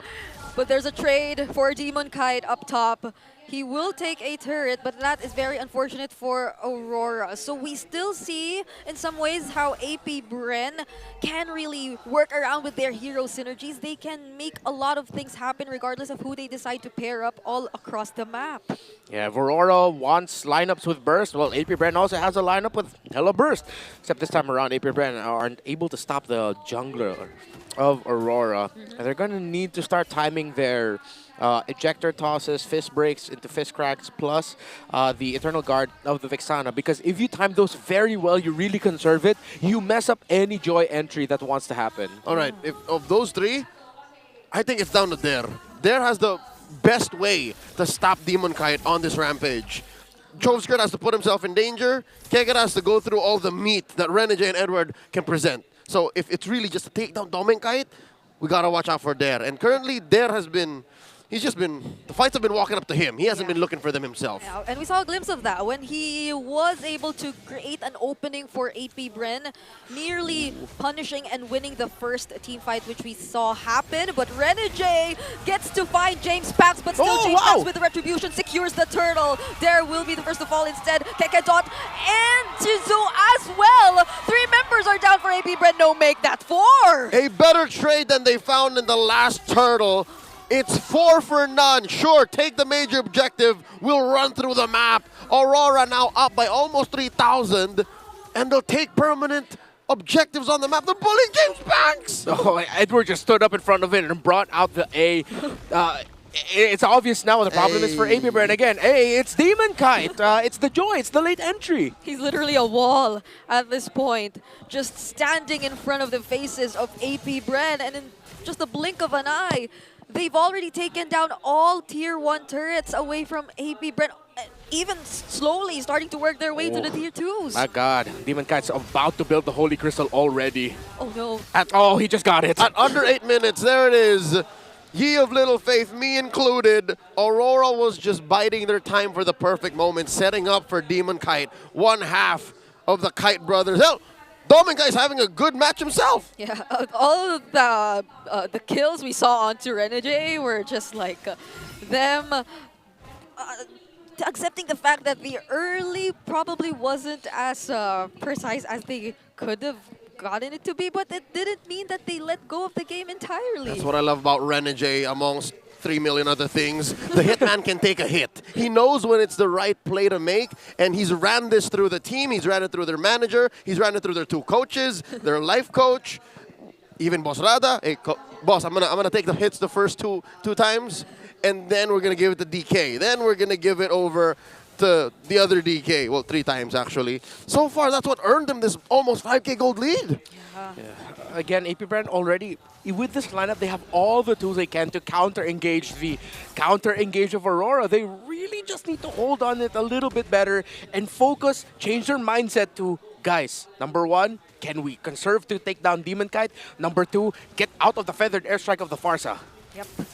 And now they have to find a way to position themselves, even despite Aurora already almost taking control of the entire area. I mean, look at where Renegade is. That's right. They can rotate almost with impunity. Just 2 turrets left for AP.Bren out of their base. Tier 2 bottom, tier 2 mid. And so far, I said this before, I'll say it again. This is a really bad situation for a Jawhead when you're on the defense. Yeah. All potential early snowball gone already.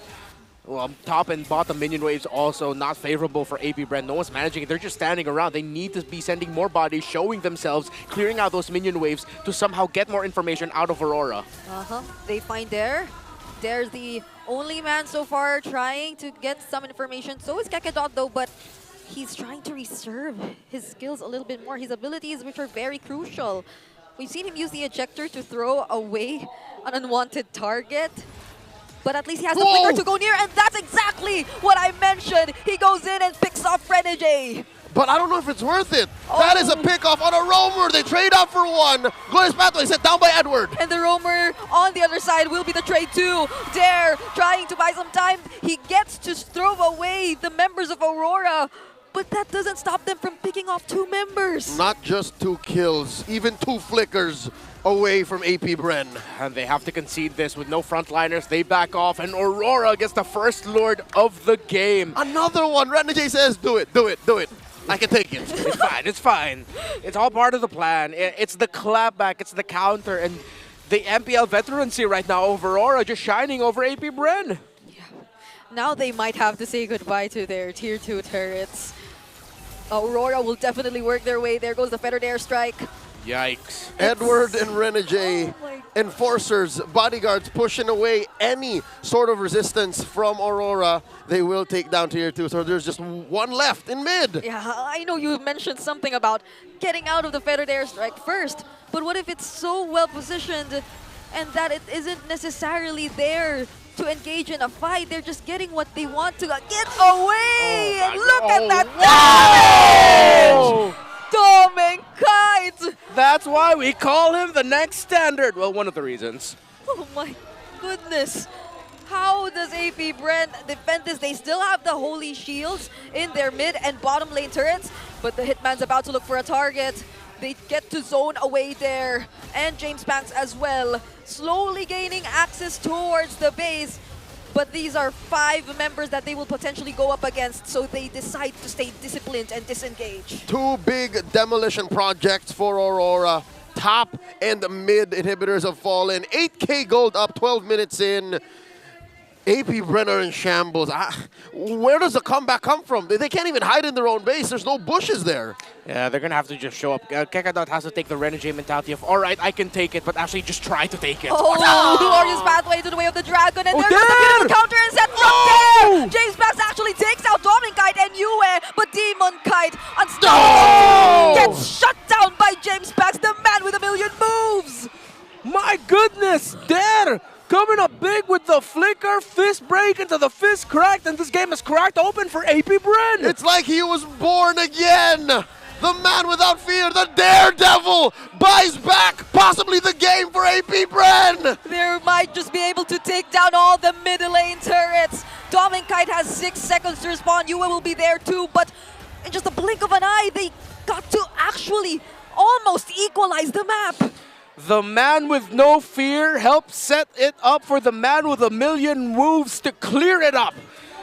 Let's see that again, all right? It could have been an end angle. They come in almost perfect everything. Even started up with a kick, and then look at there. Oh! That's what we're talking about. The Badang Vixana combo. Chovskirt was looking at it, and exactly, Kekedot was like, I can take this. I will try to take this. And Der said, let me make sure that your sacrifice doesn't go in vain. My God! I don't think Yue and Kite will stick together after that. Oh, yeah, for sure. Anymore. Not like that, not in the same way. So suddenly, AP.Bren pulling out one from behind, from under the sleeve, from in your ear. A trick that nobody expected. They shrank that goalie down to 1,000, and I'll be damned. Maybe this is a contestable lord. Yeah, they had Aurora looking over here when they should have been looking over there.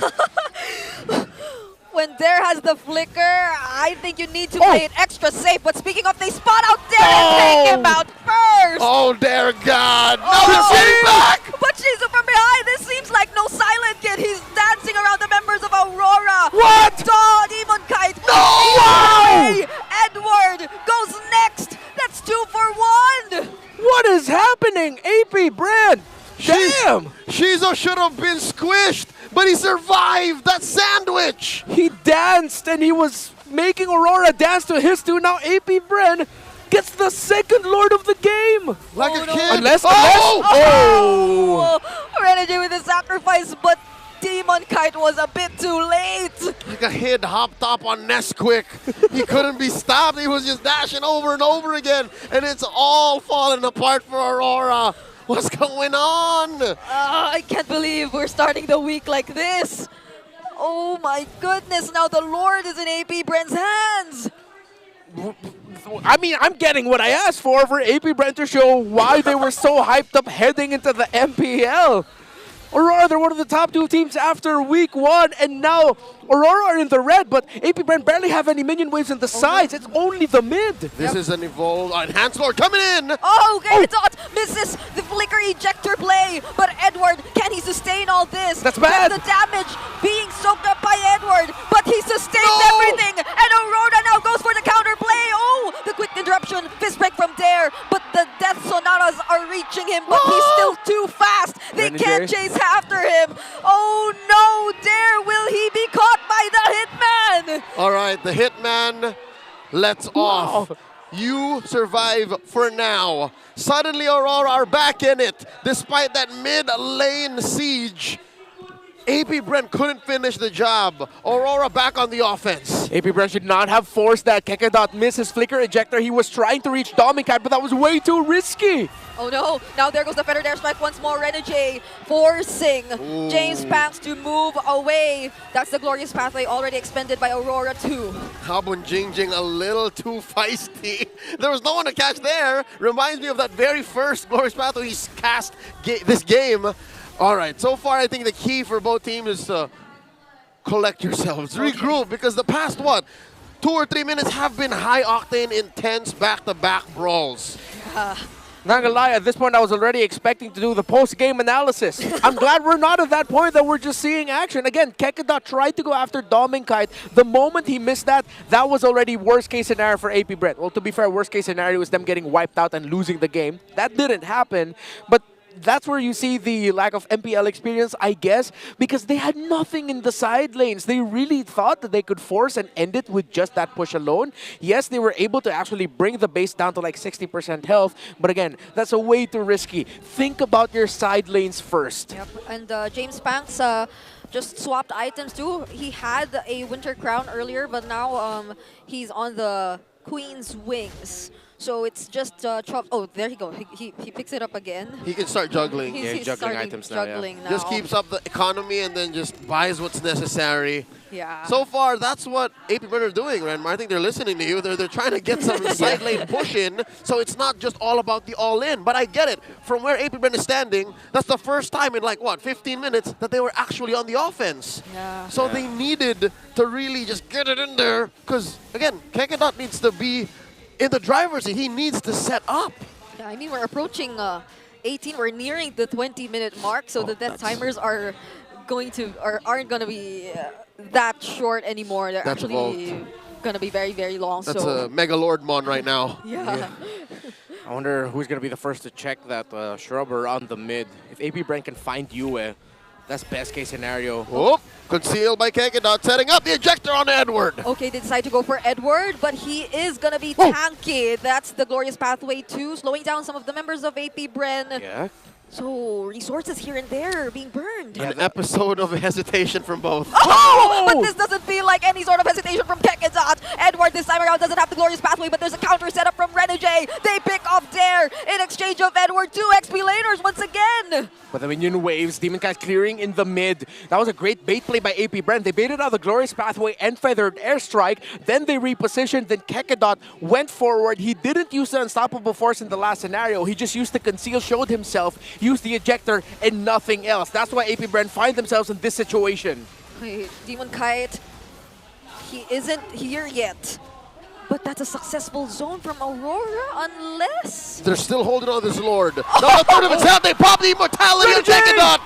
Okay, Shizu now, this is his time to shine. But is this too much to dance in the front of 2 members? He has to outplay everyone. James Beck secures the objective as well, and Renegade is just running for his life. Run, Renegade, run! The silent kid has become a silent killer. And in the mid lane is the man with a million moves with him as well. So we were talking about the Jungle Go duos, and it seems like this time around they want to be the ones to shine. Edward alone successfully takes down the minion card, but we have another wave incoming, and James Pax together with Shizu, they take game number 1.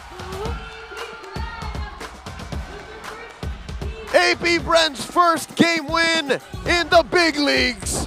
Welcome to MPL Game 1. And that was an emphatic win at that. Losing majority of the game, turning it around. The silent kid popping off in 2 key moments. There, saving it in that siege where we thought Aurora would end it. The man with a million moves with a crazy KDA and Kekedot popping off alongside Chove's skirt. This is why this team was hyped up.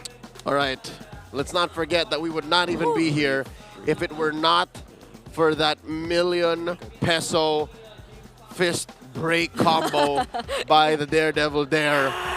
The man without fear. Because the game would have ended right then and there. Yes, but it didn't. And it just kept going back and forth between these 2 teams. But it seems like every single decision made was something that the other always took advantage of. Wow. Just wow. Wow. Oh, I am speechless. The man with a million moves gets the MVP of the game. I believe he only had 1 or 2 deaths in this one. His final KD 7-1-7. My God. Last name Panks, first name James. It was a normal Suyo game until he was just checking all the boxes. Again, for them to have come back this game, it was a grocery list of things to do. And he checked out, I'd say, 95% of that. Oh my goodness. I get it now why he said it's showtime. Yeah, it's showtime. Showtime, James Panks. And he really showed up when they needed him to. It's not the highlight man with a million moves gameplay that we're used to seeing him pull off in the MDL, but it was like the James Panks, can you please show up when we need you to? And he just said, okay, I will. A lot of people are going to look into the performance of Shizo, Dare, maybe even Choveskirt here because he got to come in the clutch with some key Eternal Guards and Deathly Grasp Terrifies as well. But this was the main turnaround. Yep. Once they baited that out, it really looked like AP.Bren were were ready for that play to get called. Kekadot was showing himself first there, didn't respond right away. He looked for the follow-up, and Chovskirt was also just there waiting. It's like, all right, waiting for the Badang set. Okay, there it is. And James Banks helped clean it up, and it just became rinse and repeat. This is the start of Shizo just showing why he's hyped up in the gold lane as well. And he got 2 of those kind of plays. Yeah, I think so long as they are aware that Renegade isn't there, or if it's not, his ultimate isn't available, even just for Edward, that he has no reason to be afraid anymore of Aurora. And this is exactly what we've been seeing, this sequence of them taking trades 1-for-1, but in terms of like the longer team fights, the longer sustained damage output coming in from Shizo, once he gets to close in on his opponents, it's almost as if it's over. Kudos to AP.Bren here. Starting strong, holding out, turning it around, and getting the dub. I guess it's time for us to pay the piper and get down to brass tacks. A lot of disconnects from Aurora. Yeah, eventually. I think it's... they started to feel what they... Yeah, honestly, at this point, that's all I can do. Is like, they just started to feel what they should have felt in the early game. But AP.Bren couldn't pull it off, right? He couldn't get it. And so then Aurora was just like... Eventually, they were surprised, like, wait, I thought we were past this point of Kekadot, Chovskirt, and Shizo being a worry for us. What's happening here? And then once they started to feel what should have been the early game for AP.Bren in the late game, where they have hella items and even crazier amounts of burst, they were just left, Like, 2 minutes ago, you couldn't even get out of your own base. Yeah. Why am I stuck in mine? It just felt like they always were trying to make ways to show us why their lineup works so well, the synergies that are within their lineup, and a lot of it were led by either James Banks or Kekadot, really. Like, if it weren't the ejector plays, it was really the way they are able to cut off Aurora from trying to take advantage of the unsuccessful burst downs or pickoffs from AP.Bren because of there. Yeah, and speaking of the cutoffs, again, in the very final play where we saw AP.Bren win in that Lord fight, it was Chovskirt who, yes, he was kicked by Renegade. James Banks decided, I'm going to leave you there because I'm just going to cover the other entry. James Banks went elsewhere. But the moment he was out of the crowd control lock animation, he dropped down on an Eternal Guard and Cursed Blast that actually blasted down Doming Kite, and if I'm not mistaken, Demon Kite as well. There was 2 members of Aurora that Chovskirt got the catch before eventually, after he got stun locked. So Chovskirt, again, coming in the clutch in that one. Yeah, this feels like a way more comfortable game for Chovskirt compared to where we saw him last week.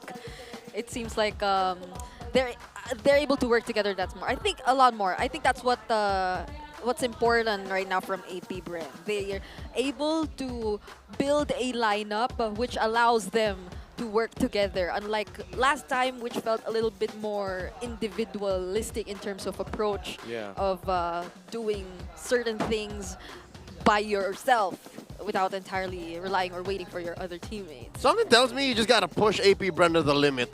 Like, you just make him feel like you're about to lose. Do or die, get something done right now, or else we're going to game 2. And that's what happened, right? Yeah. And their coach is the guy who's done that for majority of his career. It's Coach Bakbet. It's the mentality of the, again, old Omega Timers, the old version of Execration.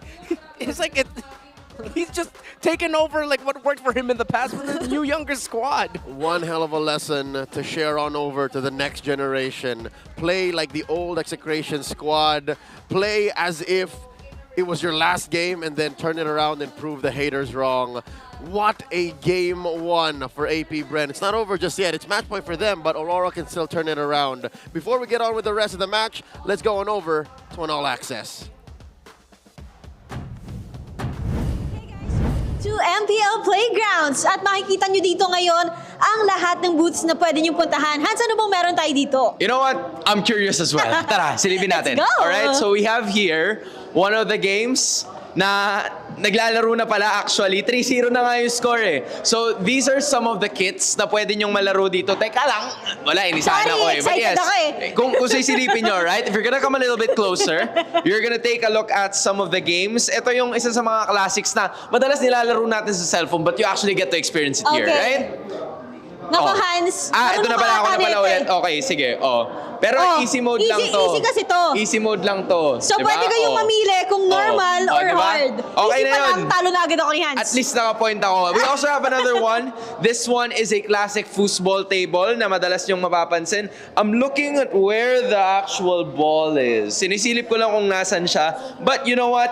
Maraming salamat, Kuya Alexis. Si Kuya Alexis pala isa sa mga time zone representatives natin. So you go that side, Odin. You go that side. Paano din ba to? Okay? Hindi rin ako marunong nito, Hans. Yeah, para siyang football technically. Tapos ang ipe-press mo lang, lahat ng mga nandun. Yan.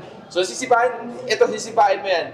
Okay. You know what? Kayo nang bahala kung paano nyo lalaroin to. Sa lahat Okay? ng marunong Kaya nyo na. Kaya nyo na yan. Kaya nyo na. Pero hindi lang yun. Kasi di ba parang Odin meron pang Meron ganap pa. doon? Dahil nga nandito tayo sa time zone, sa Correct. MPL Playground, hindi mawawala. Isa sa mga paborito ko. Okay. Ano ba ang isa sa mga favorites mo? If we're gonna take a look at it right now. Makikita nyo dito ang ating photo booth. Pwede kayo mag-take ng photos dito and have your photos printed bago kayo umalis. Fun starts here. Of course, courtesy of Time Zone. Wow, nakaka-fresh pala. Ganun pala yun. Ang Ganun pala time yun. zone photo booth. Tapos pwede nyo siyang i-share direkta na sa social media applications nyo. So, in case na hindi nyo siya makuha dito, okay lang din naman kasi meron kayong sarili nyo. And of course, last but not the least, yung isa sa mga freebies na pinapakita nila. You know what? I'd like to at least call on one of our representatives, Sir Alexis. Hello po. Hello. Kwento mo naman sa amin, ano ba yung buy one, get one free na pay 350, get 700 na power load? Magda-download lang po kayo, sir, ng fan app po namin sa Play Store po. Then, magre-register lang po kayo sa fan app po. Yan.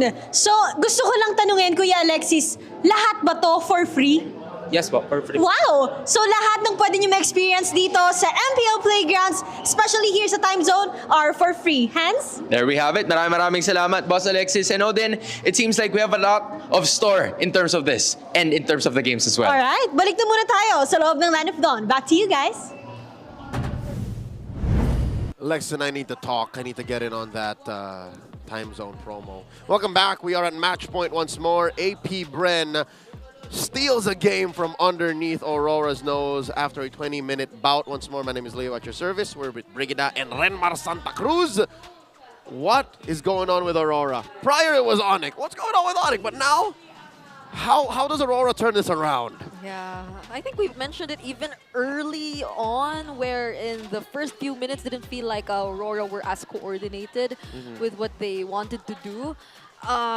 It did seem like it was part of the plan eventually when they were able to bounce back, but I think if they could avoid those early kills onto Renegade, then it could have been really better. All right, more on Aurora's comeback, if possible, after this. Get together at the MPL Arena. Watch your favorite MPL pros live. Tickets are selling fast. They're running out. So what are you waiting for? There are still available tickets for Sunday and next week. That's right, week 2, the tail end, and week 3. And did you know that if you buy 5 tickets, you'll get the opportunity to win exclusive prizes? Note that only one account needs to purchase those 5 tickets to qualify for all these prizes that we're mentioning. Again, tomorrow we have TNC versus Omega, featuring the Rome head-to-head between Yaoi and Jacknu. So, if you don't want to miss that, either watch online, watch on-site, just get tickets, y'all. I'm excited. Once more, that's a matchup happening tomorrow. Get your tickets now. Back to the action here in the arena, the major burning topic at hand. What does Aurora do now? It felt like they were so comfortable in the lead and the system that they found themselves in that when they eventually faced the chaos of what AP.Bren could do, that's when everything started to crumble. It's like, wait, this isn't usually how things happen. Why is this Badang flickering forward like crazy? The Vexana actually stood in front of us and we didn't see the combo with the Badang coming up. It's like, let's bring it back to Season 7, Season 8. in the high points of the rivalry between Execration and Blacklist International, didn't we always used to say that the Execration style of like, what the heck are you doing? Oh, damn, that works, was like one of the biggest foils to the very systematized type of movement and rotations that the Royal Duo brought in with Blacklist International in then Season 7. Again, calling back to the past of our league, it feels like I'm watching a younger, newer version of the old Execration squad. How would you know what I'm about to do and I don't know what I'm about to do? Exactly. That seems to be AP.Bren's key to victory. How does Aurora get a beat on that? Well, number one is by taking control of the draft. They're in blue this time around. And Coach Master the Basics and Coach Dexstar take out the Loyi and the Eve, while Coach Pakbet and Coach CJ on the other side take out the Zushin. 3 mid lane heroes out. Or they're the first 3 heroes that are banned out in this draft for game number 2. But so we'll probably be seeing the Fanny still taken out here. Will they still open both junglers again this time around, both the Tsuyo and the Joy? Because if Aurora had a choice, would Demon Kite secure the Tsuyo instead of the Joy? Depends on what the ban is. So the Phoebus is still there too. The Mathilda is available as well. There are a lot of heroes still open actually. There's the Joy. So if AP.Bren don't ban out the Tsuyo, then that's something they're willing to trade out for. Yeah, They better though. That's why I really like the Joy ban here by Aurora. It makes AP.Bren think, okay, are you really going to ban the Mathilda? Or are you going to ban out the Tsuyo, but then we can pick up the Mathilda ourselves too? Do you really want to give that to Aurora? Because then the Alpha Mathilda combo will be online for them. Not to mention the whole Granger-Harith trade. That too. Whichever you want the favorable end of that to be your choice. All right, look at that. Coach Pakbet talking through all the possibilities. If I'm AP.Bren, I think I'd just take out the Mathilda. You play around the trades, around the Tsuyo, Harith, Granger. Look at this full circle. This man used the draft against Bren and dropped them in the playoffs. Now he's wearing that very same colors. There's the Mathilda, all right. So, do you go Blue-Yo? Yes, you do. All right. This is Tsuyo. So the Joy... No, there's no Joy. So the Granger, Harith... Whichever they like. Whichever they like. Yeah. Can be picked up here. Possibly, do they want to consider the Cho as well? Yeah, I think if I'm AP.Bren here, consider the Cho and just pick either the Tsuyo, the Harith or the Granger. Be willing to give up one of the other to Aurora. Don't take the Aurora route and just going for big ticket damage right away with a Granger Joy first 2 picks in the first game. So if it's Harith Granger, that's a little bit too greedy for my taste, at least. What if they... No, they won't. Okay. They probably will now. Yeah, because So- I just said the magic words. Don't do it. Of course they'll do it. I What don't know do why I that know? always happens. Just like, oh, okay, they didn't do it. Good for them. Yeah, Okay. see? Yeah, exactly. That's the right call. You go got that gacha, you block a potential early Farsa pickup. Aurora can go CC here, actually, as one of the next picks. And then they can go Cho CC, or actually, will they consider Moss? Granger. Granger, yeah. Granger CC, Granger Cho. Say want to reserve one for later, but it's likely going to get banned out if you're AP.Bren. So, it's a Phobius instead of a CC, right? There's a Harith. Now they can take out, or unless AP.Bren wants to get the CC, but isn't it like, doesn't it show too much? Or it doesn't really matter at this point? I think they don't need to rush the CC. They're going to be thinking about their mid laner or their jungler already. So you're off the board, they're going to have to go assassin. But you don't see your mid laner yet. So it's a tough call. Here's the thing.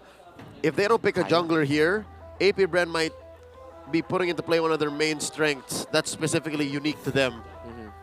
James Pack's unique hero pool. That's a Lucas. We don't know where that's going. Hopefully that's not part of the unique hero pool of James Pax. Too soon. Too soon. Yeah. We just saw the King Kong Lucas falter, and the beast was never the same. All right. So going into the second phase, AP.Bren banning first. Do they lock down mid? Do they block off US picks? Farsa still at large. Yeah, if I'm AP.Bren. Valentina still at large. Oh dear lord. They should ban out the Valentina and then consider picking up the Farsa for themselves. Yep. I reckon. Yeah. So it's sort of them also having range within their lineup, because the way it's looking right now, they might be a bit lacking in terms of that, and they get to pick first after this, right? So they might want to go with that, the Farsa, now that they take out the Valentina. Yeah. Because even if Aurora take out the Farsa here, AP.Bren can just go Aurora as one of your responses to the Phovius and whatever the roamer might be here for Aurora. Right, I was wondering, it's like, why am I about to say Aurora again? I was referring to two different Auroras. And then at the same time, you don't need any more magic damage if you're AP.Bren. What you need is a little bit more crowd control. Crowd. Oh, they take out the glue though. So I wasn't even thinking of it's that. like part of Aurora thinking that there isn't an XP laner yet from the first 3 picks of AP.Bren. What if AP.Bren surprise and they actually go full dive? What if they go Faramis? By the way, that's Brent, one of the most loyal members of the Hive. It doesn't matter who's playing, as long as it's black and yellow, he's there. Yeah. Like, I thought he shifted over to the Falcons nest, Green like Falcons, like a lot of the Hive members did, but Brent stayed loyal that one. Yeah, still here. Okay, so they really kept banning out XP laners. That's right. So part of them is thinking that Lucas isn't XP, Gatot isn't XP. They're closing up these gaps. Like, they're not sure. Nolan is still out there. Hayabusa's still out there. Hanzo's still out there if you're looking for a more... That's why pick your mid laner now and then pick the jungle pick for later, so you show what the Lucas actually is at the end of the draft, You not don't now. have to. Yeah, you don't have to. Yeah. Pick your mid. More traditional approach to this, unless the jig is up this soon. What if AP.Bren's just gonna go Faramis? It's Faramis or Farsa. Yeah, that's the thing, is if they Faramis now, RORA might still find an answer in the 2 picks they have. Yeah. Okay, so they go Vex. They'll just play it safe here. Give Chove what he was playing with game 1. Yeah, he was doing really well with that. And whoa, Vexana's undefeated so far this season. Wow. Oh, I mean, the follow-ups from Chove's skirt earlier were just so perfect, regardless of which roamer Kekedot decides to use here. We aren't entirely sure if it's going to be a full-on initiator just yet, or is it going to be the Gatot? Kekedot's playing with the Gatot. There's the high loss. Hitman special, especially from week 1. What does Yue rock? Ooh! Oh! This I actually like. The economy is on point for Aurora. Yeah, it's so well distributed, and we've seen a lot of aggressive Sicilian mid laners even in the early game too. So what does AP.Bren respond with? And so far, nobody from AP.Bren can actually find Yue for free. Even Kekedot has to commit.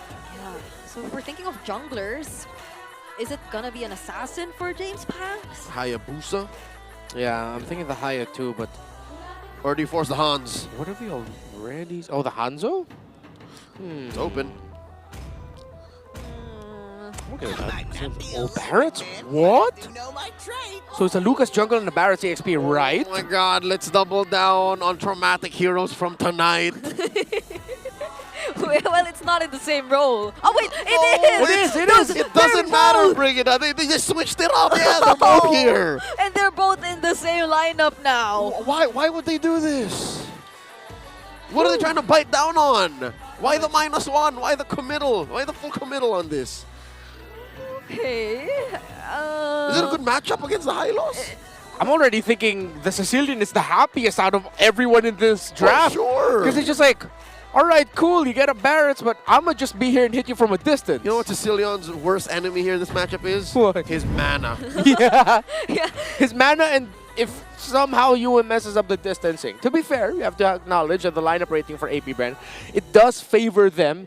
They're very beefy, very meaty, and of course, actually, one thing I learned, the Harith actually skews a lot of the His numbers. lineup stats. Yeah, with how good Harith is actually. He provides right so much to a lineup, but just the same, the concept is there. The math checks out.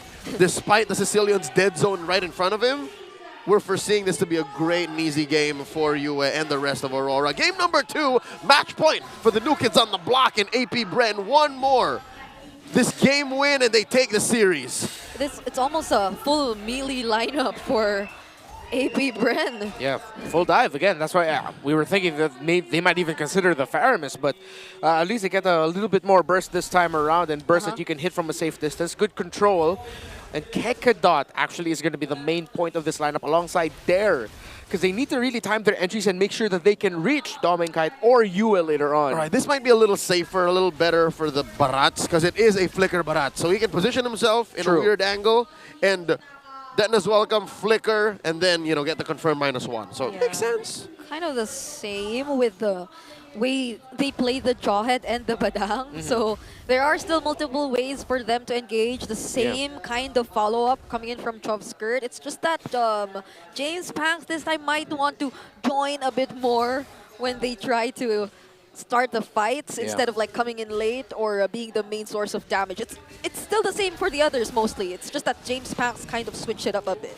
The last time we saw a Barrett's EXP lane, what happened there was the Barretts just kept leaving the EXP lane as much as he could. That was Lord JM, and committing into rotations into the mid lane so that they can get an easy 4-man advantage, surprising their opponents. And so far, it looks like that's what they're planning right now. They actually want to give a little bit more farm to Dare through the mid lane alongside Jove Skirt. Double laning on an XP laner. That's definitely going to get him to level 4, trying to secure this first turtle spawning upper quarter of the map. Aurora first to the scene. Kekedot getting pushed back by Edward. Yue has poked down the members of AP.Bren so well, but they still find their way towards Edward using the Vengeance, and there's the Detano's welcome, but he gets burst down by the Evil Queller. Now that's a 1-for-1 trade so far. Kekedot's really low, and Demon Kite secures the turtle, but they still want more. Renegade is going in, and Kekedot gets found by Yue. Oh, down bottom, Dominkite versus Shizo. Shizo's leaning hard into his early game advantage, especially underneath a Zaman force, and he's bullying the next standard right out the lane. 2 games that he did this now with this Harith against that Granger. Oh, here comes Yue. Can he find him? Looking for the bite down. Doesn't find Shizo. All right, the Sanguine Claws didn't connect, but that was a close call for Shizu. Props to him for being mindful enough, though. He's been doing this again, you mentioned it, 2 games in a row, but it's still not to the point wherein he gets too careless of his positioning and unaware of the map. Yeah, you see, though, especially in the last sequence, how much Edward pulls attention away from Demon Kite. Because of him diving onto James Pangs, it actually forced Dare to just look at where Edward was so that he can use his ultimate on the Phoveus, which meant the turtle was free for Aurora to take. So far, Aurora stepping on the gas, finds one, Choke Skirt, forced out underneath that glorious pathway, revitalized by Kekedot, and a charged up Quella taking down Chove. Yue has been on point with those Sanguine Claws. Every single time prior an objective, it's either he catches 2 and then gets to bring them down to half HP or less than whatever damage he dealt. That already means a lot to Aurora, and now it was just so... It's such perfect timing for them. I mean, we did say earlier that Yue would be the happiest guy in this lineup right now. Oh no, but they spot out Shizo. The flicker's already forced out, but Renegade is right there to block his path. Kekedot trying to defend this turret as well, but that's 4 members of Aurora, and they might just get almost all of the energy shields from that tier 1 bottom. The Hitman making like the Wheelman, setting up the escape route for Aurora as they rotate toward the turtle. Another Sanguine Claws connecting onto Dare, and Kekedot is really low, uses the AOG to escape, but now Aurora, they're chasing after Demon Kite secures the turtle, and now they're looking for blood. Shizu uses the Zaman Force to escape, but gets caught by the Sanguine Claws, misses the second skill from Edward. But still, that's dominance from Aurora. He ain't there anymore. He's gone alongside James Pangs, who has to constantly put himself in the way of harm. Because that's the nature of this hero. Until he has the items to tank up, he's going to keep going down like Shizo underneath his own tier 1. Aurora now stepping on the pedal of aggression. Renegade on point with the rotations. You again! Kekedot doesn't feel too tanky, forces out the Revitalize, and they get to punish Edward. Unleash the beast coming in from James Pam. But still, US survives, but not for long. There's Chop Skirt with the Cursed Blast, and that's a 2-for-1 trade, but they lost James Panks. All right. Under regular circumstances, that would have been a very messy push for Aurora, but they're able to get away with so much given how much they have been taken down AP.Bren in the past minute. They're up by almost 4,000 gold, and lane per lane, I think they're all up, except for XP. AP.Bren now feeling the wrath of a very aggressive and ticked off Aurora. Feels like that we're seeing. Yue, yes, of course. We've highlighted him already a fair amount. Again, the Sicilian is so happy here. And he's been on point with the Sanguine Claws and the Bat Impact. But another one I really want to highlight here is Edward has just been a menace. He's maximized, especially the last big team fight that we saw. He used 2 Dark Waves perfectly. A Dark Wave just standing there, and then another Dark Wave with a flicker as well. It really just goes to show how much of a problem this Phoveus is. And when the Phoveus from afar is getting a lot of supplemental damage from the Granger, from the Sicilian, then Edward, alongside the Sicilian, is the happiest guy in the lineup. Yep, this feels like one of the most significant changes in terms of the draft coming in from Aurora compared to game number 1. This time around, Shizu actually has to think of someone. And Edward playing the Phoveus into the Harith is actually opening up so much more possibilities for Aurora in terms of engaging in team fights as compared to how they were forced to play it a little too cautiously in game number 1. So, yes. This AI trend is getting out of hand. That's AI? Yes. 2 of these pictures are real. Yeah, only 2 of them, right? Moving on. About 40 seconds until the game resumes, and congratulations, you two. Here's the thing. It's not too late just yet. Did he say yes, or is he... Did he or did he not? I think the other guy's blushing. I think he did. All right. Here's the thing. I don't think it's too late for AP.Bren. I think AP.Bren can still... Yeah, confirmed you did. Yeah, I think AP.Bren still has it. It's just... Maybe if Derek can pull it off. But he doesn't have the right hero. Yeah. AP.Bren... It's more single target. Well, they're unpredictable like that, so I wouldn't like entirely... That's right. Count out the... What they're capable of, even they don't know. Exactly. It's possible. You're right, Brigida. Yeah, so I don't know. I'm just waiting for everything to unfold, but as it's looking right now, still Aurora clearly in the lead, and unlike game number 1, they're much eager to convert objectives early on, so map control might be going into their hands a bit more early too. Amazing lead, especially for gold lane. That's almost 2,000 gold between Dominkite and Shizo. And this time, Dominkite ain't playing halfsies, man. He's rocking an early Sky Piercer. They can just go ahead and snowball out of that. And again, I'm just going to be repeating the same problem for AP.Bren. They can't reach Yue. They can't just send Kekedot to dive because, again, that puts a lot of pressure on the rest of the line. Now, Aurora will get all turtles in this game. And AP.Bren are just going to try to get resources elsewhere, try to get a push. Minion wave's not favorable up top, so they're looking towards the mid. They can commit one more heavy play to try!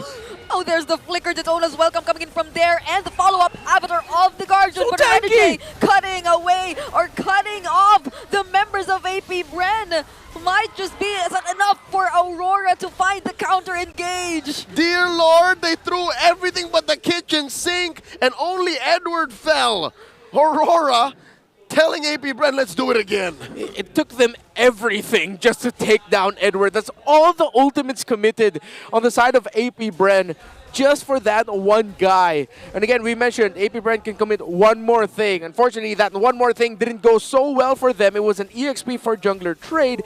Now they're at the point where their next engagements have to be a little bit more cautious. Looking at the items, he had to skip the Hunter Strike, did James Banks, wait straight into the War Axe. Already on the way to the Sad Sword is Demonkite. Sicilian only has the glowing wand, surprisingly enough. He's really maximizing maximizing the crowd control he has. And in terms of the gold laner, only 1 item for Shizo, while already 3 for Dom and Kite. Oh, that's the Daytona's welcome used to escape from there.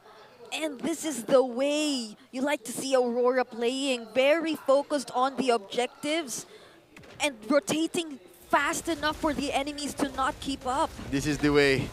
Demon Kite stole the orange from James Panks. So James Panks is starving right now. It's not like the Lucas is doing great anyways. It's just all the more worse for AP.Bren.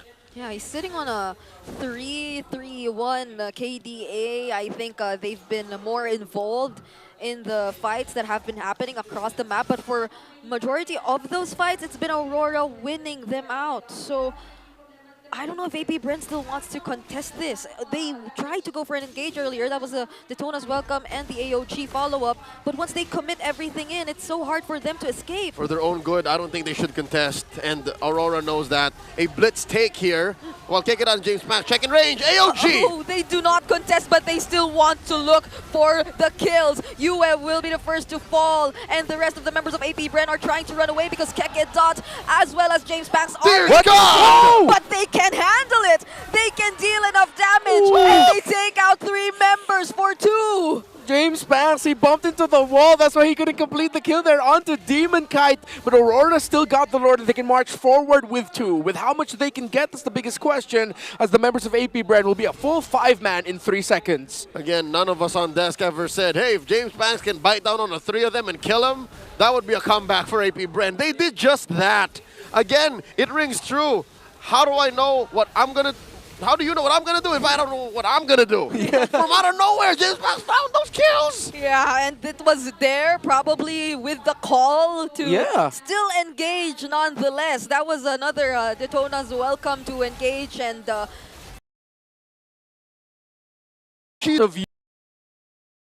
Again, coming in the clutch. Item update on the Sicilian already up to the Lantern. For the Granger, already up to a Sea Halberd. Yeah, that's why Chosko got blasted, man. What's next? That an endless battle? Yeah, it looks like an endless battle with a Ogre. Disgusting. This is as good as a double poke lineup can get. Yeah, you have the glorious pathway, you have the consistent body in Edward, and then here we go. Oh no, Gekadot won't be able to cast the AOG. He already pressed it, but the damage was just too much from Aurora. They didn't let him go. Yeah, this is one of the key signatures of Aurora, the Suyo Granger. Just play around strong burst in the gold in the jungle. And just make sure you supplement it well. In game number 1, if James Panks and Shizo were the highlight, now it's the Kite brothers, continuing the storyline between the 2 jungle gold combos. But will Aurora slip just like they did in the previous game? Or will AP.Bren just concede and then eventually be forced into a game number 3? It would be a shame if Aurora drops this lead here. It's a strong 5,000 gold as they start up the Lord. Lord now down to 4/5 of its health. Kekedot in range. So are James Panks, Shizo, and Chovskirt alongside Der, who does have his flicker online. All battle spells up, actually. That hurt. Oh, they got him back. That's half HP for Der. Yeah, don't commit this. Kekedot, just give up this Lord. It's fine. You can defend. I mean, Renjay also still has the glorious pathway, so they have a lot of things to consider, and they will just opt to defend. All of Aurora's turrets still standing. AP.Bren have barely crossed the river. In 12 minutes 45, it's 236 stacks already onto you. It's not going to be an easy defense for AP.Bren. Again, up against the Sicilian Granger combination with how much it takes to take down Edward, who just built up the Athena shield as well. Yeah. It might be endable for Aurora. AP.Bren just really needs to look into clearing up all the minion waves. Yep. Here goes the Lord in the middle lane. Glorious pathway already used as well, but there flickers in! They decide to take the battle out of the turret. Shizu though unfortunately falls, and Dom and Kite now gets a double kill. The Lord is still up as well, and 3 members are down for AP.Bren. This is definitely it for Aurora, for the lights, and they will bring us to a game number 3. We're going all the way as Aurora even the score 1-1.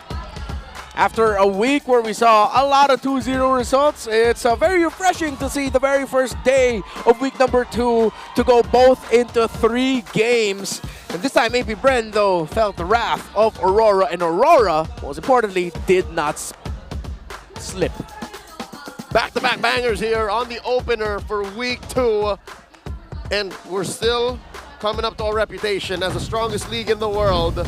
Week 2 into a new era, and it's still unpredictable. Again, past the first series of the night, I already regret doing my prediction videos. And yes, that's right. Everyone who's commenting there right now, my feelings are hurt, and I should stop doing it. But regardless, I do not care. Now, moving on. MVP performance, I'm going to say it now, by the last Raider. Yep. Or the Hitman. You're right. You know what? Renegade didn't die. Or you. So I'm not sure. Oh my God. I'm not sure anymore. I'm Okay, not let's sure. find out who it is. Ah. Of course. Why would I ever doubt my heart? The Hitman! And again, His it's with heart. the high loss, 1-0-17 this time around. It's a bulletproof Hitman that we got to see. And yeah, I think that's one of the things here that I think countered AP.Bren that they didn't realize so much. A simple revitalize. Yep. Actually just allowing Aurora to survive longer than even AP.Bren really wanted. And just looking at AP.Bren's lineup, the Glorious Pathway ruins everything. Yeah. Like, if you choose a zone to fight in, all that Renegade has to do is Glorious Pathway, and then you have to think twice about, oh, we spent all our ults. Is that worth it now? Yeah. And it's not even a Glorious Pathway that's so honest. It's like, it's in front of you. It's coming from different angles. It's cutting off the entries, or it's really just cutting out the exits as well. And yeah, it really looked like AP.Bren just could not find the right, how do I say this, timings with Der, Kekedot, and Chosker together. The times that they did find it, we saw that it worked out really well, but kudos as well to Aurora for telling AP.Bren, this isn't going to be easier for you this time around. We're actually going to be aggressive, and you will not be able to reach our Sicilian. I mean, even in the draft, right? The way they still decided to keep banning out XP lane heroes, even despite the presence of both the Lucas and the Gatot, it kind of tells you that they might really have an idea of how AP.Bren is planning to actually draft their lineup, approach all of this, and this is one of the examples of how the Glorious Pathway just destroys everything. Yep. Even with the wall in between, it just makes it so difficult for AP.Bren to go for a full commit. Great point, Bridget. The whole, we still have to ban XP laners, even going in a second phase, really put AP.Bren and specifically Dare in a weird position wherein they have to play the Barats, which now almost puts the Barats and the Lucas in dog water territory. They each have a win still, if I'm not mistaken, in MPL Philippines. Yes. But they're really bad when the matchup sucks. Yeah. And it feels like it's when you're left with just having to pick that. If they're your last options, then something has not gone right. Most likely, it's a bad choice. Yeah. You're going to have a bad time. Yeah, to be fair though, like thinking about the EXP leaders that they could have picked, it all would have been tough. Even if you say that they picked up an Edith, like, it's not going to be the easiest Edith game that you'll see, but at the end, outside of the draft, you look at it in execution, and Aurora had a very solid game plan here. Set the tempo, rotate aggressively, Renegade, Kite, and US set the tempo. And again, Edward with his Phoveus, Aurora just looks so comfortable playing around that because they can trust Edward to be aggressive at the right time and even set up like a roamer usually would, because a high loss, he doesn't set up. Like Glorious Pathway, that's not really set up. You're just bringing down a carpet. The poke, I guess, but Edward and his dark waves were so on point. And that is what allowed for Yue to have a great game, which, by the way, was not made easy, was not allowed for by AP.Bren, which kudos to them. They really gave Yue one hell of a 13-minute game because he still died twice. Yep. And still, though, I think it was difficult for James Panks to operate in that entire game too. I mean, looking at the amount of purple buffs that he was able to secure throughout that entire game, it was only 4 in comparison to 10. And even for their orange buffs, right? You mentioned it, like they were really trying to starve out James Panks on a Lucas who kind of could be categorized as one of the most snowball-dependent type of junglers in the very rare times we see him being used as a jungler. I think twice, just twice. Even. Yeah. He wasn't eating good already anyways. Yeah, that's like a necessity for Lucas in the jungle. Snowball. Yeah. But that can you easily do that in the toughest region to play in? No, you cannot. It's hot in the Philippines. Yeah. We don't allow get for that. snow. We don't allow get for snow. Our refrigerators melt very quickly. It's very demanding. And it comes down to this. One more game in the best of three. Both series of the night going all the way. I think it's safe to say Aurora have found their flow and they learned their lesson the hard way. Now it comes down to this series-wide do or die AP.Bren. The way it's looking right now, it might just be a day full of reverse sweeps if ever Aurora really gets to ride on that momentum, which is likely to happen based on what we're seeing right now. So hopefully for AP.Bren, at least they get some sense of control to the unpredictability that they bring into this match. Yeah, and I think you can also really see, especially with the last bands where AP.Bren is looking at, instead of thinking about what else can UWE pick up, we were thinking the Farsa. They thought, you know what, let's take out the hero that we know do really well. Renegade probably does well with a Jawhead as well. So they took out the Jawhead, which left a very good Sicilian pickup. And that was a stroke of genius, honestly, by the coaching staff for Aurora to call for the Sicilian pick. Yep, again, this is a hero that rarely sees play, at least in the highest levels of competition. And this was the perfect spot for Sicilian. Because again, that dead zone is where AP.Bren will barely get in, which is, again, proof is in the pudding. They found that dead zone and they forced a couple of kills onto UWE. So now, these two teams have that knowledge. What have the coaches prepared for them? What kind of drafts are we going to see? Because game one, there were some traces of what happened last week, right? Game two, a little bit of a adjustment. But game three, this is where it all comes down. And if I'm not mistaken, it's AP.Bren choosing the side coming up. We will find out exactly soon what they made the choices for the draft. But real quick, shout-outs to Mark Joseph Gonzalez Elio. Let me translate here. James Max is strong, even in his MDL days. This is from the MPL PH, that official Facebook page. Yes, that's what Renmar has been saying all the time.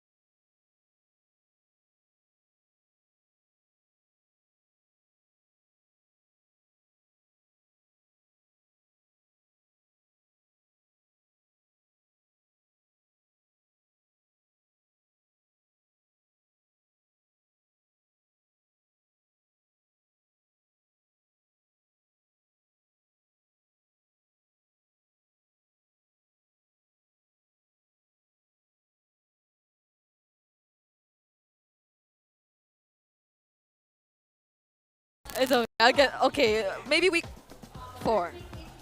What? What? 3. There, okay, I will take that because Week that's already 3. next week. Oh, yeah. That's already next I week. thought she was going to have to go through the Masters break and Holy Week, and then, just then, she would say, I'm ready. But folks, real quick before the match resumes, we would like to remind everyone that you can still get your tickets for tomorrow. Check out the ticketing website / see if there's more for TNC versus Omega. That's a matchup happening tomorrow. After that, we got Twisted Minds PH versus Falcons PH. And then we're closing off the night with Team Liquid Philippines versus AP.Bren. This very team here that you see in action that's taken Aurora all the way to the Game 3, the pinnacle of this series. So, again, either way, I think after this match, regardless of who wins, more people might get tickets to the AP.Bren match tomorrow. Yeah. If we saw 6 games today, tomorrow, looking at the matchups that are about to happen. Might get 9. We might get 9. Are you casting tomorrow? I'm not. I'll be watching. Are you? No, I'm off tomorrow. Am I? Why? I think I am. You've been laughing at me all day. Can I just share a story with y'all? In the rehearsal, she made fun of my bald head. No. She laughed so I've never heard you laugh like that ever. No. You just went. It was what they call in the literary world a guffaw. You guffawed at my bald head. I didn't. It was at your joke about your... Now you say something with conviction. Okay. Yeah, because it was a... Right? I laughed at his joke about his bald head, but not... You are digging a hole right now, I can girl. only take you at your word. And if your words end with a question mark, then I don't know what to stand for anymore. I don't know what to believe, bring it out. Just like how I don't know what AP.Bren has up their sleeves here for game number 3, because we know what Aurora is capable of. We're also aware of what they can't do, which is play in Malaysia. But regardless, they're here and they played clean game 2. Game 3, I'd reckon, regardless of what the choice is for side for AP.Bren, I think Aurora just has a cleaner ramp up to victory here. I just hope for AP.Bren at least that James Panks gets much comfortable jungler hero. I mean, they were choked out early on, but then I think they had the option to. You know the sad thing about the last one though was that they choked themselves. They were just like, what do we pick in the jungle? Lucas. I'm okay with this. Where eventually just gets crumbled. I guess you could also lean in on the fact that maybe it's because it didn't have the right EXP partner with it. Maybe Aurora were looking at the glue or AP.Bren were looking at the glue or the CC, but Aurora banned it out. Yeah. TLDR, hopefully we don't see a Lucas jungle ever again. It's a joke, by the way, in case the 5 Auroras were mad at me in the comment section saying, why would you say that about Aurora? They've proven themselves, folks. They beat Onic last week. They got to the grand finals of the hardest league in the country, and they're here at the cusp of victory against AP.Bren. They're on the red side. That means AP.Bren chose blue. Game number 3. Eve and Fovius banned out by Coach Pakbet. MTB banning out the Fanny. Up next will be a Jushin or Matilda.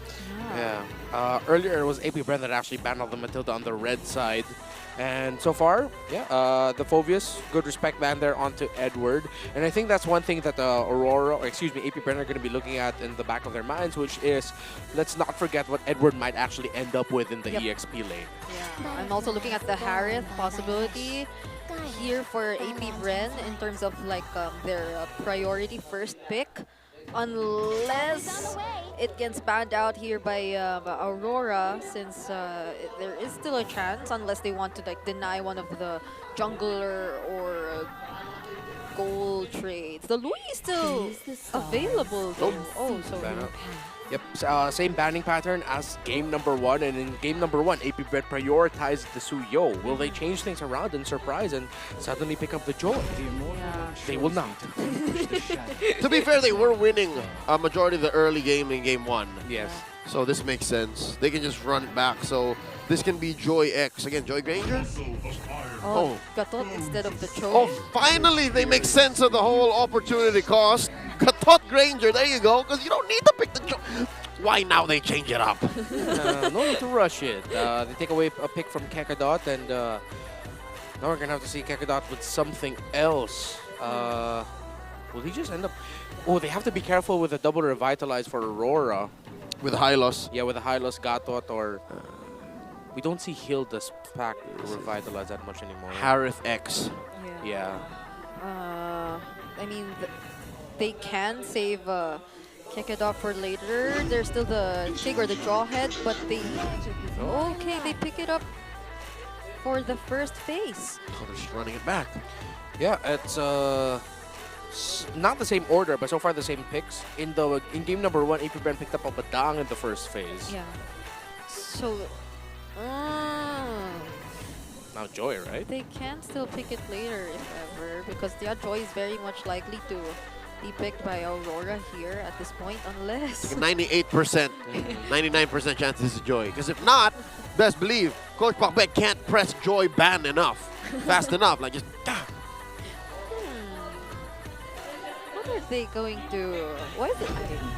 They're taking their time. Whoa! Ooh, they go for a swerve.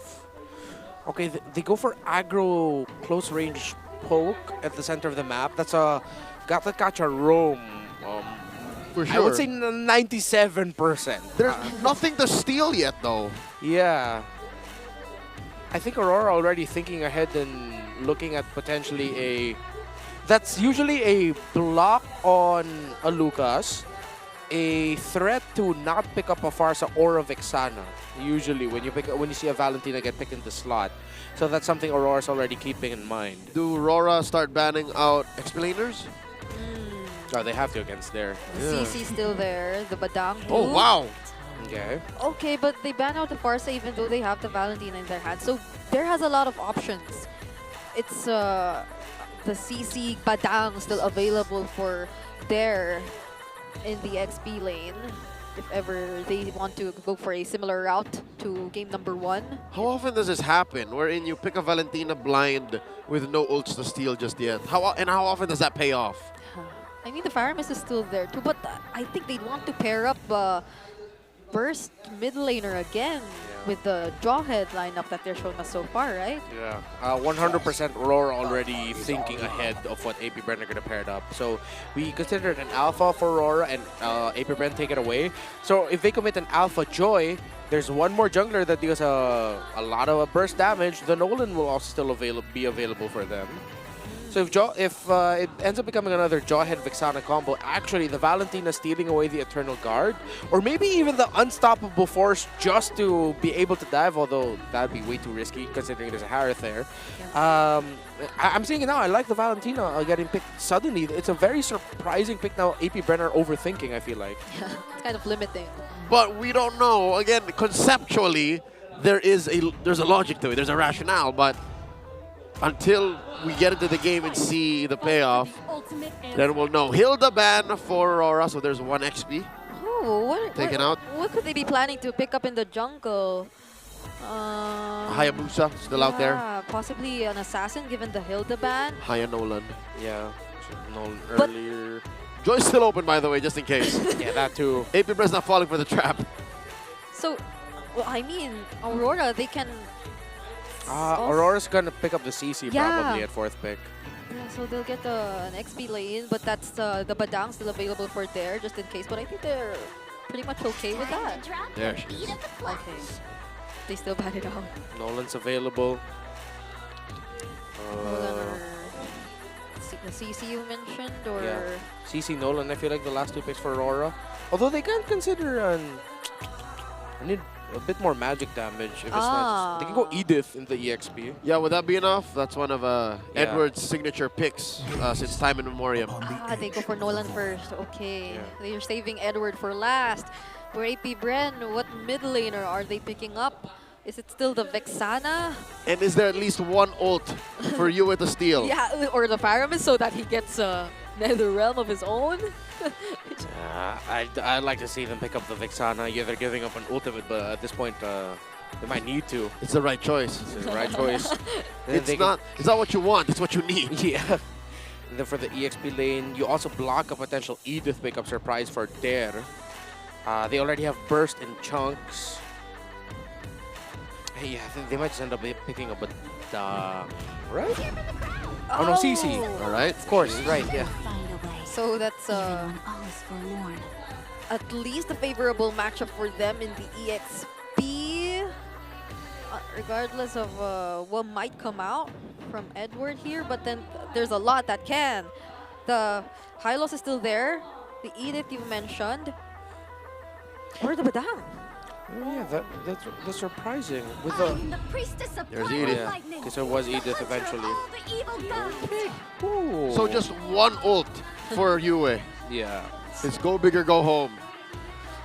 Eternal Guard. Interestingly enough, that's the lineup of AP.Bren. It's go big or go home. Get your pick-offs around the jawhead in the Vexana combo, or nothing at all. While the Edith means that Aurora has more than one tool for a longer engaged team fight. Again, that's always one of the strengths of an Edith. If you don't handle her well, surprise, your team fight will get turned around in front of you because of a full stack Edith Primal Wrath. And we have seen the last Raider, Demon Kite, do amazing things with a Nolan. And with the help of the MVP of Game 2, Reneja and the Gatot, we can expect great things. So, one more look at these drafts and, of course, the index. Rora's down again. Once more, is this the numbers on the Harith just pumping everything up? I feel like it, yeah.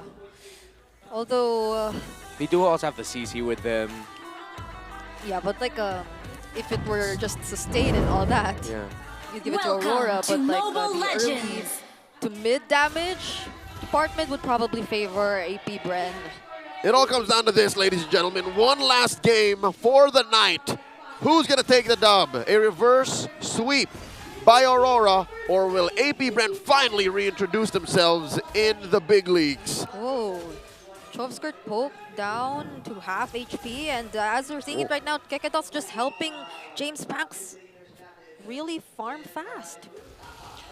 There's a lot of crowd control also, though, on the side of AP.Bren. But in terms of their damage, it's very dependent on the Vexana and the Harith together. But if they can change their crowd controls at the right time, it might actually be very, very annoying for Demon Kite and Renegy to deal with. But again, just looking at the fact that there's a Granger and an Edith on the other side for Aurora, it's tough for AP.Bren. This is a more demanding lineup for them to pull off. Yep, for AP.Bren, it's easy to, well, it's easy for Aurora to build defensive items. Like, mainly magic to start. And then you start dealing with the problem of physical when AP.Bren gets the farm in. So, you see in here, Kekedot waiting to catch Edward off guard, and even James Pax comes to the party. Oh, I wonder if Abu Jingjing knows. You don't have any information onto Kekedot and James Pax. They only saw Chovskirt in the middle lane, so fortunately for Aurora, there aren't any pick-offs just yet. Both teams are just so careful. Oh no, wait, I take it back. That was a close call for Edward.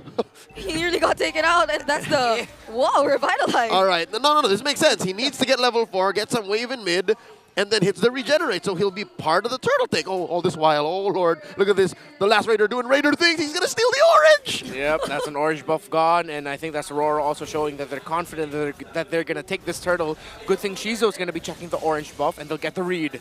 Oh, does he get it? Yeah, I think he did secure, and then the turtle will eventually still go to AP.Bren.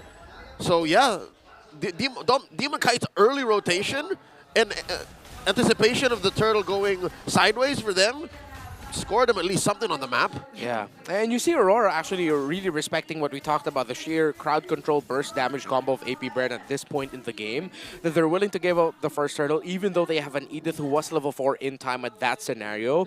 They're playing it safe, and it might be just like in game number 1, waiting for a turtle 2, turtle 3 scenario where they pop off and just take over the game. Yep, they've been doing this for multiple times now. It's just that they're waiting for that turtle wherein they're already equipped to fight back or really commit to an engage against AP.Bren.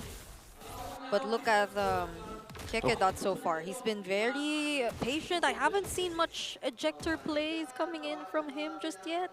It seems like they don't get to find the right targets. Patience is a virtue for Kekedot. Something to note, folks, in case you're wondering, that is the new MPL skin on Edith. Just came out, so grab it now in case you're wondering, where's this purple skin from? That's what Edward's rocking. About 45 seconds until the turtle spawns. Second one of the game, lower quarter. Demon Kite just farming around. It's happening, Mom, it's happening. It's a Filipino game. No kills just yet. Yeah. Let's see if eventually we'll find K-Dot drop a Grammy Award-winning set and pick-off. But even so, Aurora has the right response again with the Eternal Guard on the hands of Yue. there will always be a counter response to whoever Kekedot can initially burst off. You guys are also going to get knocked up by a Valentina Eternal Guard.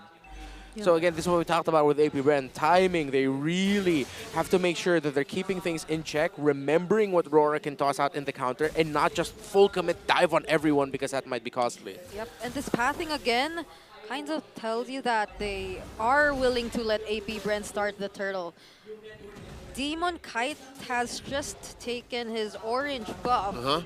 But they, nonetheless, are positioned. Renegade and Edward, they're here, they're ready. It's looking like a counter. Take it, the flicker by Kekedot. They go for Edward, but there is the AOG from Renegade, and now Kekedot can no longer go back to his teammates. He will be the first to get taken out. Shizu, though, there is the response from him. Using the Diamond Force, but Doming Kite with the free hits, just tossing those bullets. And there might be next the flicker from Yue as well, dodging the Curse Blast. And they will still be the ones to win the fight. Doming Kite gets outplayed by James Banks. All this while, Demon Kite was going for the turtle, so he chose his battle. He says, brother, you got this. I'm going to take the objective. Was that me or was that a stray bullet by Doming Kite missing James Banks by an inch? Yeah, just like one single one from the Rhapsody. Yep. And that could have taken down James Banks already. But good committal there actually by James Banks to acknowledge that, you know, there's a chance I can win this. I'm not going to back off. I'll just fight. Yep, talk about a dead zone on the Granger. Just like the Sicilian, when you're that close to a long-range hero like this, you usually have them cornered, usually checkmate. So that's that sequence right there. And despite the turnaround by Aurora, small lead, very small win. Oh, Doming Kite, could he be sensing this?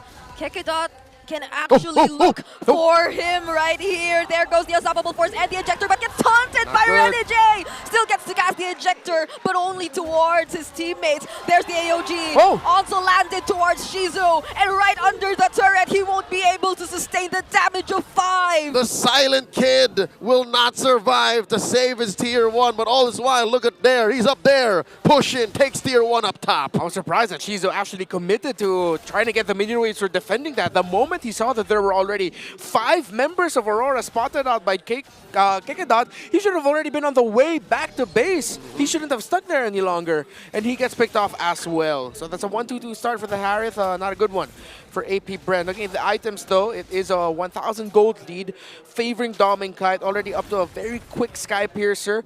We'll be going to the, if I'm not mistaken, Malefic Roar for the 3rd, while the Harith is still on the way to the Feather of Heaven, 2nd item. Oh, this is a fight waiting to happen. Renegade and Demon Kite engaging with Kekedot. There, pushing him back.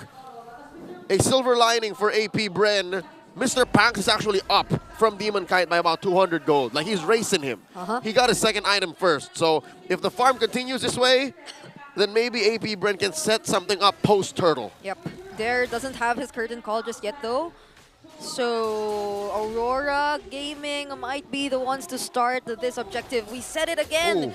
So this might be the timings for them to finally decide to engage. But there goes Kekedot. He won't be able to set up anything for his team because he gets taken out first. Yue, Dare's trying to look out for him, but it's James Panks that matters for Aurora. He gets taken down next. Dare, he will be receiving the Death Sonatas. And that's a flicker from Doming Kite too, just making sure that he goes down. But he's been dancing around everyone. But that last bullet still connects, and he gets taken out. What dead zone? Doming Kite flickers forward just to confirm the kill onto there in the face of a 2-man gank squad. AP.Bren did not see that coming. He sidestepped the Deathly Grasp too. Dare was pulling Doming Kite into the range of Chovskirt's Vexana. But just when I thought Doming Kite would get caught out by a Deathly Grasp, he went back a little bit. It was a fade away Death Sonata at that, and he got the kill still onto Dare. I think they call that an FDS in the business. About a minute until the Lord spawns lower quarter. AP.Bren catching their breath. James Panks now has his first death of Game 3.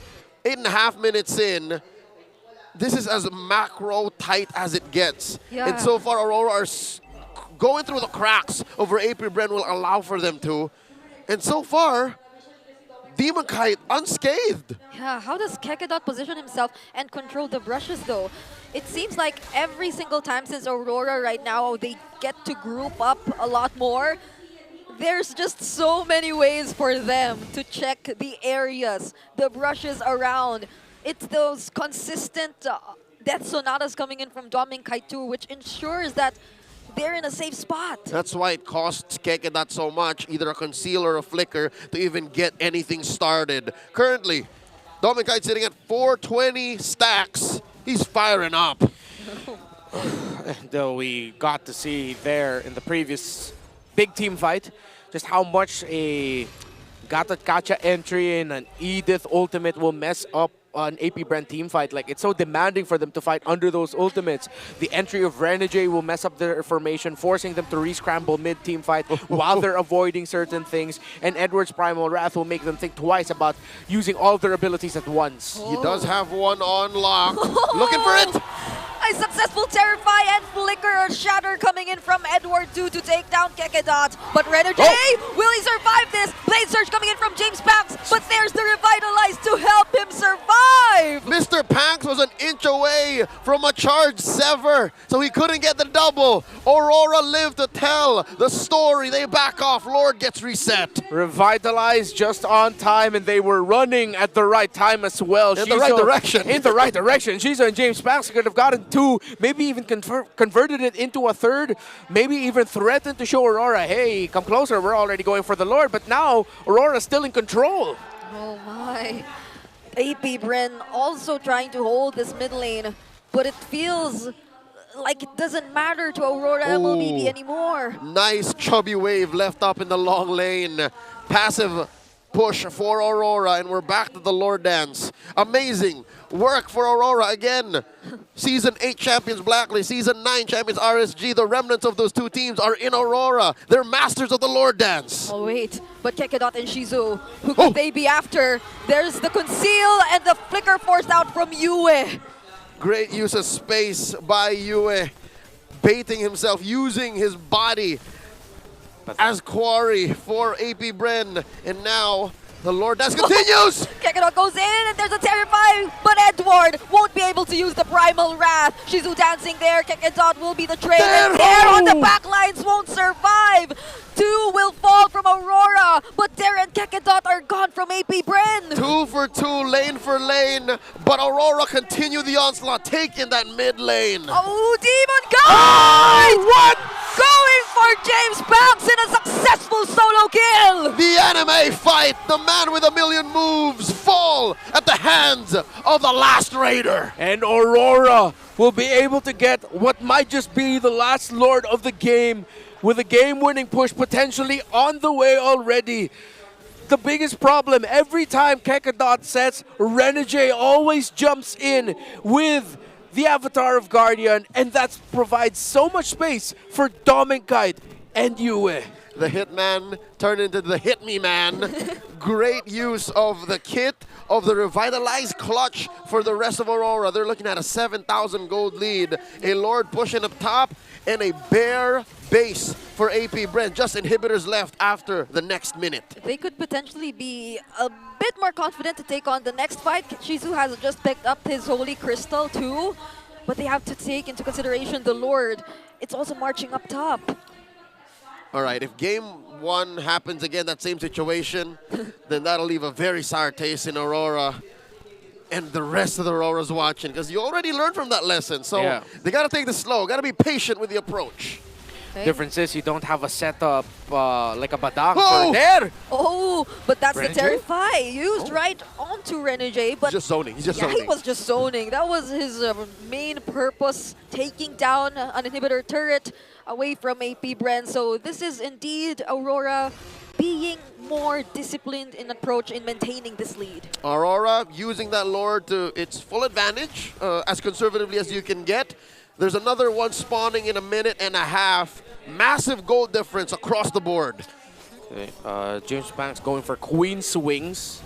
Oh, Edward! Oh, wait, he gets to go in, uses a Cyclone Eye to get there. There! So speaking of there, there's the vengeance coming in from him. The let him survive. A beautiful Eternal Guard coming in from Chopskirt, but Doming Kite still makes it out alive. Edward 2 with the flicker, and none from Aurora will die. away. Luckily, he had the energy to stay alive and dash out, spell vamp his way to staying alive. Dominkite, with the energy, was able to provide a gap between himself and danger. And now Aurora are knocking on the doors of AP.Bren saying, I am the danger. Dare and Kekedot still have 5 seconds before they get to respawn. And the rest of the members of AP.Bren will handle the waves. And the danger now retreats. The danger takes to the rest of the map, keeps it red, freezes the waves, sets up for this next Lord spawning in the upper quarter. Look at the damage that the former Doming, now Dominkite, is dealing. Almost twice as much as Shizo, like, 1.7 times? Yeah. That's rough, very rough for AP.Bren. Again, it always seems like the Aurora is very ready for Shizo. The moment they see the Zaman Force laid down by the Harris, they just back off. Yeah, they just back off. They recalibrate. They don't fully retreat away from the fight, but they're just trying to stay away from the dashes, making Shizo think, am I actually going to dash into this? It'll be risky if I do. And Shizo just ends up being too far away from Aurora to actually hurt them. Now look at the placement of Shizo and Kekedot here. This is going to be an all-in, one last chance play. Okay, if I'm not mistaken, Dominkite also has the Winter Crown. So could they be looking for an opening or a play here? Oh, there is a little too deep. RORA spots him, forces him out of there, lets go of that river brush control, and all this while Kekedot and Shizo still keeping themselves scarce. Now the jig is up, and Aurora are blitzing the Lord. Oh no, they find Shizu, they get the information, and no contest whatsoever will happen for AP.Bren. Tranquilo, my friend. They used patience and calm to get that Lord for free. Yeah, with a chubby wave down in the bottom lane, that did force James Spanks to respond. And Aurora, the moment they saw the jungler of AP.Bren down the bottom lane clearing waves, they just went ahead for it. Divine Glaive already built up there for the Harith. So, again, the question isn't the damage, but can he actually get in the right spot to deal the damage? Because Dominkite has been making himself scarce. He's been utilizing the flicker very well to disengage away from Zaman Force and away from Shizo when he shows up in front of him. Not to mention the real threat. Unless Dare finds him first, Demon Kite can hunt down Shizo. It doesn't work the same way anymore. It's not the same dynamics as the Joy hunting you down as a Harith. It's now a Nolan. And now with 3 waves coming in together all at the same time, will Aurora find a way to end this? Renegade going in with the AOG, but they will be focusing on clearing out the Lord first. That's the Vengeance forced out from there, and the Eternal Guard used by Aurora. Kekedot is down, and now Renegade's immortality popped, but UF flickering in alongside Dominkite. This might just be a wipeout right before the Northern Lights successfully complete the reverse sweep. The win streak continues for Aurora Gaming as they take Game 3 and the series 2-1. We could have ended the day with another Savage on a Granger, but Edward got the last hit. Dominkite walks away with a Maniac, but at the end, Aurora walks away with a win. There's going to be a long talk between Dominkite and Edward. It's going to be a weird ride all the way back to the boot camp. But nonetheless, congratulations to Aurora Gaming. AP.Bren, though, they're cooking. Yeah, I cannot wait to see how they will be improving this idea of their identity, which they introduced to us in this series. Oh, yes. It might just need a little bit of refining here and there, but it's a unique take on the current meta. All right, let's count our blessings as AP.Bren fans, whether it be from their run in the MDL or their current identity now in MPL. I think, yeah, it's true that they rely a lot on Shizo and James Panks. But I guess as they take their bow now off the stage, we have unlocked stars. Again, the MVP there. There's a reason why he's still in the league. Yeah, I'm really glad to see that AP.Bren showed up more in this series. They felt like a non-factor, dare I say, a non-team against TNC Pro Team. But now against Aurora, instead of what I thought would take maybe another week of them trying to figure things out, I think you said the right word there, Brigitte. Refinement. Now it's not a desperate claw of discovering who you are. It's just refining who you already are. And mind you, Aurora's higher up on the food chain, and AP.Bren performed like this. Yes. It's not the last time we're seeing AP.Bren today. Tomorrow they have another series coming up too. But for now, again, celebrate and count our blessings. Let's throw over onto the stage. Our hosts Hans and Odin are with Aurora Gaming. Ladies and gentlemen, your winners, Aurora Gaming! What a performance, getting and staying undefeated with a 3-0 record. Right? And reverse sweep ang ginawa nila. Hans, I wanna ask, Dom and Kite, maniac sa inyong last game for today. Palakpakan naman natin si Dom and Kite. Savage dapat. Nakuha ni Edward yung isa. Ano masasabi mo doon? Wala. Okay lang yun. Okay lang. Nice try lang. Nice try lang. Doming kahit asintado lahat ng paggamit mo doon sa Granger. And tuloy-tuloy pa rin ang pagkapanalo nyo bilang Kite Brothers. Pinag-uusapan natin kanina kung may makakapigil pa ba sa duo nyo. Sa tingin mo ano yun? Makapigil sa amin, wala ata siguro. Wala ata. Parang wala talaga, no? And since alam namin na nandyan ang confidence nyo dahil nga win streak kayo after Season 14, M6, SPS, anong ginawa nyo before coming into the season para maging ganito kayo kalakas? Siguro lahat ng pagkatalo namin nung M6 tsaka nung SPS, tinama po namin siya nung pagkabalik po ng bootcamp. Yun. Kaya gigil din po kayong bumawi this season. And you definitely came back stronger nang tumungtong kayo dito sa Season 15. Now, speaking of the last season, Doming, maybe you can toss it over to Rene J because I would like to ask you this question as well. Kasi Season 14, Aurora also started off 3-0. Maganda ang inyong ipinakita in like the first 2 weeks ng Season 14. Season 15, you're planning to do the same. This is your last match of the week, correct? So, with that being said, how different is this season compared to Season 14? Ano bang pinagkaiba ng 3-0 na to compared sa 3-0 from last season? Tingin ko po yung this season mas solid yung chemistry ng team. Tapos mas prepared yung team kasi dahil sa mga talo rin siguro namin. Kaya tingin ko mas maganda yung mapapakita namin this season kaysa sa last season namin. And the familiar foe as well, because next week, kontra or susubukang mapigilan yung winning streak nyo, you're gonna be going up against Omega. Ang mga kalaban mo is Chaknu once again. I wanna know kung ano bang mensahe mo kay Chaknu, especially kung sakali nanonood siya ngayon. Sa ngayon, good luck muna kay Chakno kasi nagbabawi rin sila eh. Kaya mo yan, Jack Mamba malakas. Wow, very mabait and chini-cheer on nila ang kanilang mga kalaban. So motivators. Now, I just want to ask a bit more questions, this time para kay Yue. Kasi katabi ko naman na si Yue. Nasaan ba yung mga fans ni Yue dyan? Okay, asan? Parang ganito lagi, no? Sige, pag siya yung take your nagsasalita. time. Okay. Wala ka pang ginagawa. Sanay ka na ba sa ganito everyday? Sanay na. Now, I wanna know, kasi parang may nabanggit sa akin na I'd just like to confirm, naging magkakampi daw kayo ni James Punks before? Naging magkakampi kami nung sa inter-barangay namin. Ooh. So, ever since inter-barangay, now you're competing against him in MPL. Kamusta naman yung naging performance niya kasama yung AP.Bren? Para sa akin, maganda yung naging performance sila eh. Kumbaga, siguro mas naging better team lang kami today. And finally have it. Just a really good performance. Now, I want you to at least give commendations and pasasalamat para sa lahat ng mga nagpunta dito at sumuporta sa inyo ngayon. 5, 4, 3, 2, 1. Okay, Yue, time's up. Go. Thank you po sa mga nanonood ngayon tsaka pumunta sa venue. At nood din po kayo sa watch party namin sa KMC. Tsaka available na po yung jersey namin. Yan. Wow, yun. There we finally have it. Once again, your winners, Aurora Gaming! Gentlemen, you may now take your walk of victory.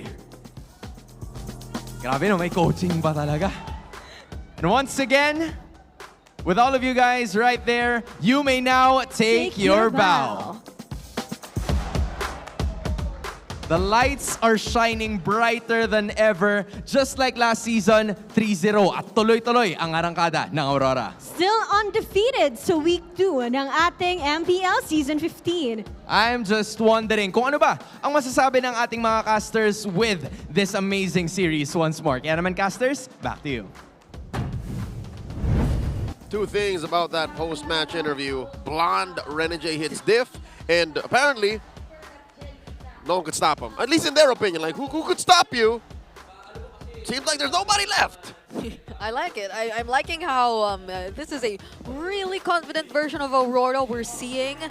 It seems like they really learned a lot throughout the course of the past 2 months of being in international tournaments here and there. Especially Dominic. Something has crept up onto the soul of Dominic. Of course, remember what happened in M6? If you know, you know. Now he's just been stellar with the Granger all season 15 long so far. It's been one of his best picks in the series that the 3 series that we've seen them play in. And then this one, he went 13, 1, and 4. And it was him being almost untouchable for the side of AP.Bren that made it so difficult for them to actually find a good tempo in a team fight because they couldn't reach Dominic. Shades of the best of them. I'm thinking Kelra, I'm thinking Innocent, I'm thinking Super Marco. When I see Dominic flicker forward, embrace the Granger's dead zone, and then eventually get this MVP performance. Except for this clip. Except for that. Why would you? The timing. But yeah, regardless, he's still an MVP. They still won. Yeah, that was his only death in this game. After that, he didn't die anymore. Yeah. He's just human. It was a really confident and aggressive play from Dominic during the entire time of them being not threatened by even their, similar to what we see. That was great timing this time around for the highlights. It's like they always try to find a way to go after him, but he just immediately repositions himself and just keeps throwing bullets. Yeah, and again, just looking back at the highlights, the link up between Edward and Renegade was just so annoying for AP.Bren. Hey, we got a pick off. Oh, there's an Avatar of Guardian on us. Let's reposition. Oh, us trying to avoid the Avatar of Guardian meant that we walked into other things we were actually also supposed to be avoiding. So there were like, sometimes it wasn't really the setup which Renegade was looking after. That was the almost savage, as you would say. Oh. I don't know what they're gonna talk about later on. In memory, I only know of like a handful of moments where clearly someone stole a kill away from a Savage. The one of the most recent ones being the Super Prince one. Yeah, that one for sure. This one over here. I felt like Edward was so locked in, he wasn't even thinking about that. I'm sure he didn't even realize that he was already up to a maniac. Dominic was. And he was just looking, oh, this guy Winter Crown. When he's out of Winter Crown, I will kill him. I mean, logically speaking, as the marksman, you should be aiming for the base. Yeah. You gotta win as fast as possible, regardless of whatever else is happening around you. But yeah, no, this was a 17-minute game. In my head, definitely felt a little longer. But look at that, our MVP scoring doubles on the big 4. He's farmed up, he's dealt damage, and his mid lane duo is sheeshing about it. I can assume that's a sheesh, right? Like, you don't see his arm. Unless he's just really biting his lip. Well, for some reason, his left-handed out there. Just slightly. That's the face of a guy who picks Valentina first phase. Oh, yeah. They unpunished, by the way. Again, I love that pick so much. I was overthinking it, but I'm pretty sure AP.Bren were also overthinking it too. It was like, guys, how do we do this? It was a Valentina. I'm like, oh, damn it. And then eventually he just came back to bite them. And it's cool because he saw the rich guy, highest damage dealt is the gold laner. Makes sense. Highest damage received was the roamer, and most assists was the mid laner. So you could really see just how systematized Aurora here, Aurora was in that game. Yeah, it felt like it affected their succeeding pick so much. Hopefully in the coming matches, that doesn't happen again. They be a little more composed, or if I must say confident and convicted, like unlike me in terms of drafting. They gotta make like you. I think, no, that's perfect. Like, I feel like you and AP.Bren are gonna go on the same journey this season, you know, of like conviction and being able to say, this is it. Right. Yeah. So far, they have some growth, some development going into week 2. They got a big match tomorrow. They're facing off the next big dog of the league, currently in Season 15, Liquid Philippines. So, Ooh. It's gonna be tough, man. Yeah. I don't know. If today was any evidence, maybe they'll score 1. And then we'll see. Yeah. Right? That's what it is, right? You take it a game at a time. And against Aurora, they scored a game. Who knows what they'll do against Liquid tomorrow. Yep. And I wonder if we'll see Shizo in a different pick, because he played an entire series as Harith. Yeah. He's Harith man. And he'll be up against Oheb, who's been on fire with the Granger as well. Oh, yeah. And Moskov. And Harith. Yep. It's like he's been up against really stellar performing gold laners from, I think you would consider Kuzen to be really good performing gold laner back in week 1 to now facing up against the next standard, and tomorrow the Filipino sniper. It's a tough One journey. day, the silent kid is going to be more than just a silent kid. Who knows? He's young, and this is their debut season in the league. It's just week 2, but what a day it was. We witnessed Falcons take flight, take down the defending champions, and we witnessed Aurora just get this close to losing. This close. It was very close. But I was reading the comments earlier, and there's a lot of more people vocal about how they appreciate AP.Bren. I think AP.Bren got some new fans here online and across the world. So I'm excited to see them continue shining. Hopefully they do. I love it. It's a new era, definitely, because as far as we remember, Bren Esports, AP.Bren, they've been here since day 1. Since the dawn of our league, the genesis of MPL PH. And for the first time in a while, as far as I can remember, since Season 9, Season 10, it's a new face. It's a new era for AP.Bren, for this franchise. So with that, again, there's a week, months-long journey for them left here in Season 15. That does update our Infinix standings. So far, Aurora are now top dog. Oh, with 3 consecutive wins, with just letting go of 2 games. It's an impressive performance from Aurora heading into this season. A team which I feel a lot were probably doubting in such a way that they haven't been able to go as far in the previous international tournaments which we've seen them. But now that they're back, it seems like they just show us the meaning, the definition of learning, growing, and the process that it takes for them to get this far. As well, a lot of y'all might be looking at this and watching, what's a fancy club? And I'll tell you what it is. It's a tournament amongst fans held here in the MPL arena just right outside before the show starts. And they use Infinix phones, the official tournament phone of MPL Philippines. And so far, bees are on top. Yeah, the Bees and the Green Falcons too. Kabarangay popping off, and the Cavalry struggling though so far this season in the Fancy Club. And again, that's one of the really great things you get to experience when you watch on site here. Actually, if I'm not mistaken, they're even no. You have to watch if you want to join Fancy Club. You can't just join Fancy Club too. So it's a double deal. You get to fight for your favorite team and also watch. What is this? All right, yeah, we got all game 3s because of you. The daughter of all series. But the mother is there too, it's so there it makes sense. That's true. Oh my God, it's a Chantel Brigida day. Luckily, that's why. It's not a Saturday. I won't be there tomorrow. Oh yeah, I don't know about Chantel's schedule, but that makes sense now. Looking at it, I should take note of this when I make my prediction videos. I did not do well today. I scored 1 point. I got the winner of this series right, but the score wrong. Wait, did you go for sweeps for both series today? I think I did. Oh. If I made prediction videos or prediction polls, I would have predicted the same way as Leo, I think. Right? Yeah. So, with that said, on behalf of Renmar Santa Cruz and Brigida, my name is Leo at your service. It's been an honor. Let's throw over to the stage. Nice, man. Ingat lang. Ingat, alalay. Ay, alalay lang, boy. Boy kami. Boy kami. Ingat sa base, boy. Patay ito. Basta akin, legit.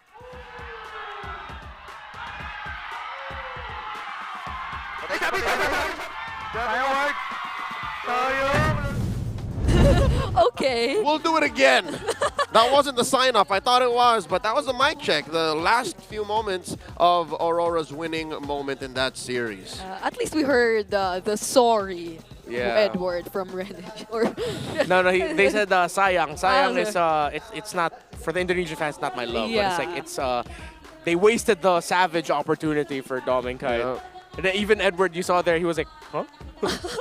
Yep. It's more of what a waste. Yeah. Now for reals this time, on behalf of Renmar Santa Cruz and Breda, my name is Leo at your service. It's been an honor.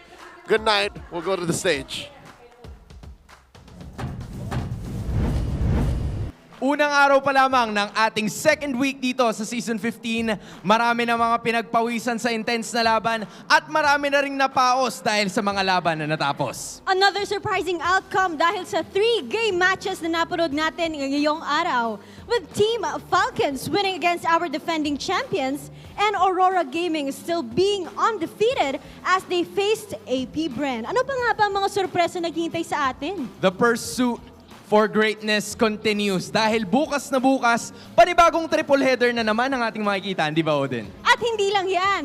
Balita ko may sayawang nagaganap sa ating Golden Month. Na, ano ba ang mga sayawan na to? Parang mamimigay ng cellphone, mamimigay ng cellphone. Tapos gaganon. Ikaw na yan, Hans, Basta bukas. yun na yun. Basta 1 minute, 1 phone. Yun lang ang kailangan nyong makita. Kaya sabay-sabay nating tunghayan yan dito lamang sa MPL Philippines Season 15. Once again, my name is Hans Galeria. And this is your very own Odin. Na nagpapaalala sa inyo na walang makakatumbas sa lakas ng Pinas. See you guys tomorrow!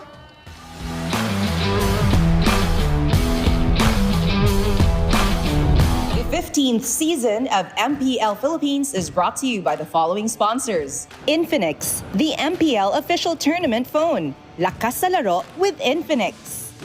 Smart, the official telco partner of MPL Philippines. Our partner in esports, Time Zone. Join the fun at Time Zone. TT Racing, for those who dream, work, and play. TT Racing has your back. Don't miss any MPL action by following our official Facebook and subscribing to our YouTube channel.